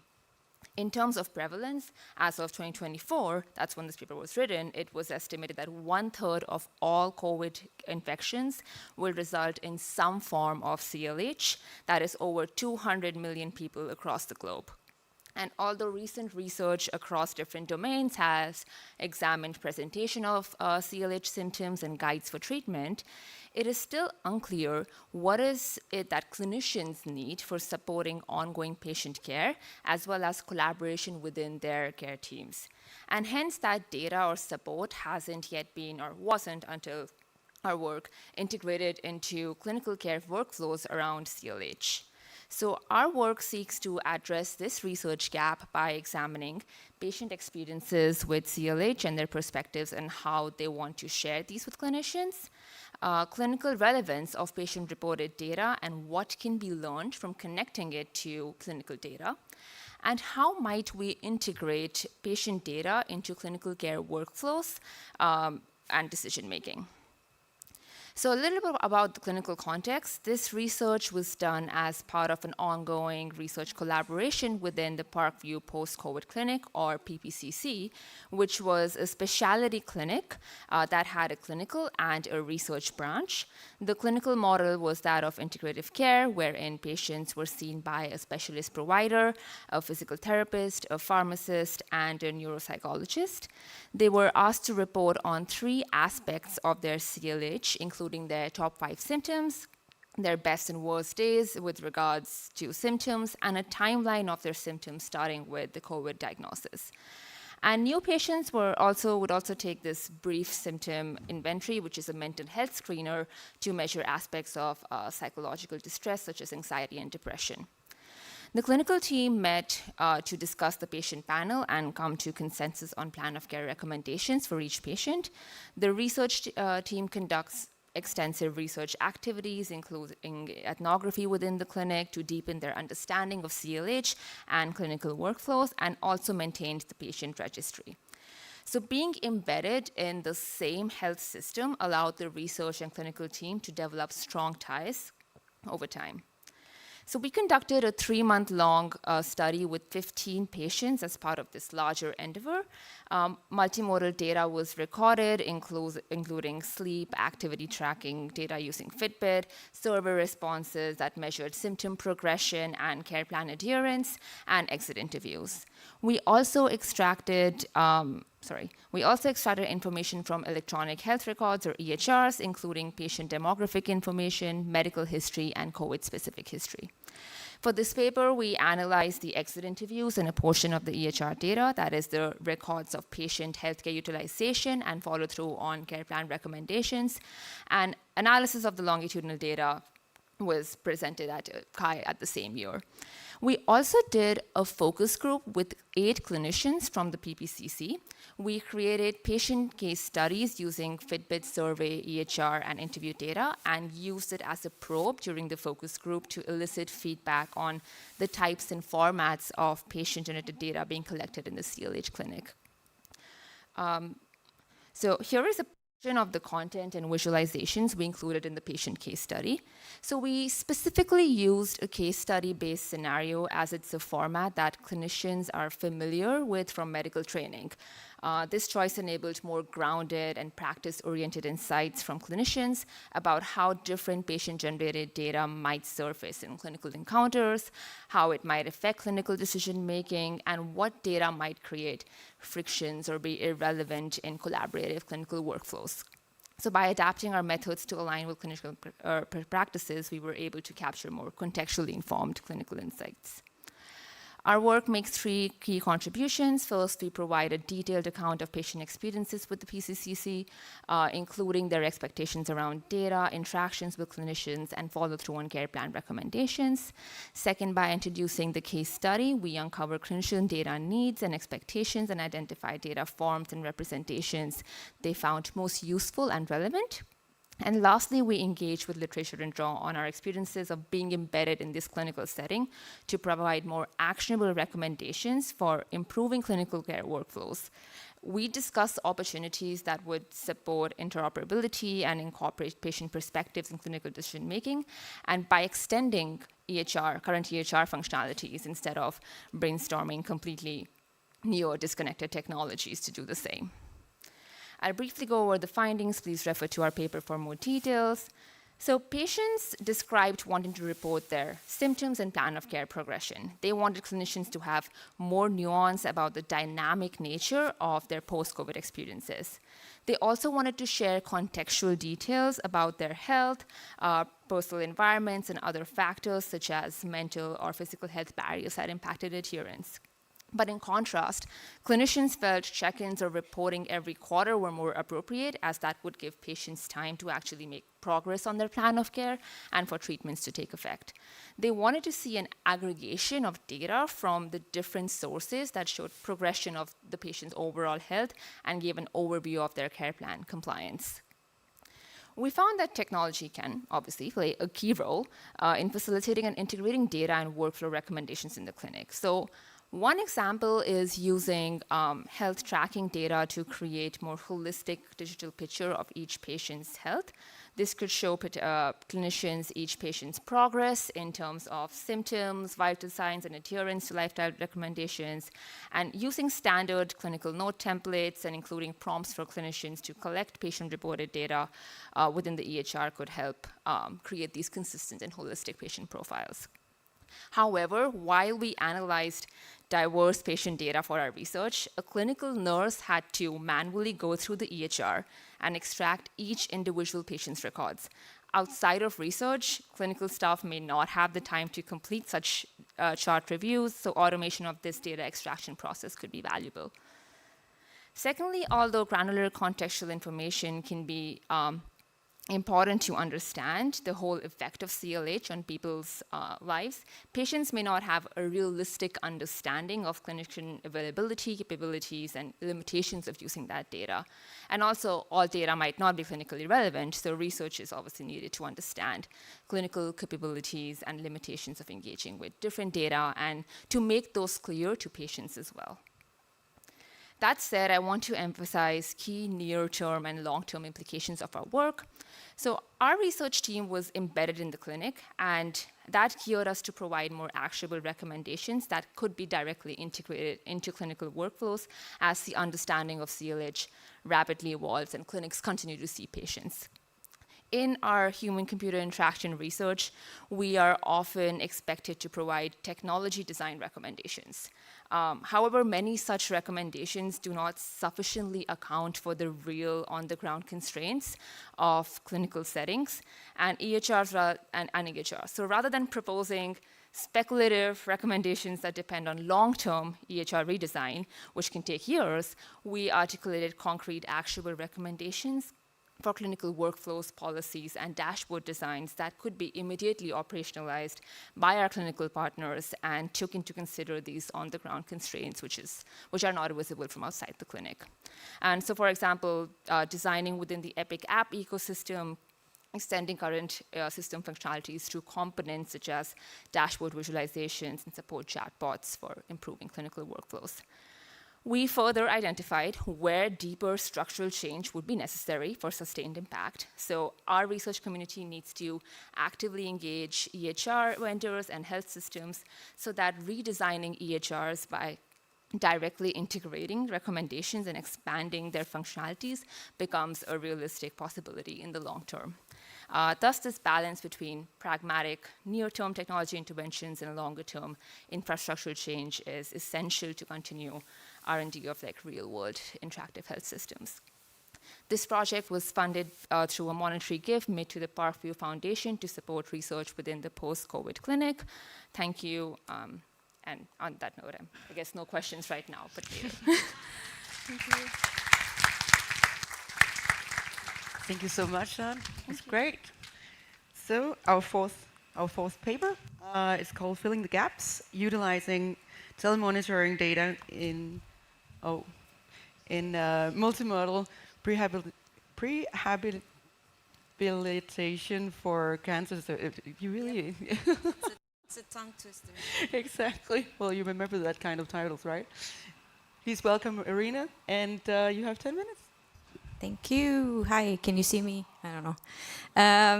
Anyway, I'm super excited to be here. I just finished my PhD at the TU Eindhoven. I'm here with my co-author, Dimitra from TU Delft. Thanks. And we're here to present this paper that was published in ACM Transactions on Computing for Health, if you want to read it fully. And basically, we're looking into what types of data clinicians need in prehabilitation in order for us to move a step closer and introduce telemonitoring in prehabilitation. So why colorectal cancer? It's because it's the second leading cause of cancer death globally, and the standard practice cure for non-metastatic cancer is surgery. But unfortunately for this type of cancer, the complications, post-surgery complications are very high, 19 to 37%, and they're very common and costly. And so prehabilitation has come into play to help with these post-surgery complications. And this is basically a 4 to 6 week program before surgery to make the patient fitter for surgery. It is a lifestyle program, also addressing psychosocial factors. And the problem is that we know more or less pretty well that remote monitoring and telemonitoring, as we call it, is well studied in rehabilitation and chronic care. But prehabilitation is very different.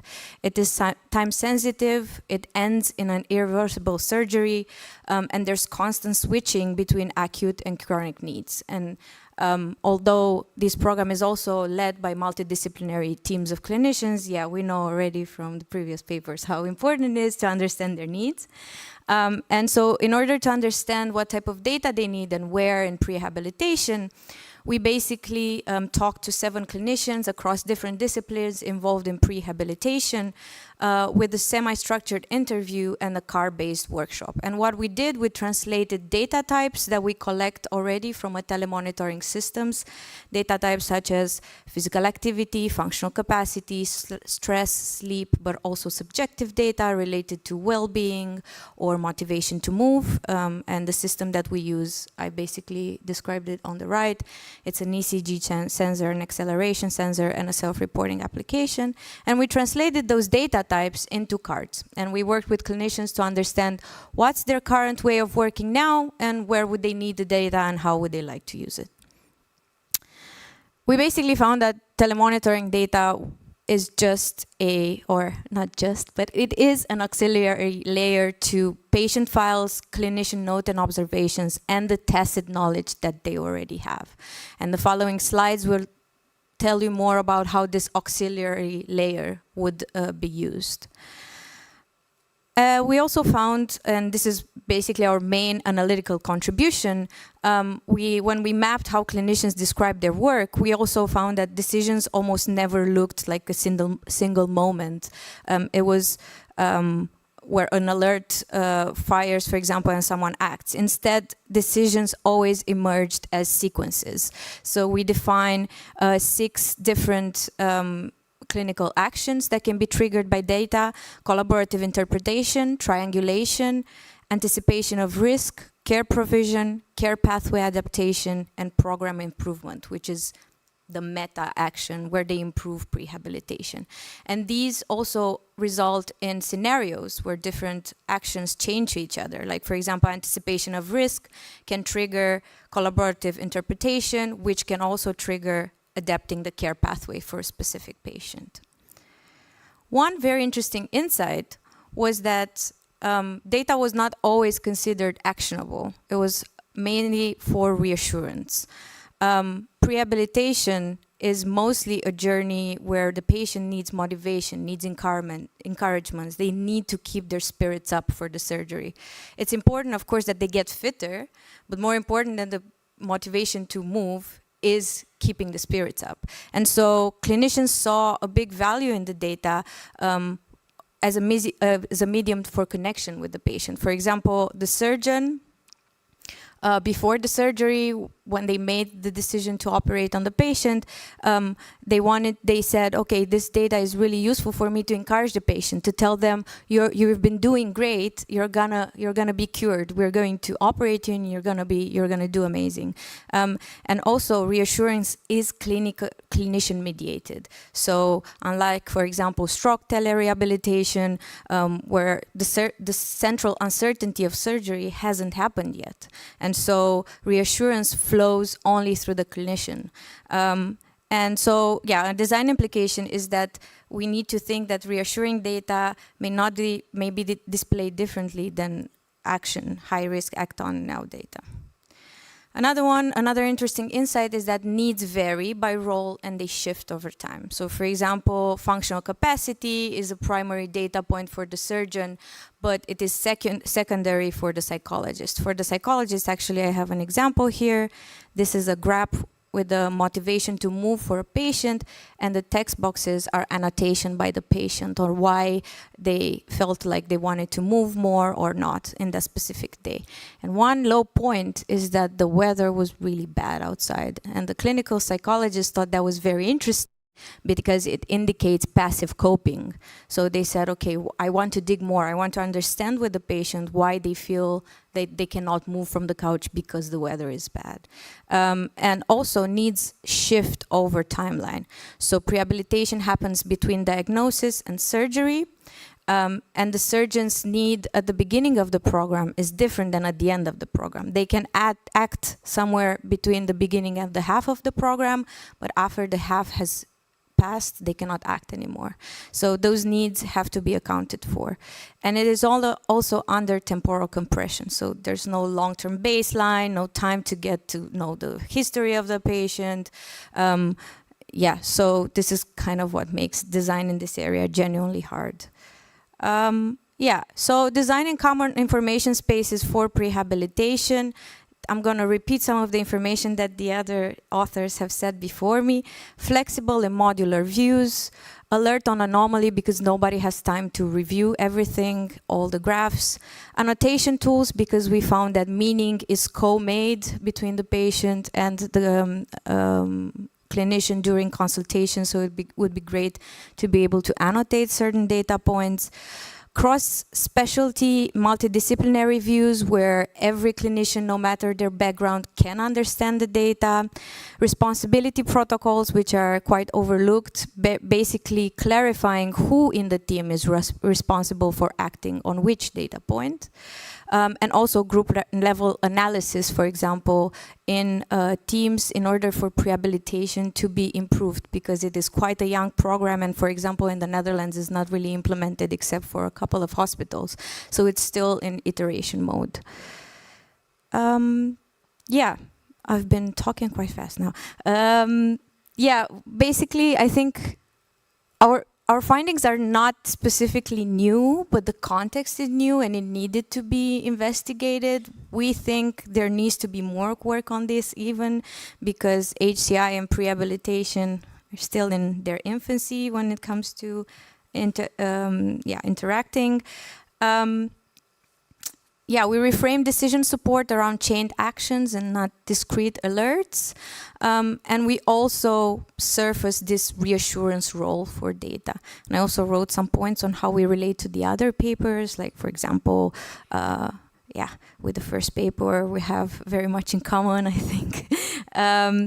But also with the next presentation, it also makes you think, yeah, clinicians want data, but under which conditions do patients want to give it, which is also very important. And we also found the altruistic patient typology, which we're going to talk about in our research. So that was really nice to see. Yeah, that's pretty much it. And maybe for the panel, I would like to ask 2 questions. One is, how do we reconcile these needs between patient-facing and clinician-facing? And also, who owns the alarm in the multidisciplinary team? Thank you.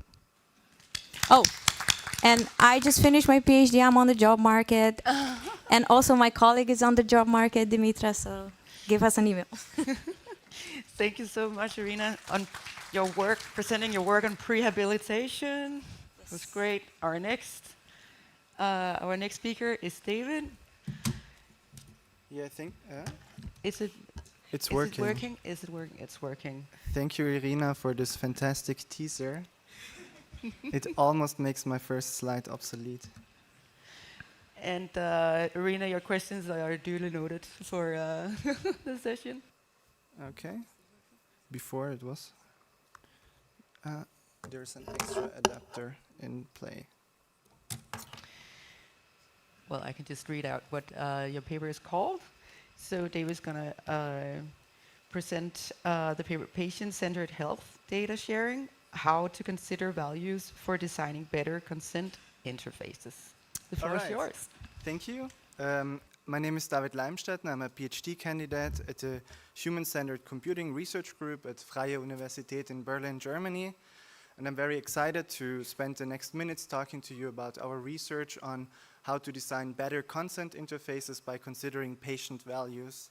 And I'm excited by a second thing, which is that we received the Best Paper Award for this. But let's start with the bigger picture.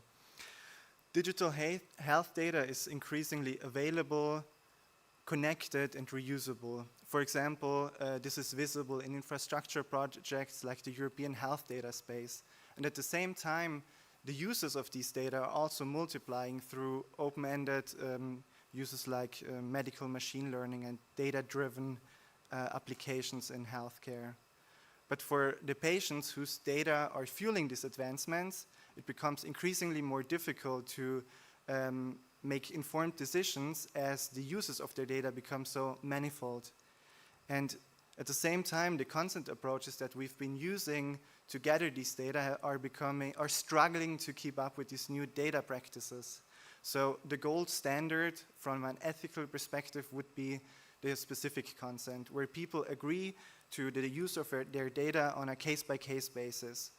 But in face of all the cases that exist with open-ended machine learning approaches and so forth, they can't keep up. And we know this from privacy notices, where if the number of requests is too large, people will just disengage. And for medical data availability, this means that the data availability erodes.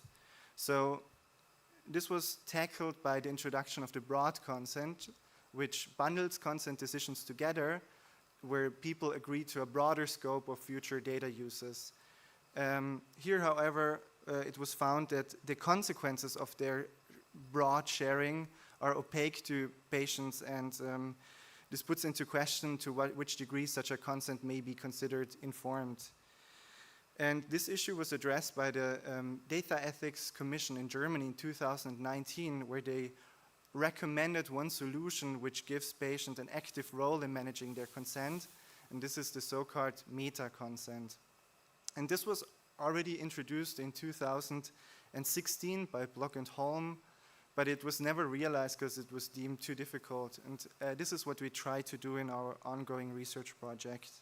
So I'm sure you're already wondering, what is the meta-consent? How can it help people to make better decisions?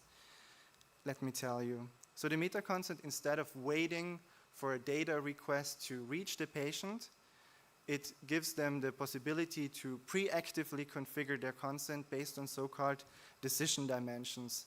These are properties or intended uses of data based on which they can decide to share or withhold their data. So for example, someone may choose to make their data available for academic research, but not for commercial uses.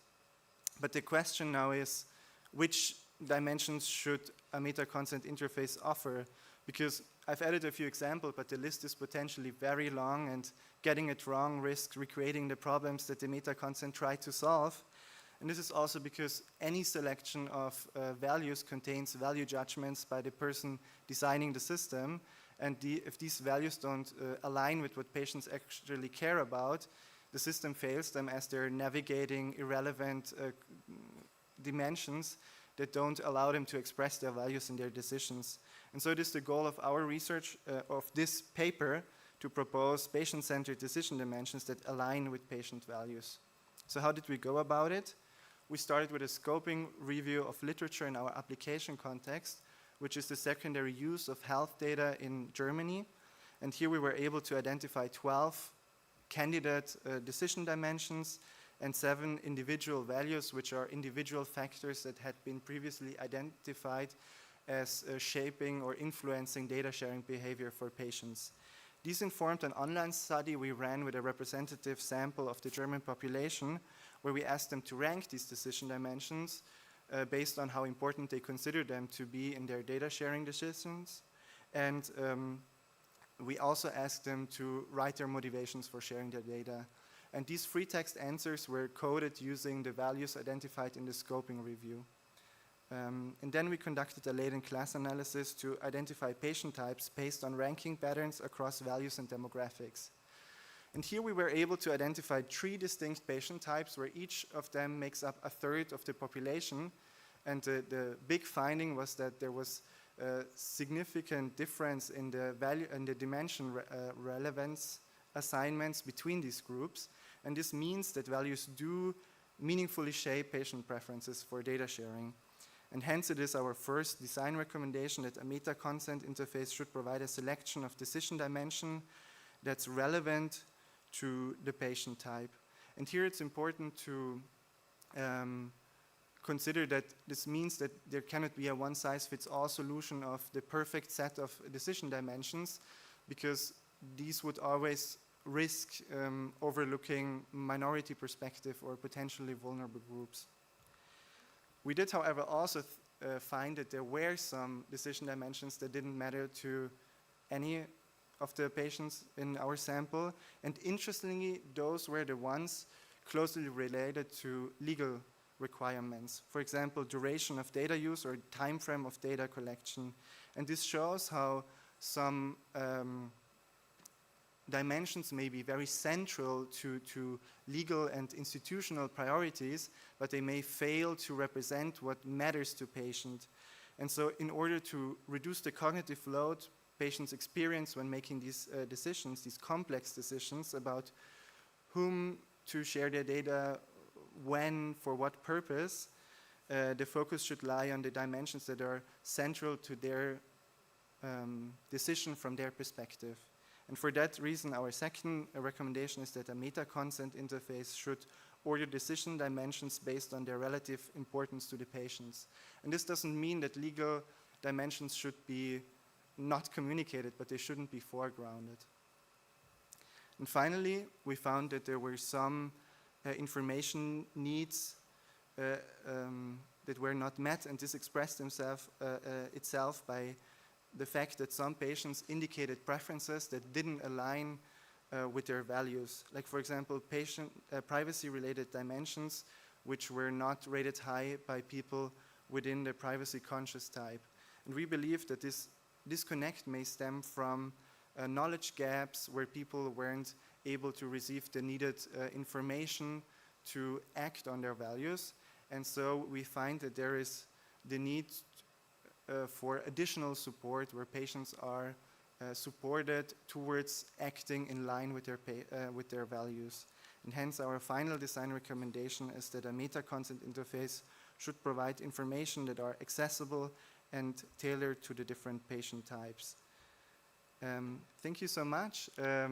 I'm here with my co-authors, which you can find here and you can find at this conference for the forthcoming days. And feel free to talk to us, and you can scan the QR code to read our article. Thank Thank you. Thank you so much. And as you mentioned yourself, you have been presented with an award, Best Paper. It's amazing. Here you go. Please accept this. You have to open it. And it's in print. Really nice. Congratulations. I would like the presenters to join me on stage for a debate and a round of questions.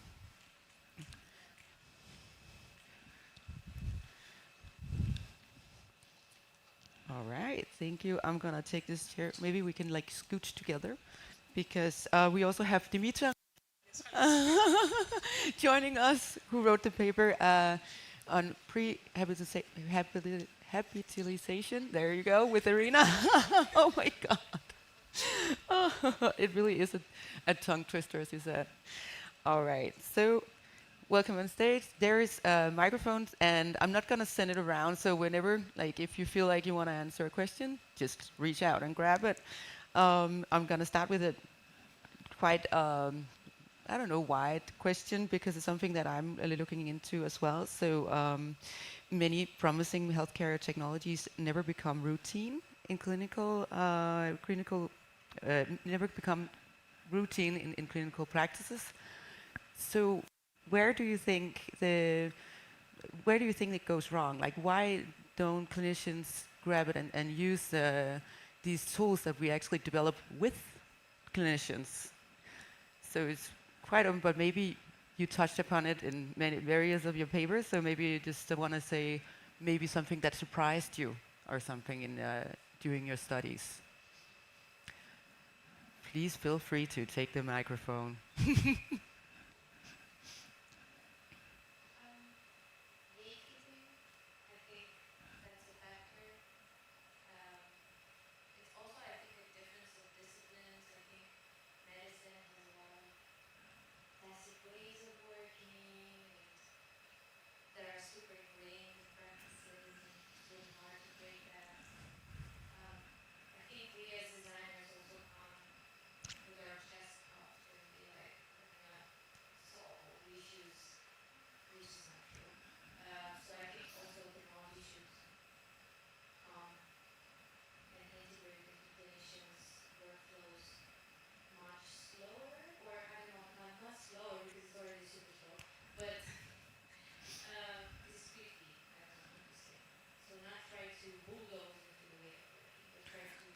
Maybe, so like take a step back, observing what's going on, where, yeah.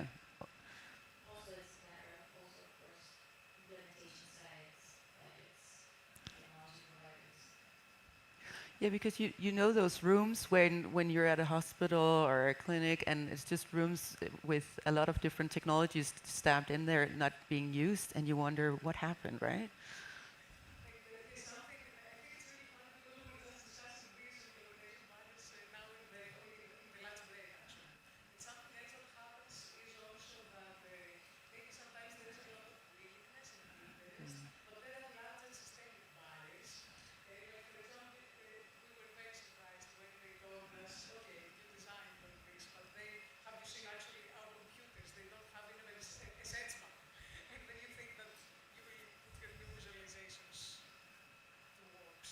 Right.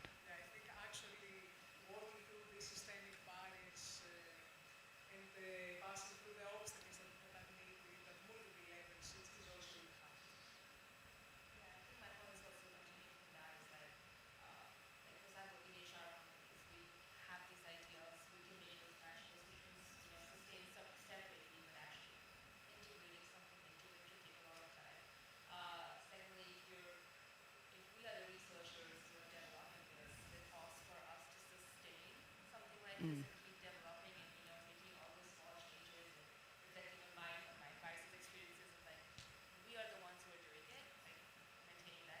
Mm.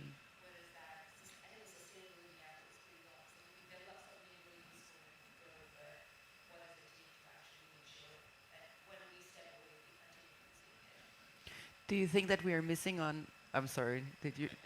Diogo, you just go ahead.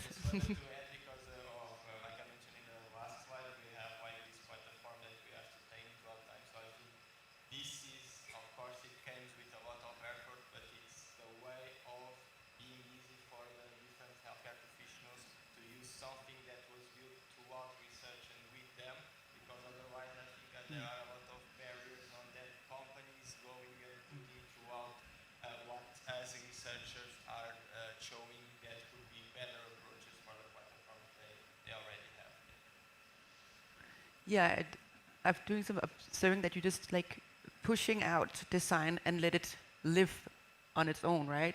So we kind of, are you agreeing that we need some cases, need more cases where we can analyze what happened once it was implemented, but it's also hard to find cases because it kind of stops once you have to, yeah, find more find more revenue streams to support, to, yeah, keep investing in it, I guess.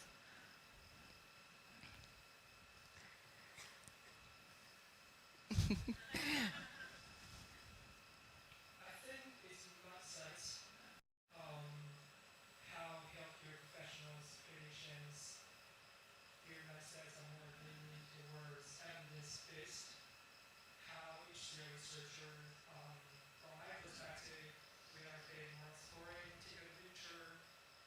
So there are many collaboration projects in between clinicians and also researchers like us, you see on the computer science designers.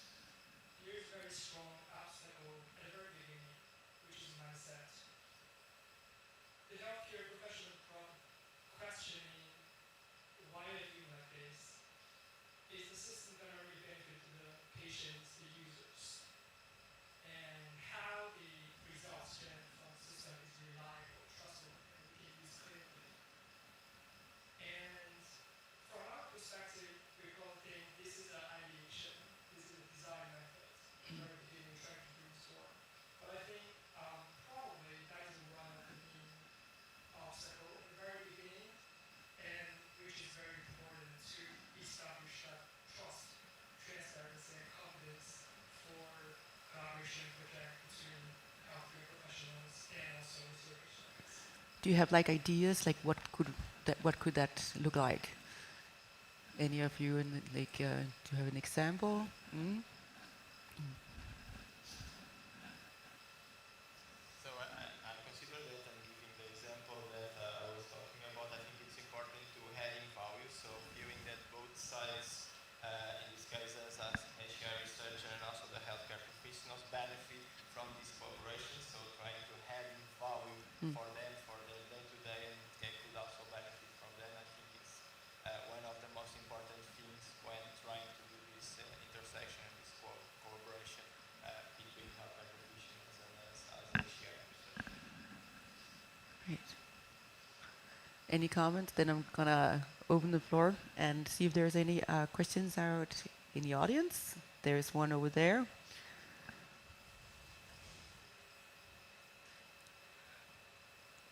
Oh, is it working?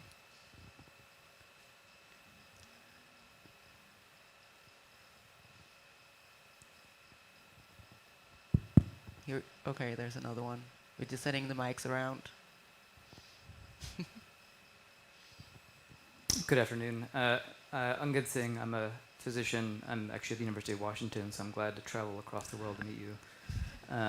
So my role is that I'm a practicing physician, so I'm in the four walls of the health system, but I'm also one of the chief medical information officers. So for those in the room who don't know what a chief medical information officer is, it's usually a practicing physician who lives at the intersection of clinical care delivery and thinking about all the issues you're navigating. So what problems do we solve for? How do we implement them in the health system? And how do we navigate technology to make it centered for patients, centered for clinicians, and solving the problems that are important to us and our patients? And so if you don't have one that you know of, you should do that because that's the delta between implementation and idea. So my question for you all would be, where in the patient care journey do you think your idea would be best introduced?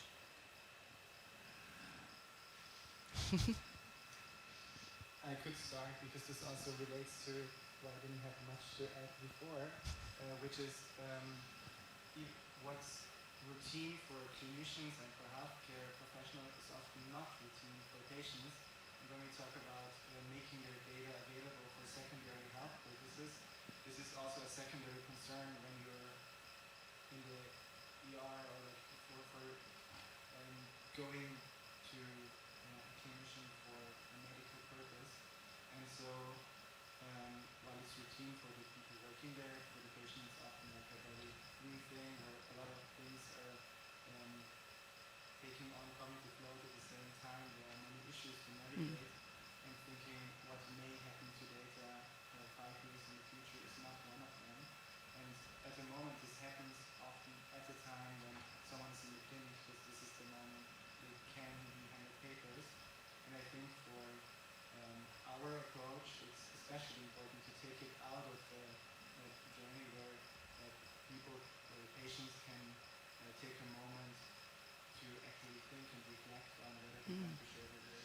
to become too locked if you decide on a specific way, a specific place in the patient journey? When we talk to patients, we also got the answer that they weren't aware that signing this document wasn't necessary for their treatment, because this is 14 pages of dense legal language that Wow. will just be signed, and then hopefully there's betterment or more awareness.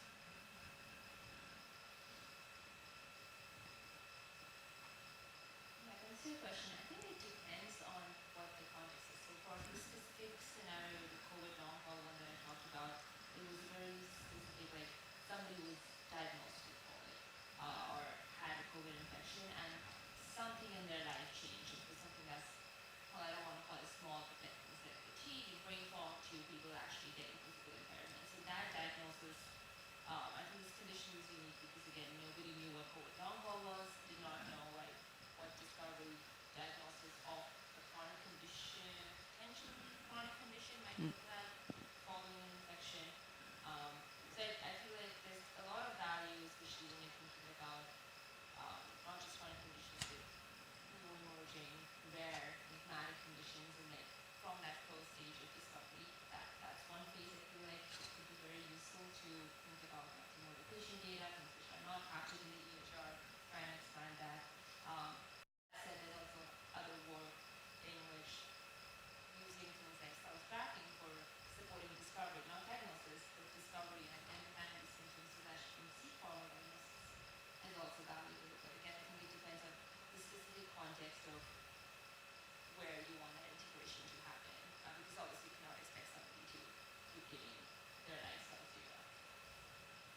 And yeah, maybe I can say something about our case, which was for the rehabilitation journey. So this is a kind of a difficult case because it is, so the patient just receives a diagnosis that they have cancer, which is not nice for anybody.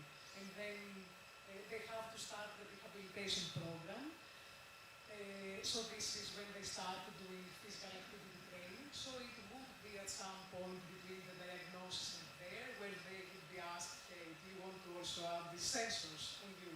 But then we were finding that actually, it's just a very difficult time for patients, that there is just no good moment in between this time frame to really do this well. And we found that many were just too overwhelmed by the diagnosis. And actually this was something that was a deterrent for them in terms of in the feasibility study that we were doing, in actually using the equipment. So we ended up having very few participants, and that was one of the reasons that it's just, there is no good moment, not good way to integrate that.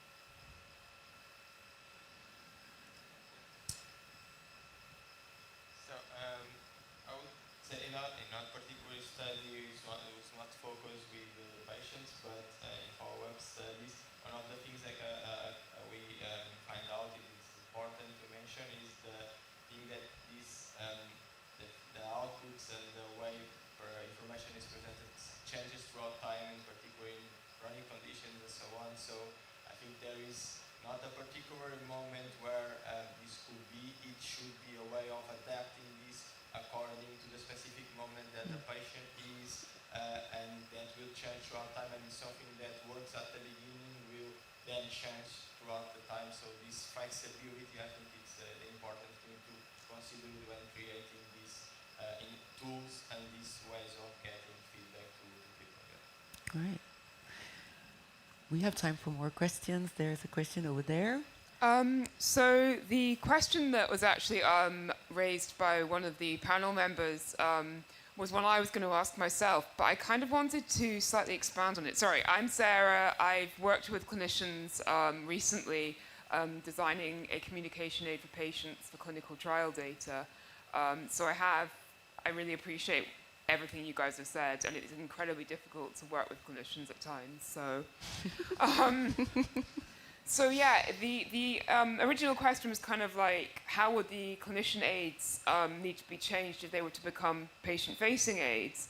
And I kind of wanted to expand on that a bit and invite your thoughts on that, but also considering other stakeholders as well. So there's relatives quite often, friends of the people, there's a lot of people involved in healthcare, not just the patient and the clinician. And I also just wanted to say, do any of you have reflections on how these changes kind of relate to the current practices? Because isn't healthcare about meeting patient needs primarily? And like you said in your paper, it's a beautiful example. What matters to people legally when they're data sharing is kind of like not what matters to universities. So why does it matter so much to universities? I mean, maybe that's a really naive question, but it was just a bit of kind of like, yeah, if you could like reflect on that, that'd be really interesting.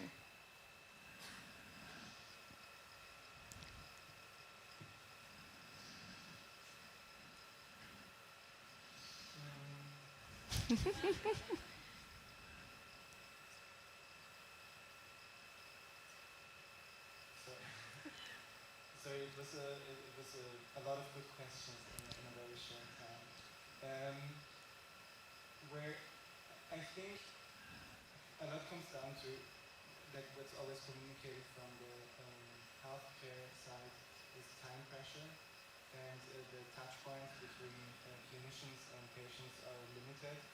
And so, for example, in one work we did on supporting surgical journeys, we had the thing that clinicians had just one consultation meeting with patients in which they would convey all the information related to a surgery, and they expected the patients to know all of this. And here the topic, for example, was post-operative delirium, so it even related to a state where patients wouldn't be able to act on this information.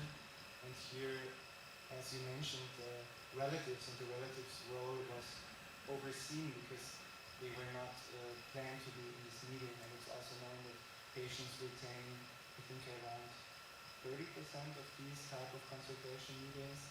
And so here, I think and because the legal system is what regulates our world in a way, so it's often down to, okay, which information needs to be provided so that it's legally sound, but this is not the moment at which the information is then also relevant to the patients or maybe to the patient's relatives.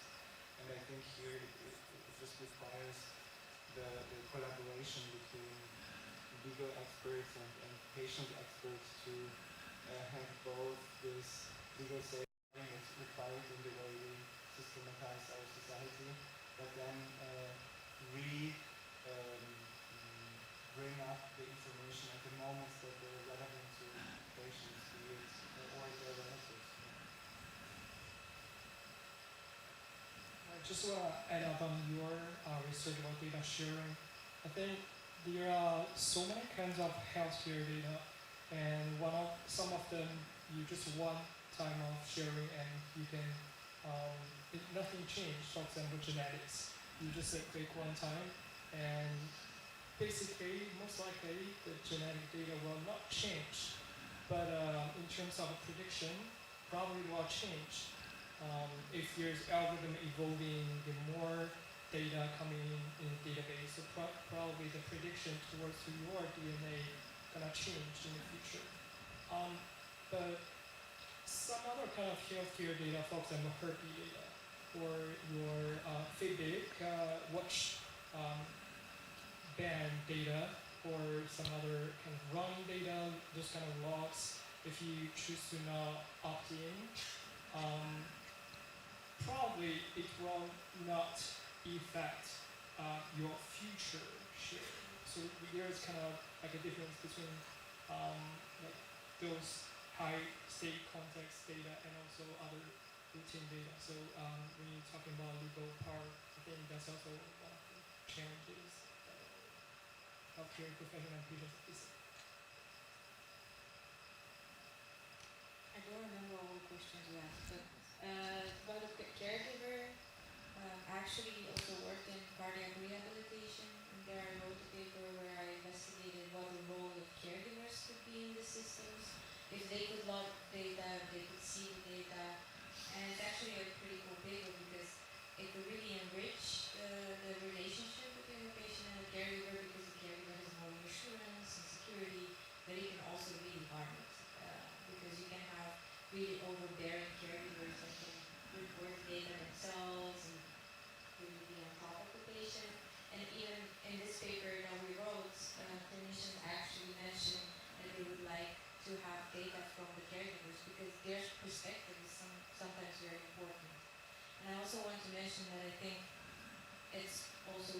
actual cultural problem, or yeah, you should really pay attention to that context. Because, for example, in the Netherlands, the caregiver, which is usually the partner or the spouse or son or daughter or whatever, they are always encouraged to come to the consultation, and their input is greatly appreciated by the clinicians. Now in Romania, where I'm from, we have this insane thing where, for example, if a patient is diagnosed with cancer, the doctor would not tell the patient first. They would tell the caregiver first, and it is the responsibility of the caregiver to tell the patient.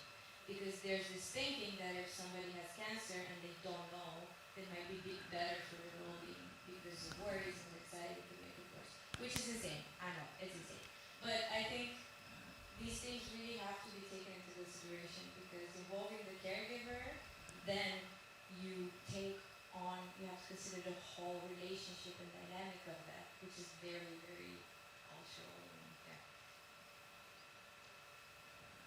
And I think to your point of caregivers, other stakeholders that can come up again is that you want to work with where I'm considering like who is not necessarily a caregiver, but it should be a clinician who's more pediatric, development screen, for example. You have somebody who's actually administering the test, especially if you're working with people who are not able to, people with low literacy skills, socioeconomic background as well, and access to things.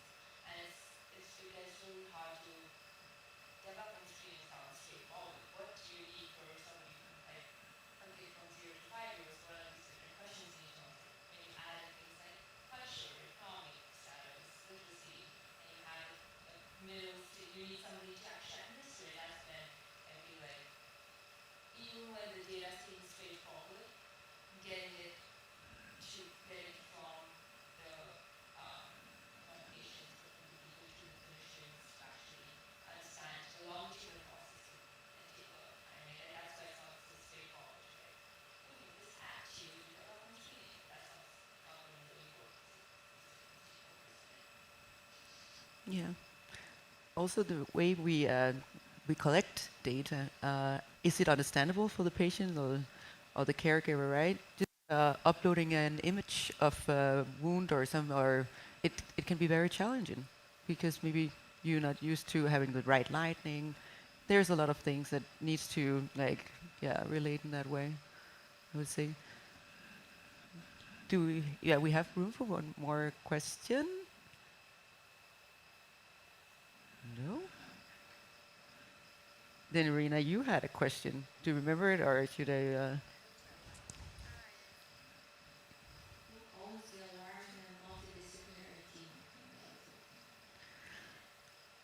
Yeah. Maybe I can elaborate on that. Because, for example, in rehabilitation, because it's also a very young program, you have all these specialties. You have the psychologist, the physiotherapist, the nutritionist, you have the surgeon, you have the oncologist, you have the specialized nurse, which is the case manager.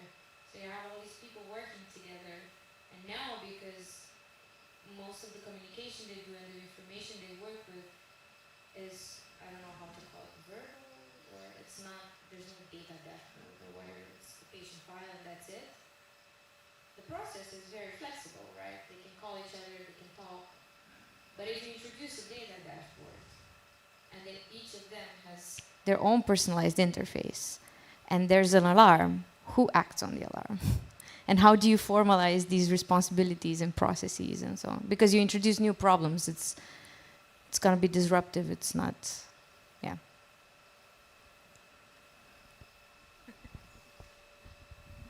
Yeah, I would say, like you were saying, I think by introducing these multiple views, we can raise a problem who will want the alarms. I would say that it depends on the type of program. So there are some programs that are specific for each one of the areas, and that person should be the one that where the alarm goes to.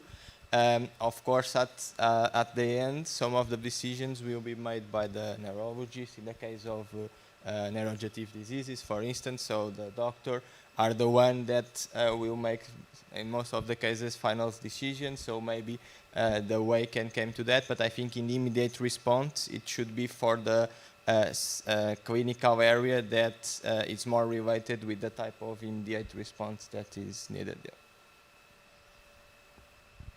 Can I just add one thing to it? I think one thing that we're sort of missing in this scenario is that the patient themselves can be an expert in their health condition and or whatever they're experiencing, and having some way to actually think about giving that weightage in this, what we're thinking about the clinician side dashboard. Like, I think there's like, again, I don't know what's the straightforward way, and like we talked about, it's going to be different for every different condition or what stage of the process they're in, but how do you get that expertise into be like, hey, I've been living with this for the last 20 years of my life. I understand that this effect is normal, but this is not. Like, but it's how do we get some of like those more nuanced perspectives in it, while also realizing that the clinicians are experts in actually providing the care. So that balance is kind of important, even when we think about these different personalized dashboards. But that was just a thought. Yeah, in line with that, there's a Kai paper, I think from last year or 2 years ago, about using the experience of caregivers and patients with chronic conditions in design. But yeah, it's a tough one. I think we design technologies, but I think we should also design protocols or services alongside. You can just throw a system like that and expect people to work with it. It's, yeah. I think David had a comment as well, yeah. Yeah, I just had a thought as well, because sometimes the communication between different clinicians that touch upon a patient's health journey are suboptimal, and it becomes the patient's responsibility unfairly to forward information. And I think however the alarm is solved, there should be some degree of transparency also provided to the patient, who's the link between all these touch points. Yeah, maybe like giving the opportunity to be creative, because once you design a system, it's already it's already stable. So sometimes you have to also give the opportunities for those who fill in the data that they can call for needs, or build a small like sandbox or something, right? All right, I think we're running out of time. And I want to say thank you so much for participating in this session and for the papers. And thank you so much for listening.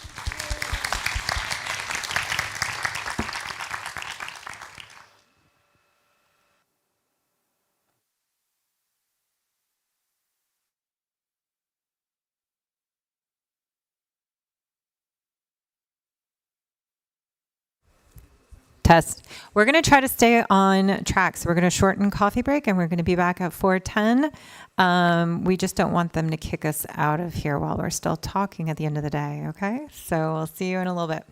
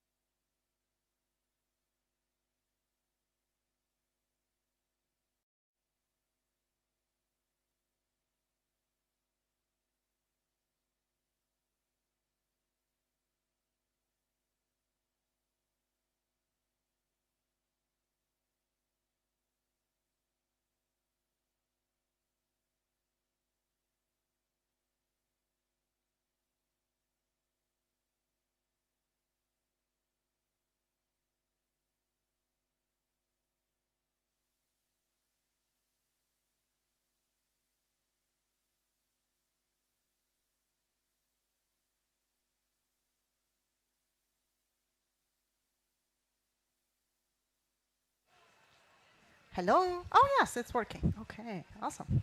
So welcome to the last session of the first day of the first conference for IH. We have Benjamin here talking about the lived experiences and data speculations of people with Parkinson's disease using active tests for symptom tracking. We have three more papers after that. All are going to be on aging and movement. So I hope you enjoy. Benjamin, please take it away. Perfect. Thank you so much for the introduction. Last session, you're still here. That's amazing. So this paper is a collaboration between Malmö University, where I'm doing my PhD, and the Karolinska Institute in Stockholm, which was our clinical partner in this case, and it's in the context of Parkinson's disease. So Parkinson's is a chronic neurodegenerative disease that affects millions of people worldwide, and some of you may have family members who are living with Parkinson's. So if you have, you might know that it's a very, very individual trajectory if you live with the disease. So you might have a very different everyday life, you might react differently to medication and so on, very, very individual. What is common among Parkinson's patients is that they experience motor symptoms in some forms. So the tremor, kind of shaking hand, is one of the most iconic symptoms of Parkinson's. It's well known, but it might be many other motor symptoms that Parkinson's patients experience. There are also the symptoms that are less visible, the non-motor symptoms, like sleep issues or dementia. And I think in everyday life, we hardly reflect on that Parkinson's patients also experience many of these. So how does the clinical everyday life look like for Parkinson's patients? Well, there is not really that much of clinical everyday life.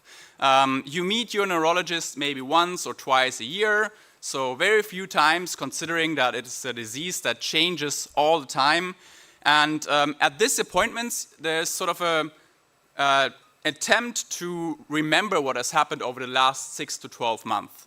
And it's very, very hard sometimes to remember everything that has happened there. And the neurologists, they also try to make sense of, they try to observe, they try to make sense of what has happened. And at the end, it gets sort of filled in an almost traditional questionnaire. So that's the reality that Parkinson's patients face. So one assessment that captures only a very brief moment. So this has led to many people with Parkinson's trying to self-track their symptoms. And sometimes they use technology, and sometimes they don't. And some papers from people in this room have, I think, really done amazing work of looking at this from an HCI perspective. However, there is less work on very specialized technologies for Parkinson's patients that are coming up now in the last years. And these technologies, they are focusing on, for example, sensor-based technologies that we can use in everyday life devices. This paper focuses exactly on that. It's a human-centered perspective on sensor-based motor symptom tracking in Parkinson's. So remember, tremor as one of the motor symptoms, and sensors in everyday life devices, for example, a microphone or just a touchpad or accelerometer, all the sensors that we have in our phones that we can use. And what can we track with that? And there are two different ways, basically. That reminds me of an earlier paper, for those of you who have been in the session about chronic pain. Really great talk, by the way. There were two different directions. Maybe some of you remember the passive one and the active one, right? So passive one is you basically put on a wearable and it tracks in the background. So you get an idea of your tremor by a data visualization that you receive at the end of the day or the week. We didn't go further that route. We went into another direction, the so-called active test. And here comes the term active up again. Active test means that these were 5 different tests that patients, in our case, started deliberately. So they were aware that the test starts. Finger tapping was one of them, drawing, holding the phone and bringing it back to you. Vocalization tests, like trying to sustain vowels over a longer time, ah, ee, oo, these kind of exercises. And time up and go test, which is very established in physiotherapy. So how did this come into play in our study?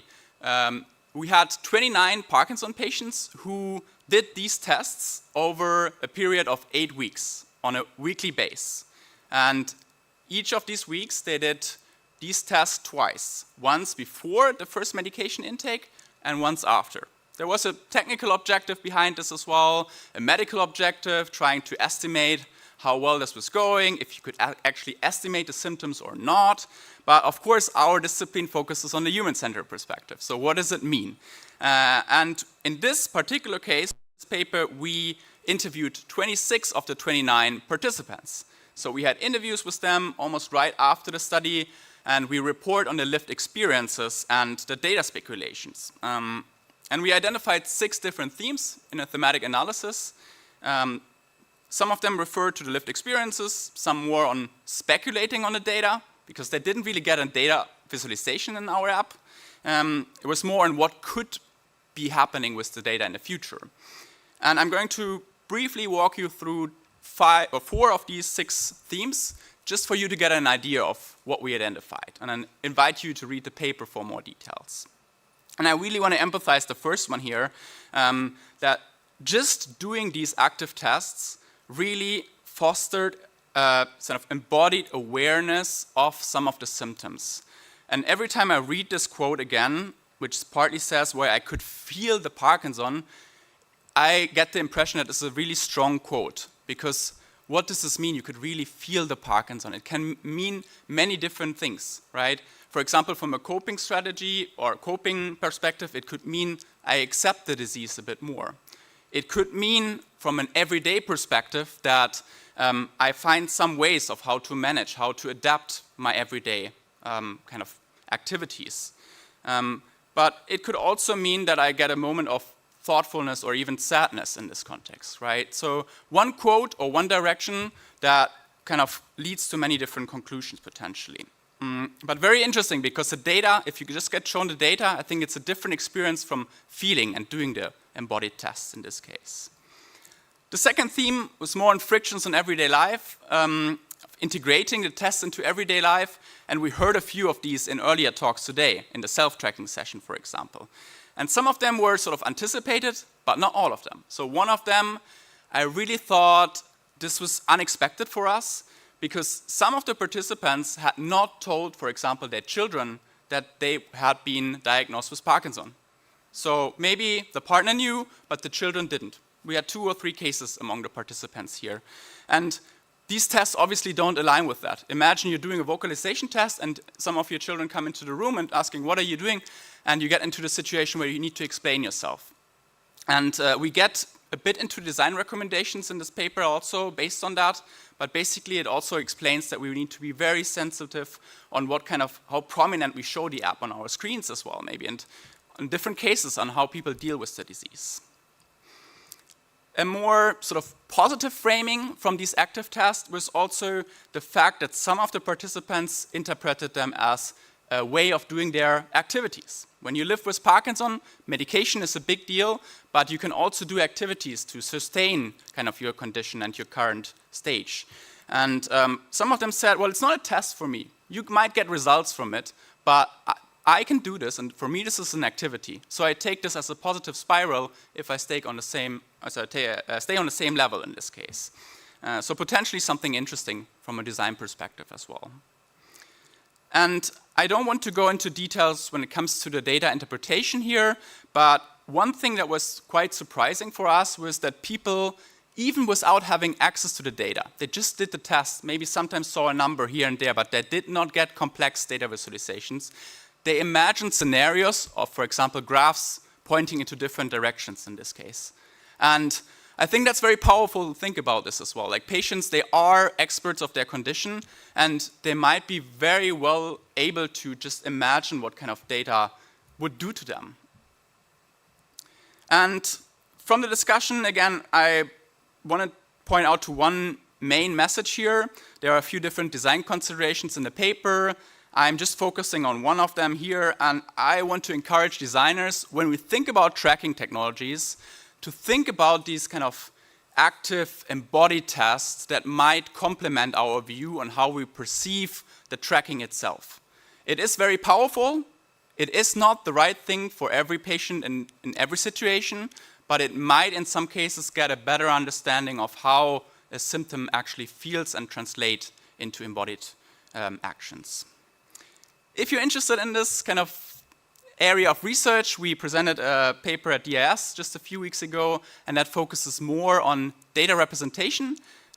We also talked to clinicians, neurologists, nurses, and physiotherapists.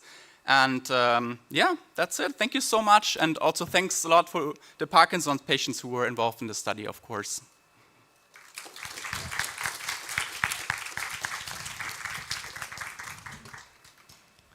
Awesome. Thank you so much, Benjamin. We have our next paper from Milo, Supporting Understanding, Comparing Conversational Interviewing in Chatbot versus Human Administrated Patient-Reported Outcomes for Stroke Survivors. Take it away, Milo, whenever you're ready.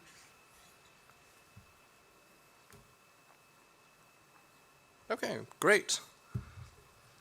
Hello. So let me paint you a picture. You or someone you know might suffer a stroke, and then they are rushed to the hospital where they receive treatment. During that time, a lot of data is tracked onto the patients of what type of recovery or what type of treatment they received, and that's all logged into registries. Once the patient's no longer dying, they are sent home where they're doing most of their recovery. However, at that point, the hospital loses track of what is happening to the patients, and it's first when they are readmissioned or they have some sort of one-year consultation, they'll learn how the patient is doing. So the idea is, what if we could just send the data directly to the registry so that the hospitals can use this data together with the treatment data to get a better understanding of what are the long-term outcomes or the long-term consequences of their care. And there's many different measurements that we can use for that. There's objective measurements like blood pressure or heart rate, but then there's objective measurements. And one that's very famous for that is patient-reported outcomes, or PROMs as they're called. PROMs consist of sort of three things. First of all, they are validated medical instruments. That means that when you submit these, you have to use the exact wording. You cannot paraphrase. It has to be the same for everybody, else you cannot compare between patients. Second of all, you're not allowed to do third-party interpretation. It has to be the subjective experience of their own health that you're getting a measurement of, whether that's depression, anxiety, fatigue, or whatever. And then they have to answer on scale, and usually that's some sort of a Likert scale. Therefore, you get a comparable measurement at the very end, so you get a number for how depressed they are, how much anxiety they have. So it's very important to say this is not interview or qualitative data. It's purely quantitative. We can sort of think of it as the way we use system usability scale to compare different interfaces. Doctors use PROMs to compare different patients so that we can understand how they're doing.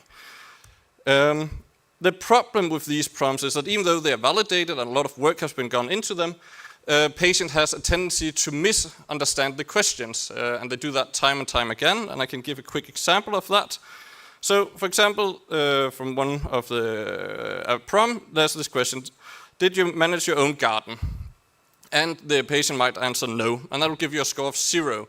And that for the doctors would indicate, oh, they can't handle themselves in everyday living, and they have a lot of issues, we need to intervene.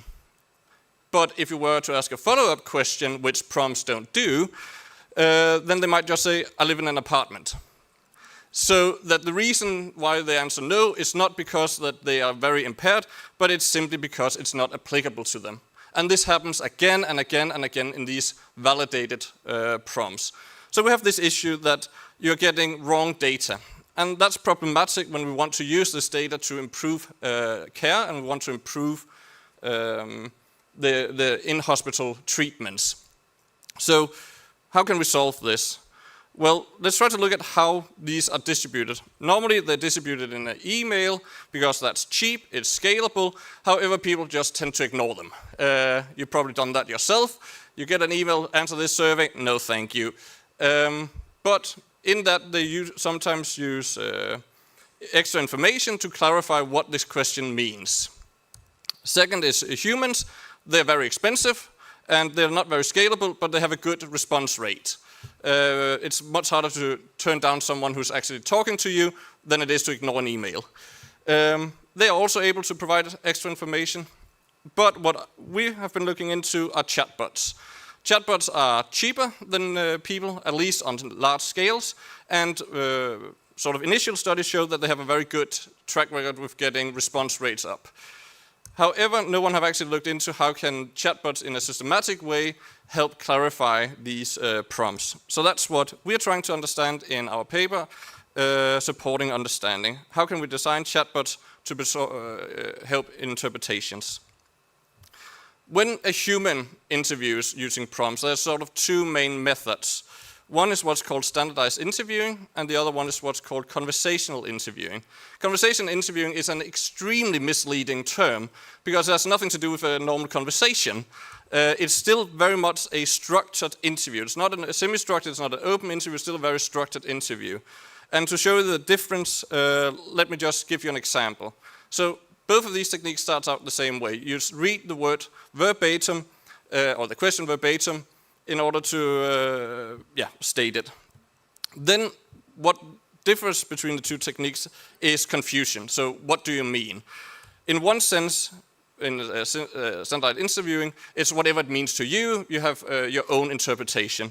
Where in conversational interviewing, or CI, they can give context. They can try to give some explanation after the fact. You're never allowed to change the actual wording, or unless you're an expert on the questionnaire, but you always ask the question as it was originally stated, and then add afterwards. And we thought, let's see if we can do this. The goal, the benefit is with SI is uniformity. Everybody gets the same stimulus. With conversational is comprehension, and that is by allowing or not allowing explanations. The SI, the risk is different interpretation, and with conversation interfaces, it is maybe introducing biases. And for CI, the only way you can avoid that is with repeated and extensive training, which is very expensive, on an already very expensive method. So we tried to see if chatbot could do this. Currently, we haven't been able to find any literature that are using conversation interviewing. They all sort of adapt this standardized interviewing technique when submitting prompts. So, in order to test this, an interdisciplinary team of stroke clinicians, psychologists, computer science, and HCI researchers developed this rule-based chatbot where we implemented 3 prompts. One that measured daily activity, so how well are they able to do in their everyday life. One that measured how impaired they are following their stroke, and then one that measured their mental health. We then implemented 2 techniques for conversation interviewing. One was examples, the other one was reflective prompts, to see which technique was best to use in this case. So our test scenario looks something like this. You have the chatbot ask a question, do you do the washing up? And then an example is either by hand or using the dishwasher to see whether or not they're independent in their everyday life. And a prompt could be, think about the last time you had a meal or snack, consider what you did with the dishes afterwards. So you're trying to make them reflect on their status. And these were sort of our 3 conditions that we wanted to compare. The way we did it was we had 18 stroke survivors go through each of the prompts in order. First or second by a human interviewer. One of them was with standardized interviewing, one with examples, and then one with prompts. And we did that for both humans and chatbots, and all of this was counterbalances so that we got, Our results was that the first question is, did we were able to support? And when we asked them, did they understand the question better? They were like, nah, it was all the same. And we're like, God damn it, we failed.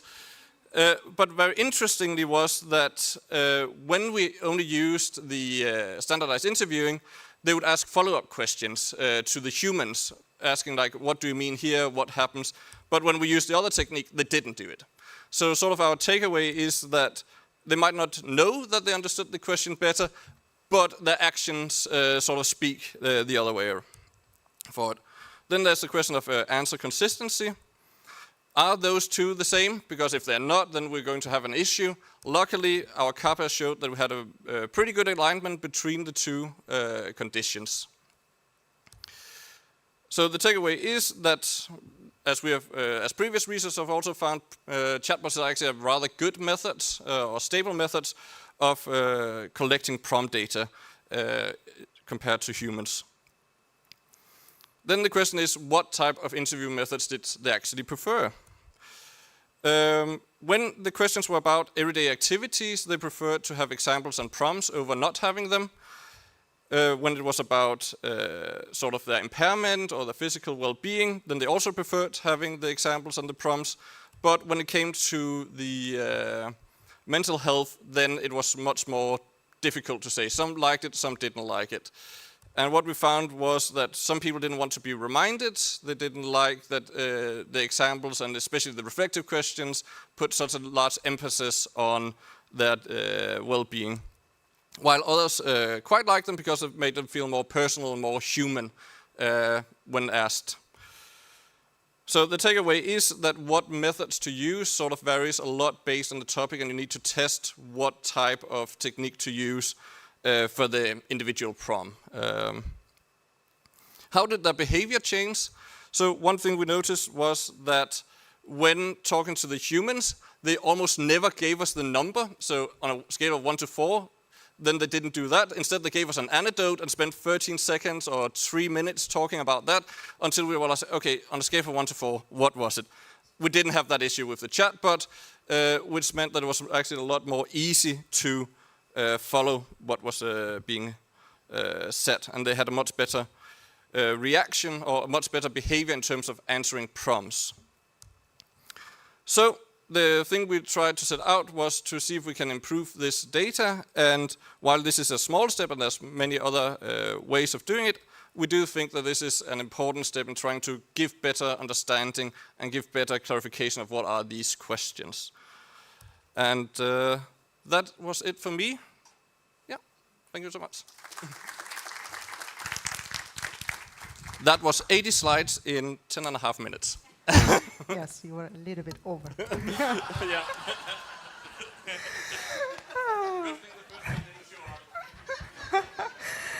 Awesome, thank you so much. Christina will present the next paper, Redefining Boundaries in Informal Care, an interview study on the perspectives of aging parents and adult children. This session is kind of a mix of having to do with like examining older adults and also movement, which I think they really well align with each other. And we will have good conversation about that and how we can design technology and to be mindful of a lot of emotional aspects of designing for older adults. Take it away, Christina, please. Hello, everyone. I'm Christina Lee, a PhD student from University of Waterloo, School of Computer Science, and I'm presenting our paper, Redefining Boundaries in Informal Care, on behalf of all of our co-authors.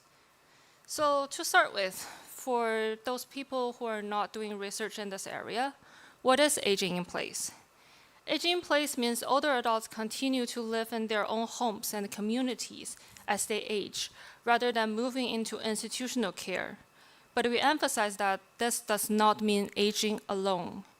But it often depends on informal care networks, especially their adult children. So the key design tension is how to support care and safety while still preserving independence and their dignity.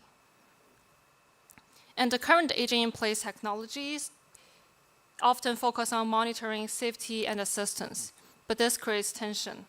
Monitoring systems can give older adults and their adult children peace of mind, but they may also make those older adults feel like watched to reduce their sense of independence. Some studies found that older adults became more and more concerned about their privacy after actually using in-home monitoring technologies. We do have a previous Reddit study show that this from the adult children's side. They often provide practical and emotional support, but they also experience burden, guilt, and boundary challenges.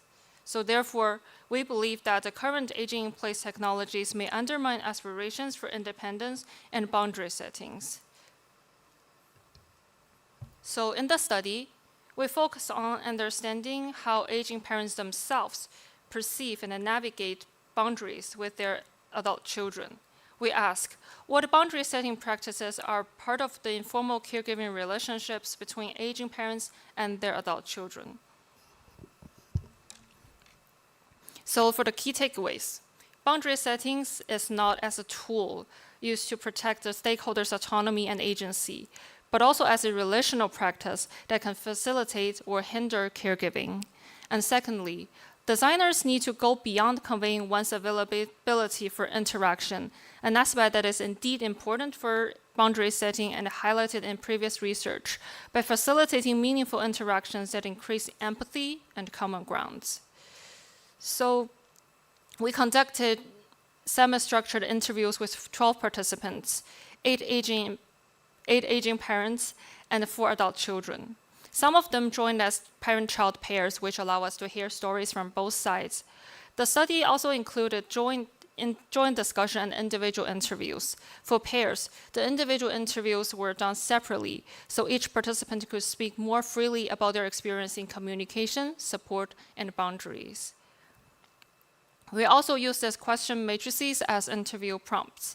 Participants placed those cards along a yes and no spectrum to discuss questions like what kind of help do they want to give or receive, or what kind of information they were comfortable sharing with each other. So these were not just for measurement, they are prompts. They helped simulate reflection and discussion. Then we analyzed this interview data using reflective semantic analysis to identify the main themes. For the results, the first theme, communication as a relational work in informal care.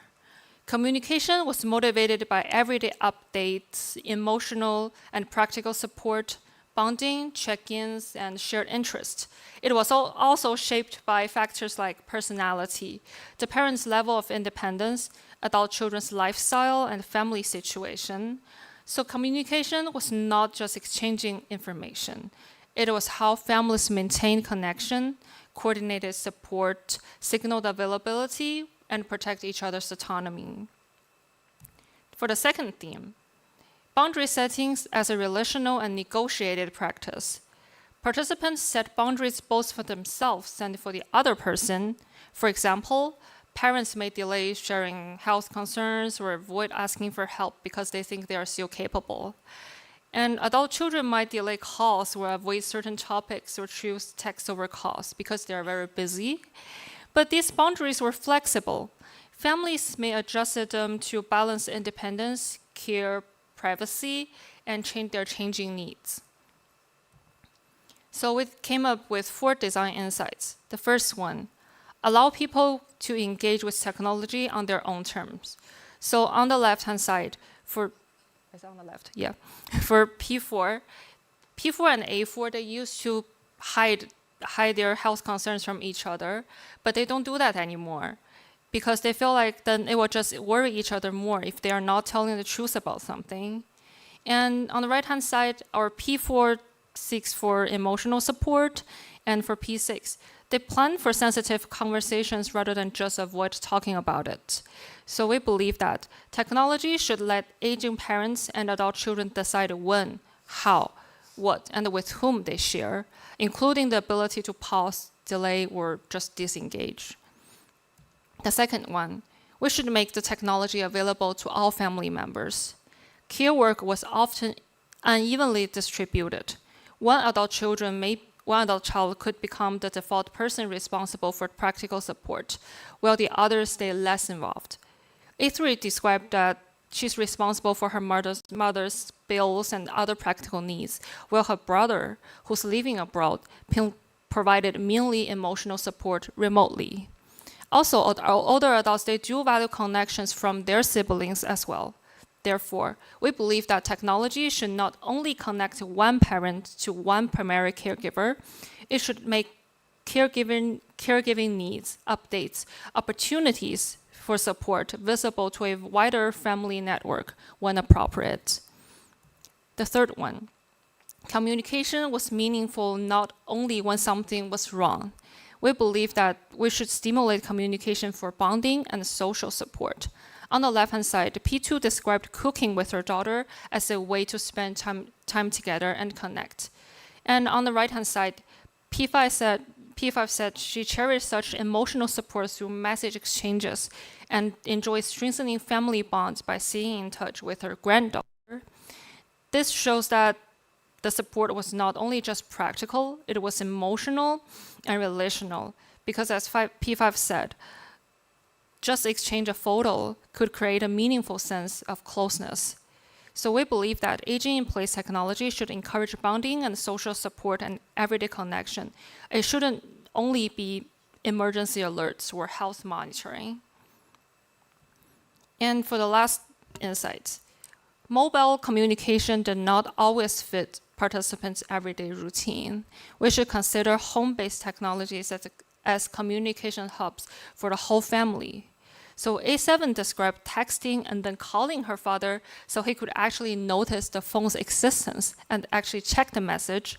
This points to the limitation of relying only on personal devices. So we believe that the communication hub provides a dedicated place in the home, reduces intrusive demands from mobile or personal devices. Also, it can make the interaction easier than just the small phone screens for the older adults. It supports casual check-ins at the user's own pace, so you don't have to feel obliged to reply. Enable family members to initiate contacts and make caregiving work more visible and shareable to the wider family network, as we previously said. Home-based technology can support awareness, bonding, empathy, and boundary settings. In summary, our paper reframes aging-in-place technology from monitoring older adults for safety to supporting family member relationships through flexible boundary settings. The 4 design implications are: allow people to engage with technology on their own terms, and make technology available to all family members, stimulate communication for bonding and social support, and consider home-based technology. We believe that good aging-in-place technology should not replace family care with surveillance. It should support the relational work that the families are already doing. Thank you.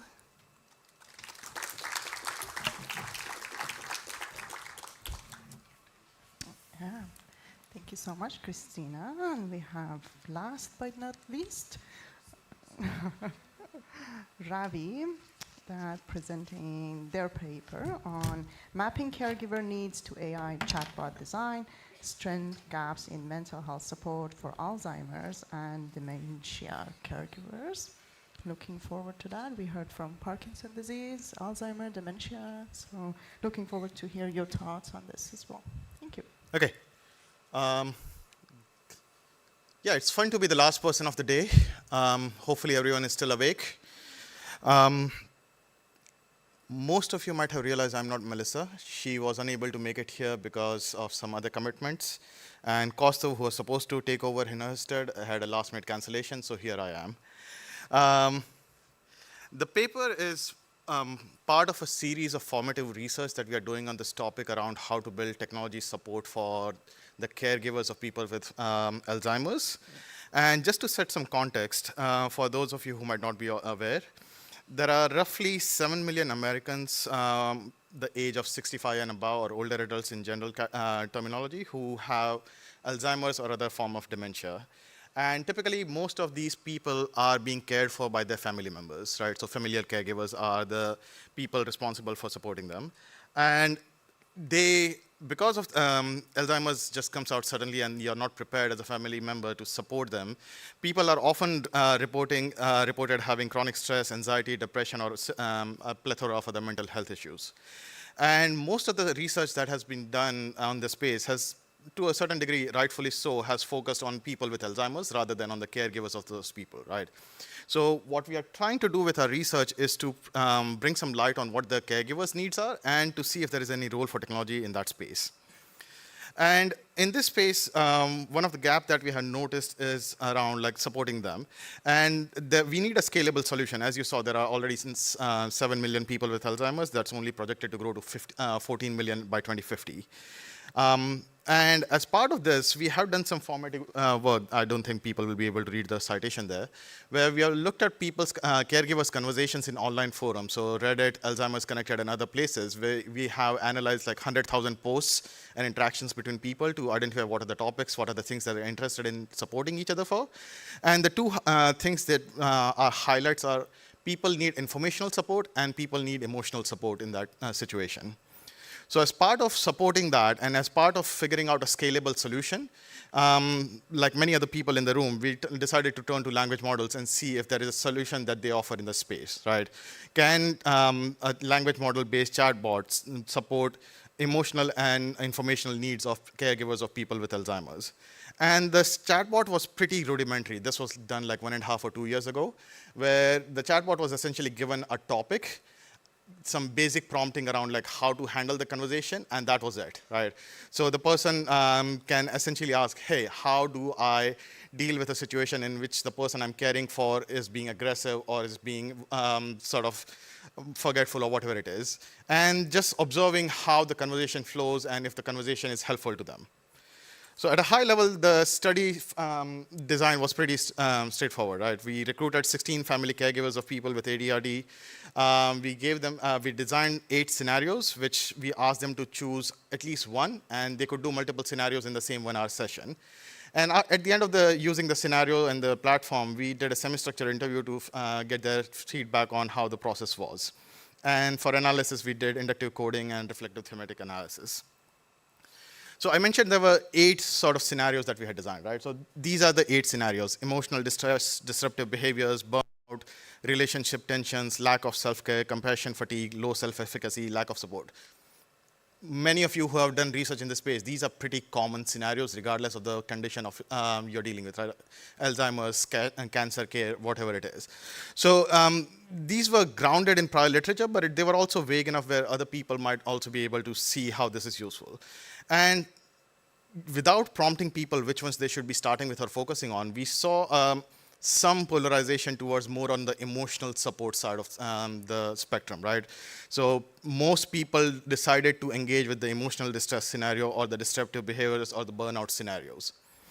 It's not a strong signal, but at least there is some indication on like what are the things that people are actually interested in this space.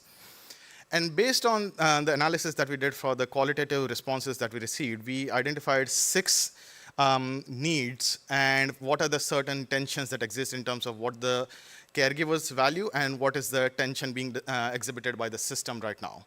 So the first one is, of course, caregiver want on-demand access to information, right? When the person is facing someone who is being aggressive, you cannot say like, okay, let me talk to my doctor tomorrow on how to deal with it. That's how it works today, but in an ideal situation, you want to be able to figure out how they should handle that in that moment. But at the same time, they are worried about the accuracy and the reliability of the AI that is giving them this information, right? Again, this is a critical situation. You don't want to react in the wrong manner in that situation. Caregivers also want safe spaces for disclosure, right? Where they want judgment-free venting. As soon as you start reacting in a manner which they are sensing there's some judgment or you're profiling them or whatever it is, they will just close off, and that's the end of your relationship with them, right? At the same time, they understand this is AI. They have different mental models of how AI works and how their data is being used. So they are still hesitant to fully open up to the machine. Similarly, for emotional support, they want to be felt heard. They want to empathetic support. At the same time, like most of us, they are also easily able to identify this is just mimicking support. This is not providing me actual support like a human might be, right? Then for the next, we also saw the need for crisis management, like we mentioned earlier, right? Where they want some reassuring guidance in urgent moments, but at the same time, they want clearer escalation to real humans. They understand the technology has limitations. The technology should have a way to reach out to the clinician or whoever their emergency contact is in that situation. Like with everything else, they want personalization. They want contextual responses rather than generic templated responses. And the tension there is most of the platforms these days, at least initially when we were testing, had limited memory, right? There was no long-term memory of conversations or a profile of what a person's condition at that moment is. And even if they have that, most of them are missing the context of the person on a regular basis. And finally, around data privacy, right? People want to be open, when the trust is high, but at the same time, trust is not high. And to provide some quotes from the participants on these topics, so on the matter of judgment-free space, participant one said, sometimes it's hard to share with emotions with another human being, but with AI chatbot, you don't have to worry about being judged, right? It's basically answering the judgment question. At the same time, people want a two-way conversation, right? I wish Carrie would ask me questions too. That's what I like in a real conversation. It keeps me engaged. P9 spoke a bit about on-demand and NER crisis support, where instead of waiting for the responses from professionals, they wanted to get an immediate answer. It's a real-time interaction, which they appreciated. At the same time, P15 echoed a common sentiment that even we researchers have, where they want augmentation, not replacement of their existing structures, networks, and support. So in terms of contributions, in this work, we identified caregivers' needs. We've identified 6 themes for mental health support, what the preferences are and what's the gaps in the current technology, in its current state. And based on this, we provide some design recommendations for future technology design in the space, right? So for providing direct access to information and also for providing confidence and evidence and support for responses, people want transparent and credible information. That should be the goal when we are designing such systems. Towards enabling safe spaces for people to vent without judgment and others, we want interactive personal journaling, where they can do that without being concerned about who has access to this. Deeper emotional engagement. Basically, people want more than surface level empathy, which is common for many default chatbots. Tiered crisis response, where yes, they want the immediate support, but at the same time, if it's beyond the capabilities of the chatbot, escalate to a human or a professional at that point. Long-term personalization, like I mentioned earlier, many of these systems are missing context or additional information, which people would really prefer to have in the conversations that they're having, so they don't have to repeat themselves. And finally, there is obviously a preference for flexible privacy controls. What my comfort level with providing data would be different from yours, and it's the same here. And there are some implications around how we should be proactive in developing trustworthy systems and genuinely caregiver-centered design. At the same time, this is a limited study with 16 caregivers done in a single session lab as a technology probe, US context. So everything should be taken with a grain of salt. And like I mentioned, this is part of our ongoing research, right? So we have done a few other studies after this where we have looked at how people's needs for support change over time, right? Alzheimer's and many other conditions. It's not a static condition. Alzheimer's, people have an imagination, it's linear, where the person just continuously worsens till they die. It's not a linear process at that point, right? So in a follow-up work, which was published at CSAW, we looked at what this timeline looks like, and particularly how the needs evolve over time, and how technology support can also evolve alongside it for supporting that. With that, I think I'm at time, and here are the takeaways, and I can answer any questions in the panel. Thank you. Okay, thank you so much, Ravi, and I invite all the authors to join us. You want to put your computer? Yes, go ahead.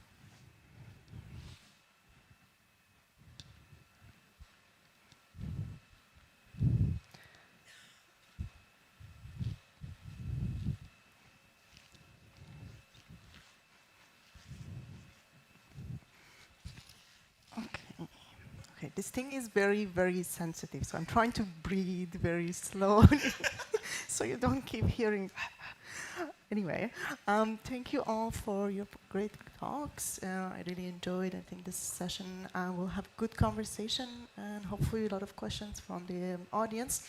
I want us to get started on thinking about emotional impact of designing technology. I think all of you mentioned some aspect of that. How do we as designer need to be careful to design technology that sometimes I call it emotionally intelligent or kind of maybe aware? And what are your thoughts on that?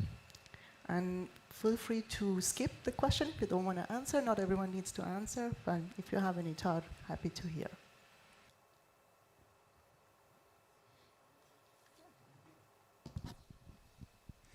Yeah, I think in the last talk we've seen quite a few nice examples on like sort of the timeline of how, especially in some of our cases, the disease sort of progresses, and it's not linear as you have mentioned. So I think I guess designers often like maps as a starting point of how to understand a condition of what happens and how can an emotional journey look like. So that's probably a starting point for many of us in this context. And then I think, I mean, the challenge as always is, like, people are so different, right? So some people might be very emotional in kind of living with the conditions, and others might be very pragmatic from my experience in the research. So I don't really know how technology sort of could, in a good way, identify that. And because in some cases, if you seem overly kind of emotional intelligence, maybe for some people it's too much. They are too pragmatic for that. And in some cases, it might be actually the exact right tone. And then there's a generational aspect as well. Like in some cases, it's just the type of language you're using. So I guess conversational interfaces might sort of be a bit more responsive in that aspect, or could be in the future, I guess. But maybe you have something as a follow-up there to say. So one of the issues that we have touched upon in the paper, but I didn't have time for in the presentation, is that these prompts that we're working with, okay, it's still there. These prompts we're working with, some of them are measuring some really tough things. So, for example, the one about mental health is talking about, are you thinking about committing suicide? And then the question is, how should a chatbot react to that? Because they're sitting at home with this device in the future, and then they say, yes, I'm considering killing myself. What is the reaction to that? Should the chatbot try to be empathetic in that moment? Should it try to acknowledge it? Should it just sort of signpost you over to some health super like lines that you can call, or things that you can apply for? I think in those cases, when at least for prompts, that's really difficult. Is how do you deal with sort of the life-endangering cases? Yeah. Well, I wanted to say something, but maybe I'm a little bit detouring. So I wanted to say that for our work, we believe that emotional design is actually still centered around the people. So our design was not trying to make our design or systems emotional, but try to stimulate people's interaction to make them sense their emotions better. So one of our prompts to the participant was compliment the other party. And in the interview, we just asked that pick a task, tell us about a task that you did completed from the prompts. And one participant actually got so emotional in saying, I actually complimented my son a couple of days before, and it made me realize that I actually should do that more often. And I think that's how we make our design to align with those emotional moments and to make them feel better, to provide emotional support to them.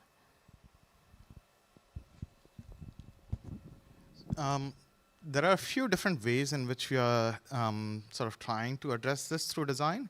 So I mentioned one example where we are like, okay, if you are really frustrated and you need to vent, but you don't want to go online and you don't have a community where you can do that, okay, here's a chatbot. It doesn't care how much you shout at it, hopefully. That's one way. Because this is also grounded in what we saw in the online forums, right?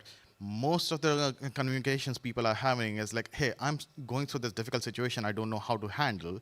And then there will be someone who has had experience through that saying, hey, this is how I handle that. Maybe you should try this. This is something else you can try. In terms of like, the other situation is also like, technology might not be the most appropriate thing to bring up when the person is in extreme emotions in some sense, right? When I'm irritated, I don't need my phone to poke me and say like, hey, you're irritated. I know that. I will smash you at that point, right? So like there are contexts that you need to be aware of at that. And one of the things that we have done as a follow-up, which we are under review right now, is we want to understand if the chatbots are able to identify conversational ruptures, right? So when people go to therapy, this is a common thing that they are being mindful about. Like, hey, am I losing this person's trust? Is this person losing confidence in me, right? Those kind of rupture signals. When you're just doing the conversation in text, a lot of those physical behavioral signals are missing, right? So is there enough context for chatbots to figure those out? So we ran a study where we compared chatbots' ability to pick up rupture identifiers in conversations, and then clinicians' ability to figure that out. And then the next step is, okay, if once you have identified it, can you repair that?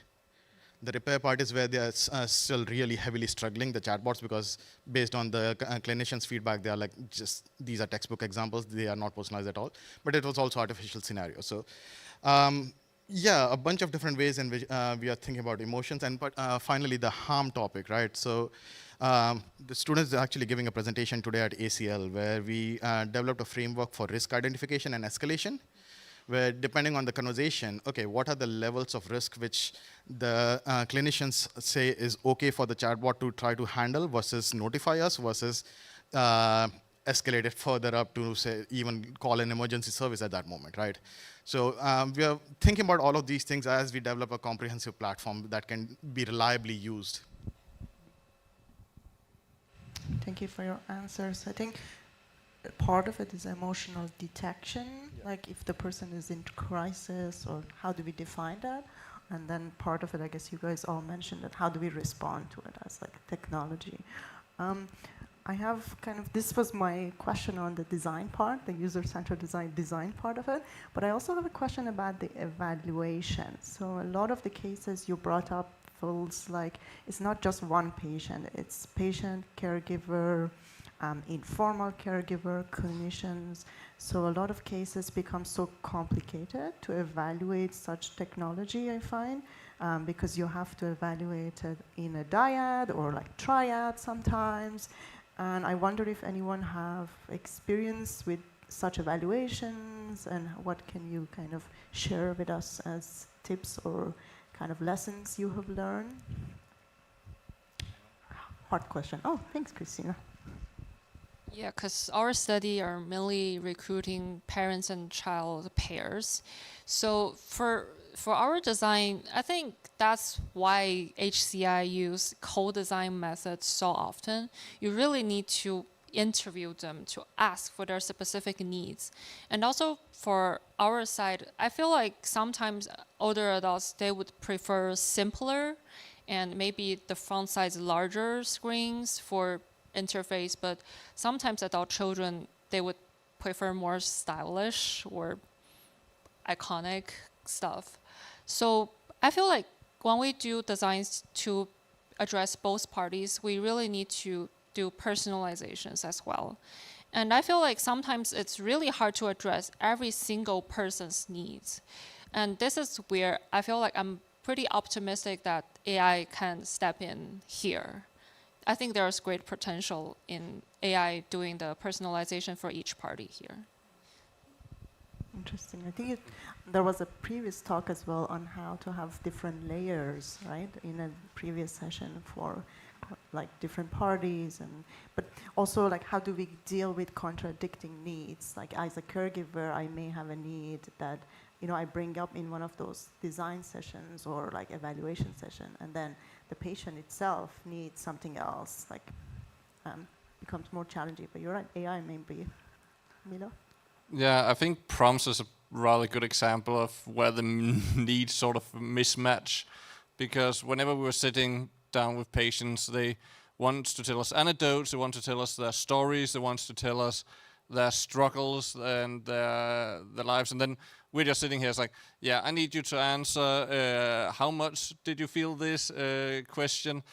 And one of the things that's in the paper is that they felt that the questions are inaccurate. They don't feel like they capture the whole experience, they don't feel that they're being heard.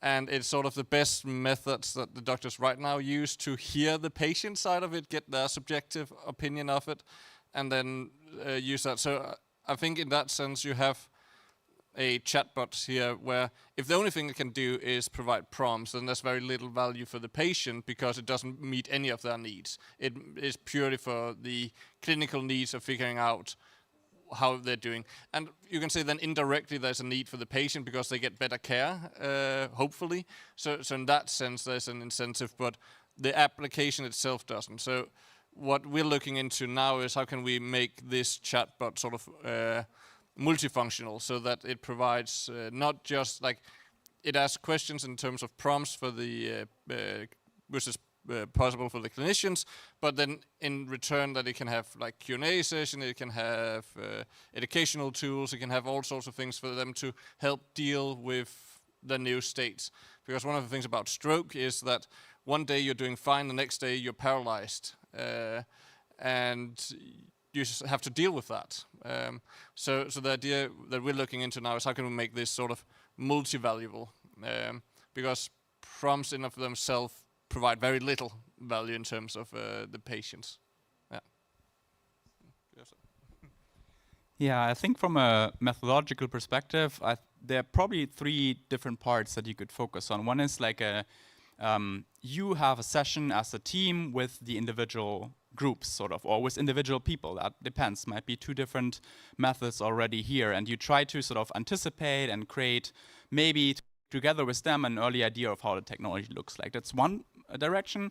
Then the second one might be observations. Like once we have a prototype involved and we can kind of observe how different people use the technology, then we can see maybe to some extent what kind of power relations might be emerging. There are bias, of course, observer bias. If you as a researcher sitting in the room, then maybe the clinician or the patients might, or the family member might behave differently. And then the third one is maybe when things are already implemented. So when we, and that's maybe the most difficult one, because how do we get access to these kind of spaces, right? How can we actually make sure that we don't have only kind of some behavioral data from these spaces, like where people clicked and how long the sessions were, but how do we get a complete picture of how these sessions were kind of emerged? And I think one important thing is that the technology in most cases is sort of used collaboratively. Like once we have a dashboard, it's very likely that different parties look together at it at one point. So I think keeping that in mind already maybe helps, and just coming away from this idea that the clinician might have like 10 minutes to look independently on the dashboard and prepare carefully. It's probably not going to happen because of the time. They're probably going to look at it together with the patient in this case. Yeah, and I think there are probably ways to try to identify different needs also with using early unfinished dashboards as probes in interviews. So not just using the interview as a technique. We did this in our DAS paper, for example, but showing an example of a probe, a preliminary unfinished dashboard, and asking people, what if you could use this, how would you do it, and what would you change? And I think that can be quite powerful to elicit some of the underlying needs in this case. Yeah, but something to be explored, I think, more in our field. Yeah, that's interesting because sometimes I feel like there is that moment that I think implementation you mentioned, you have to decide. There is like something that the clinician said, and then there is something that the patient said, and they're almost contradicting. You don't want to be paternalistic and be like, oh, what the clinician said is the whatever we will design. And then at the same time, the patient's like, oh, I'm the one living with the condition. So it becomes a bit challenging to decide what road to go to. Awesome, thank you so much. And I guess we can turn it to the audience. Hopefully you're still awake. Yes.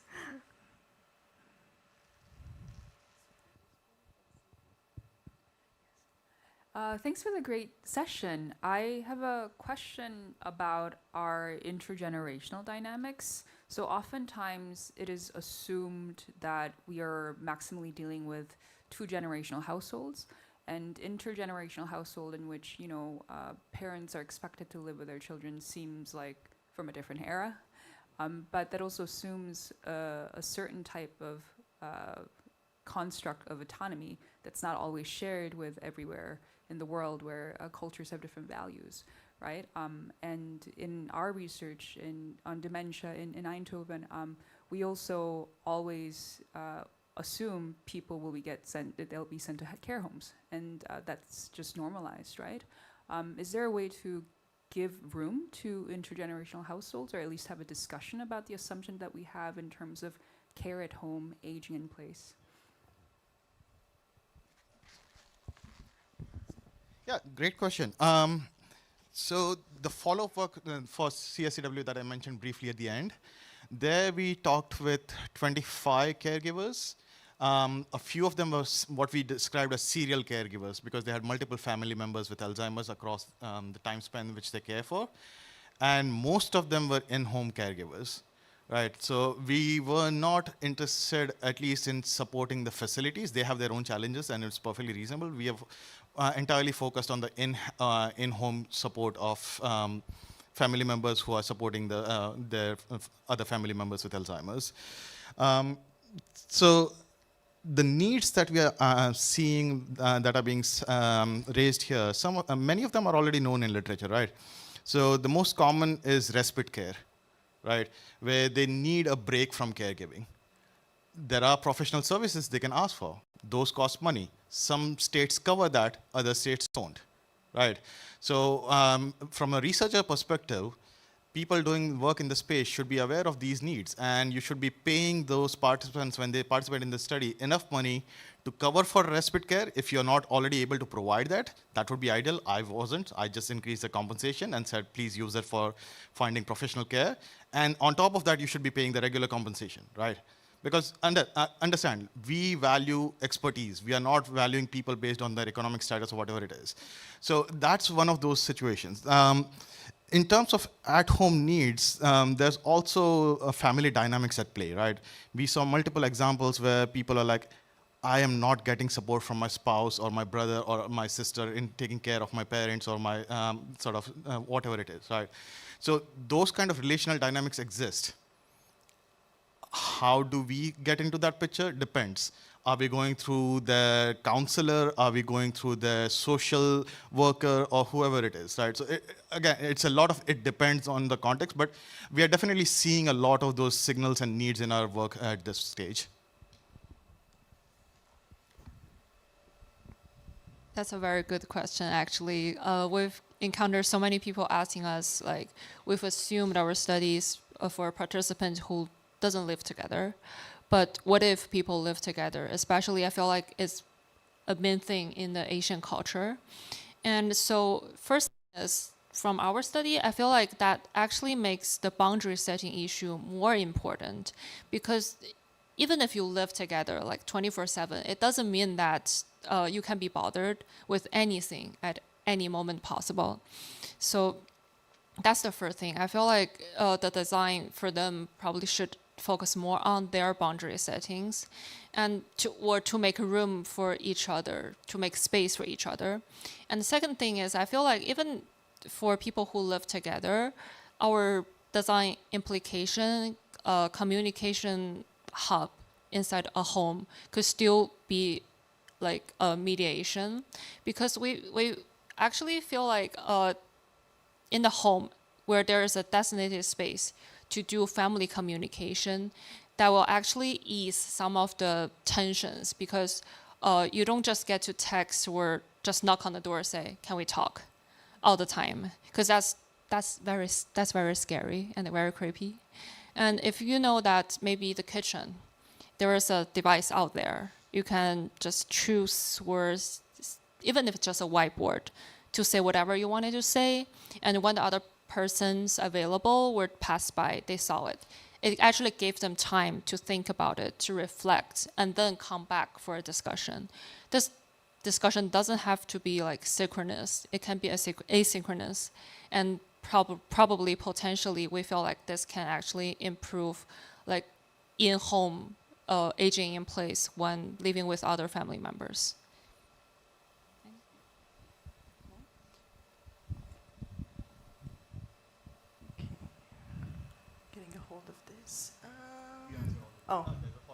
There's a follow-up. So, I mean, I can naturally assume that it was most relevant for the two of you, but then how about the other two? Parkinson's also requires care, right? So, you know, why not just get input? Thanks. Yeah, I think it's also a bit of a question about the label. I think the family caregiver is a label which is sort of binary, right? You're either a family caregiver or you're not. And of course, you can see it as a spectrum as well, like how much care are you providing?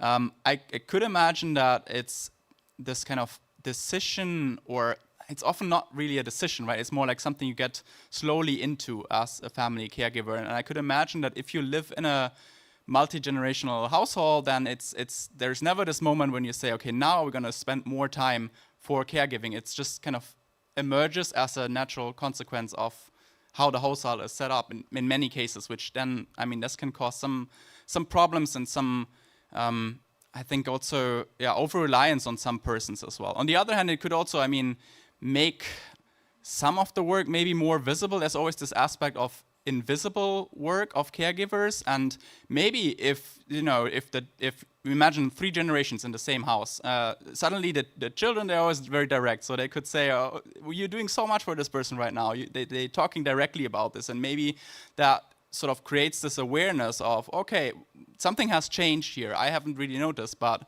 my children have noticed, for example, in this case. So this is not particularly kind of related to Parkinson, but just to my observations of how life in a multi-generational household could look like in this case.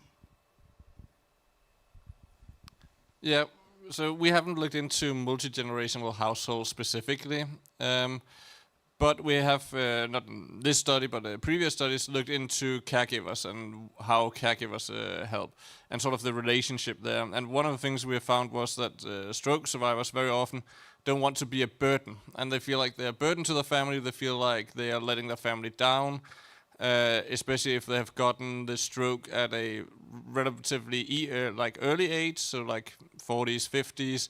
They used to be maybe taking care of everything at home, and all of a sudden now their teenage children are taking care of them.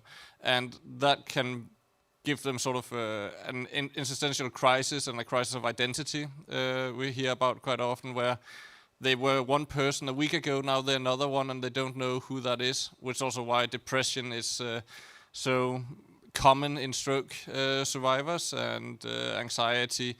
So how to deal with that, I'm not quite sure on. We never really found a good solution for that. But it is a struggle that, one thing is that from the caregiver's point of view, but also the patient themselves and their view of the caregivers, and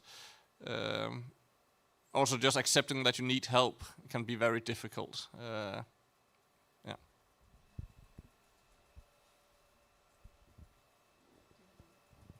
Okay. There's another question coming.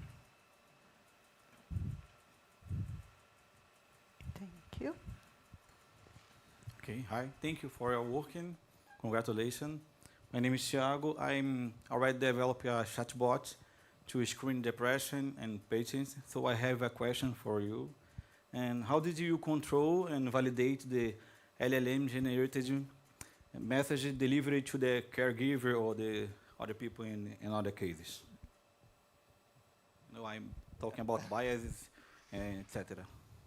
Yeah, so the chatbot we used in this study here is purely rule-based, because since we weren't allowed to change the wording of the prompts, the benefit of an LLM sort of goes away, because all of a sudden you're introducing hallucination, it's rephrasing things that you're not allowed to rephrase, and then the standardization of the sort of support that we came up with, which was created through a collaboration between ourselves and the stroke clinician and some psychologists.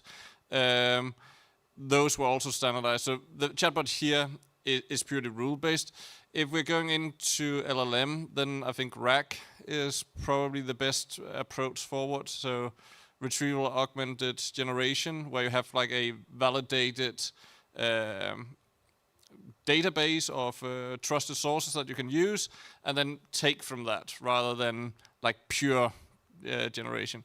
I know that there's one RAC that last year became the first to be a medical device regulated and receive, I think, was medical device 2B even, so it's a rather high level of medical device. So I think in terms of making sure that the device is safe, I don't know the context, so it's a bit, yeah.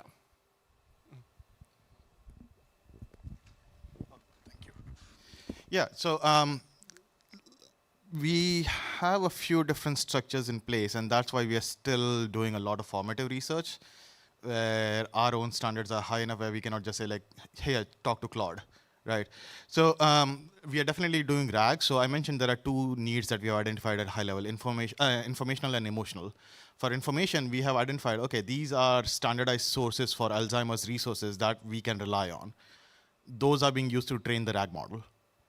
So any informational need that comes up, there's a higher level parsing going on the intent filter and everything else to figure out which way to route things. But on the emotional levels, we have different functionalities. And for most of them, we are kind of compartmentalizing this chatbot right now. We are still finalizing the architecture, so it's not like it's a done deal.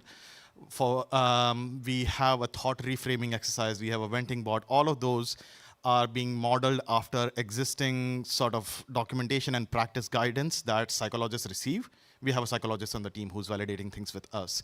And then for each and every implementation we are still doing field deployments to test out, okay, is this actually working the way we intended to?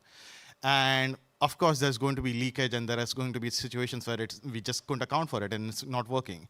So that's why we have the risk escalation sort of framework on top of that. And then for the actual studies, there's an additional layer on top where, like, every day a human clinician or a clinician student needs to go through all the transcripts. So there's no guarantees that we are providing, but we are taking as many steps as we feasibly can to do a research in a much more ethical and sound manner. Thank you. I think there was one more question. All right. Hi, this is Vedant from NYU. So yeah, after that, there was that question about the intergenerational thing, and that kind of got me wondering. There are caregivers with responsibilities, or like, let me put it this way: there are people who are at the retirement age or have passed the retirement age with responsibilities for caregiving, but they also need caregiving themselves, right? So, and we probably know of people like this. And that kind of makes me start thinking that, are we thinking of caregiving only in sort of this reactive way? Because I mean, and that is the reality right now. There's a lot of aging adults.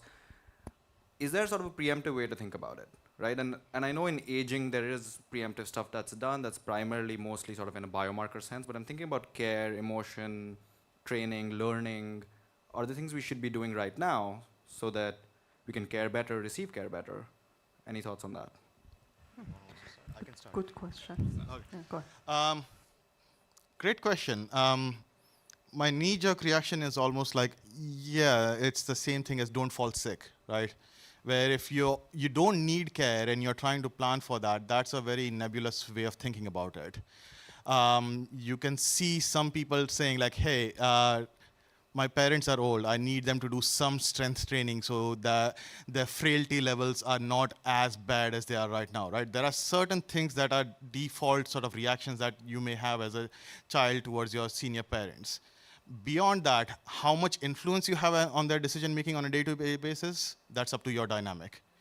You mentioned aging in place, right? There's an entire area of research where, okay, what are the needs that people have to be comfortable and for their children or other family members to be sort of have a peace of mind, like, hey, they are well taken care of, and if anything exists, if any emergency pops up, I will be notified immediately, right? There are situations like that that are being handled through different technologies that are in place. So it entirely depends on what sort of model that you're hoping to solve for, because I think of most of the research I do as sort of problem solving. Like, I see design thinking as a problem solving approach, right?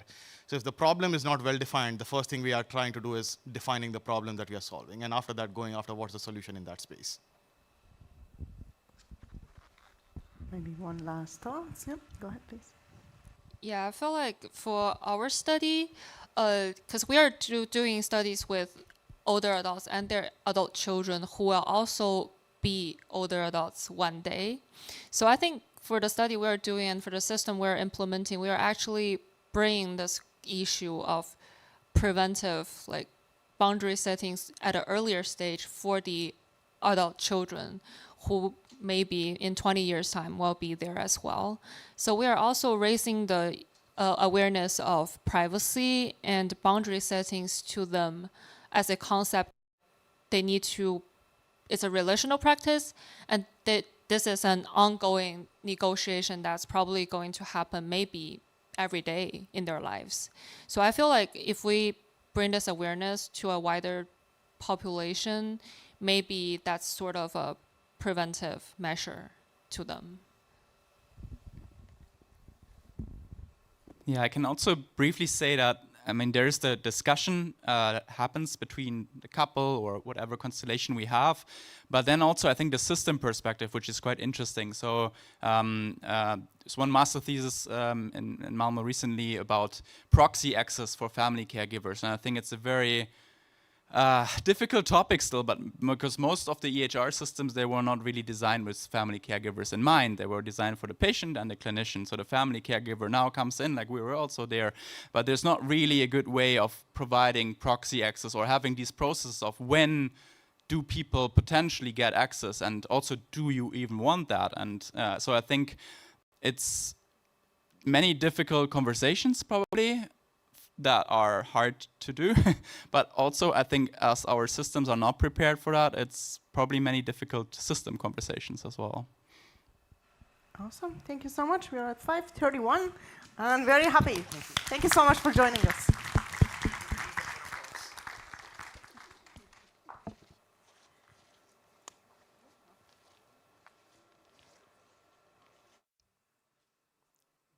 Excellent.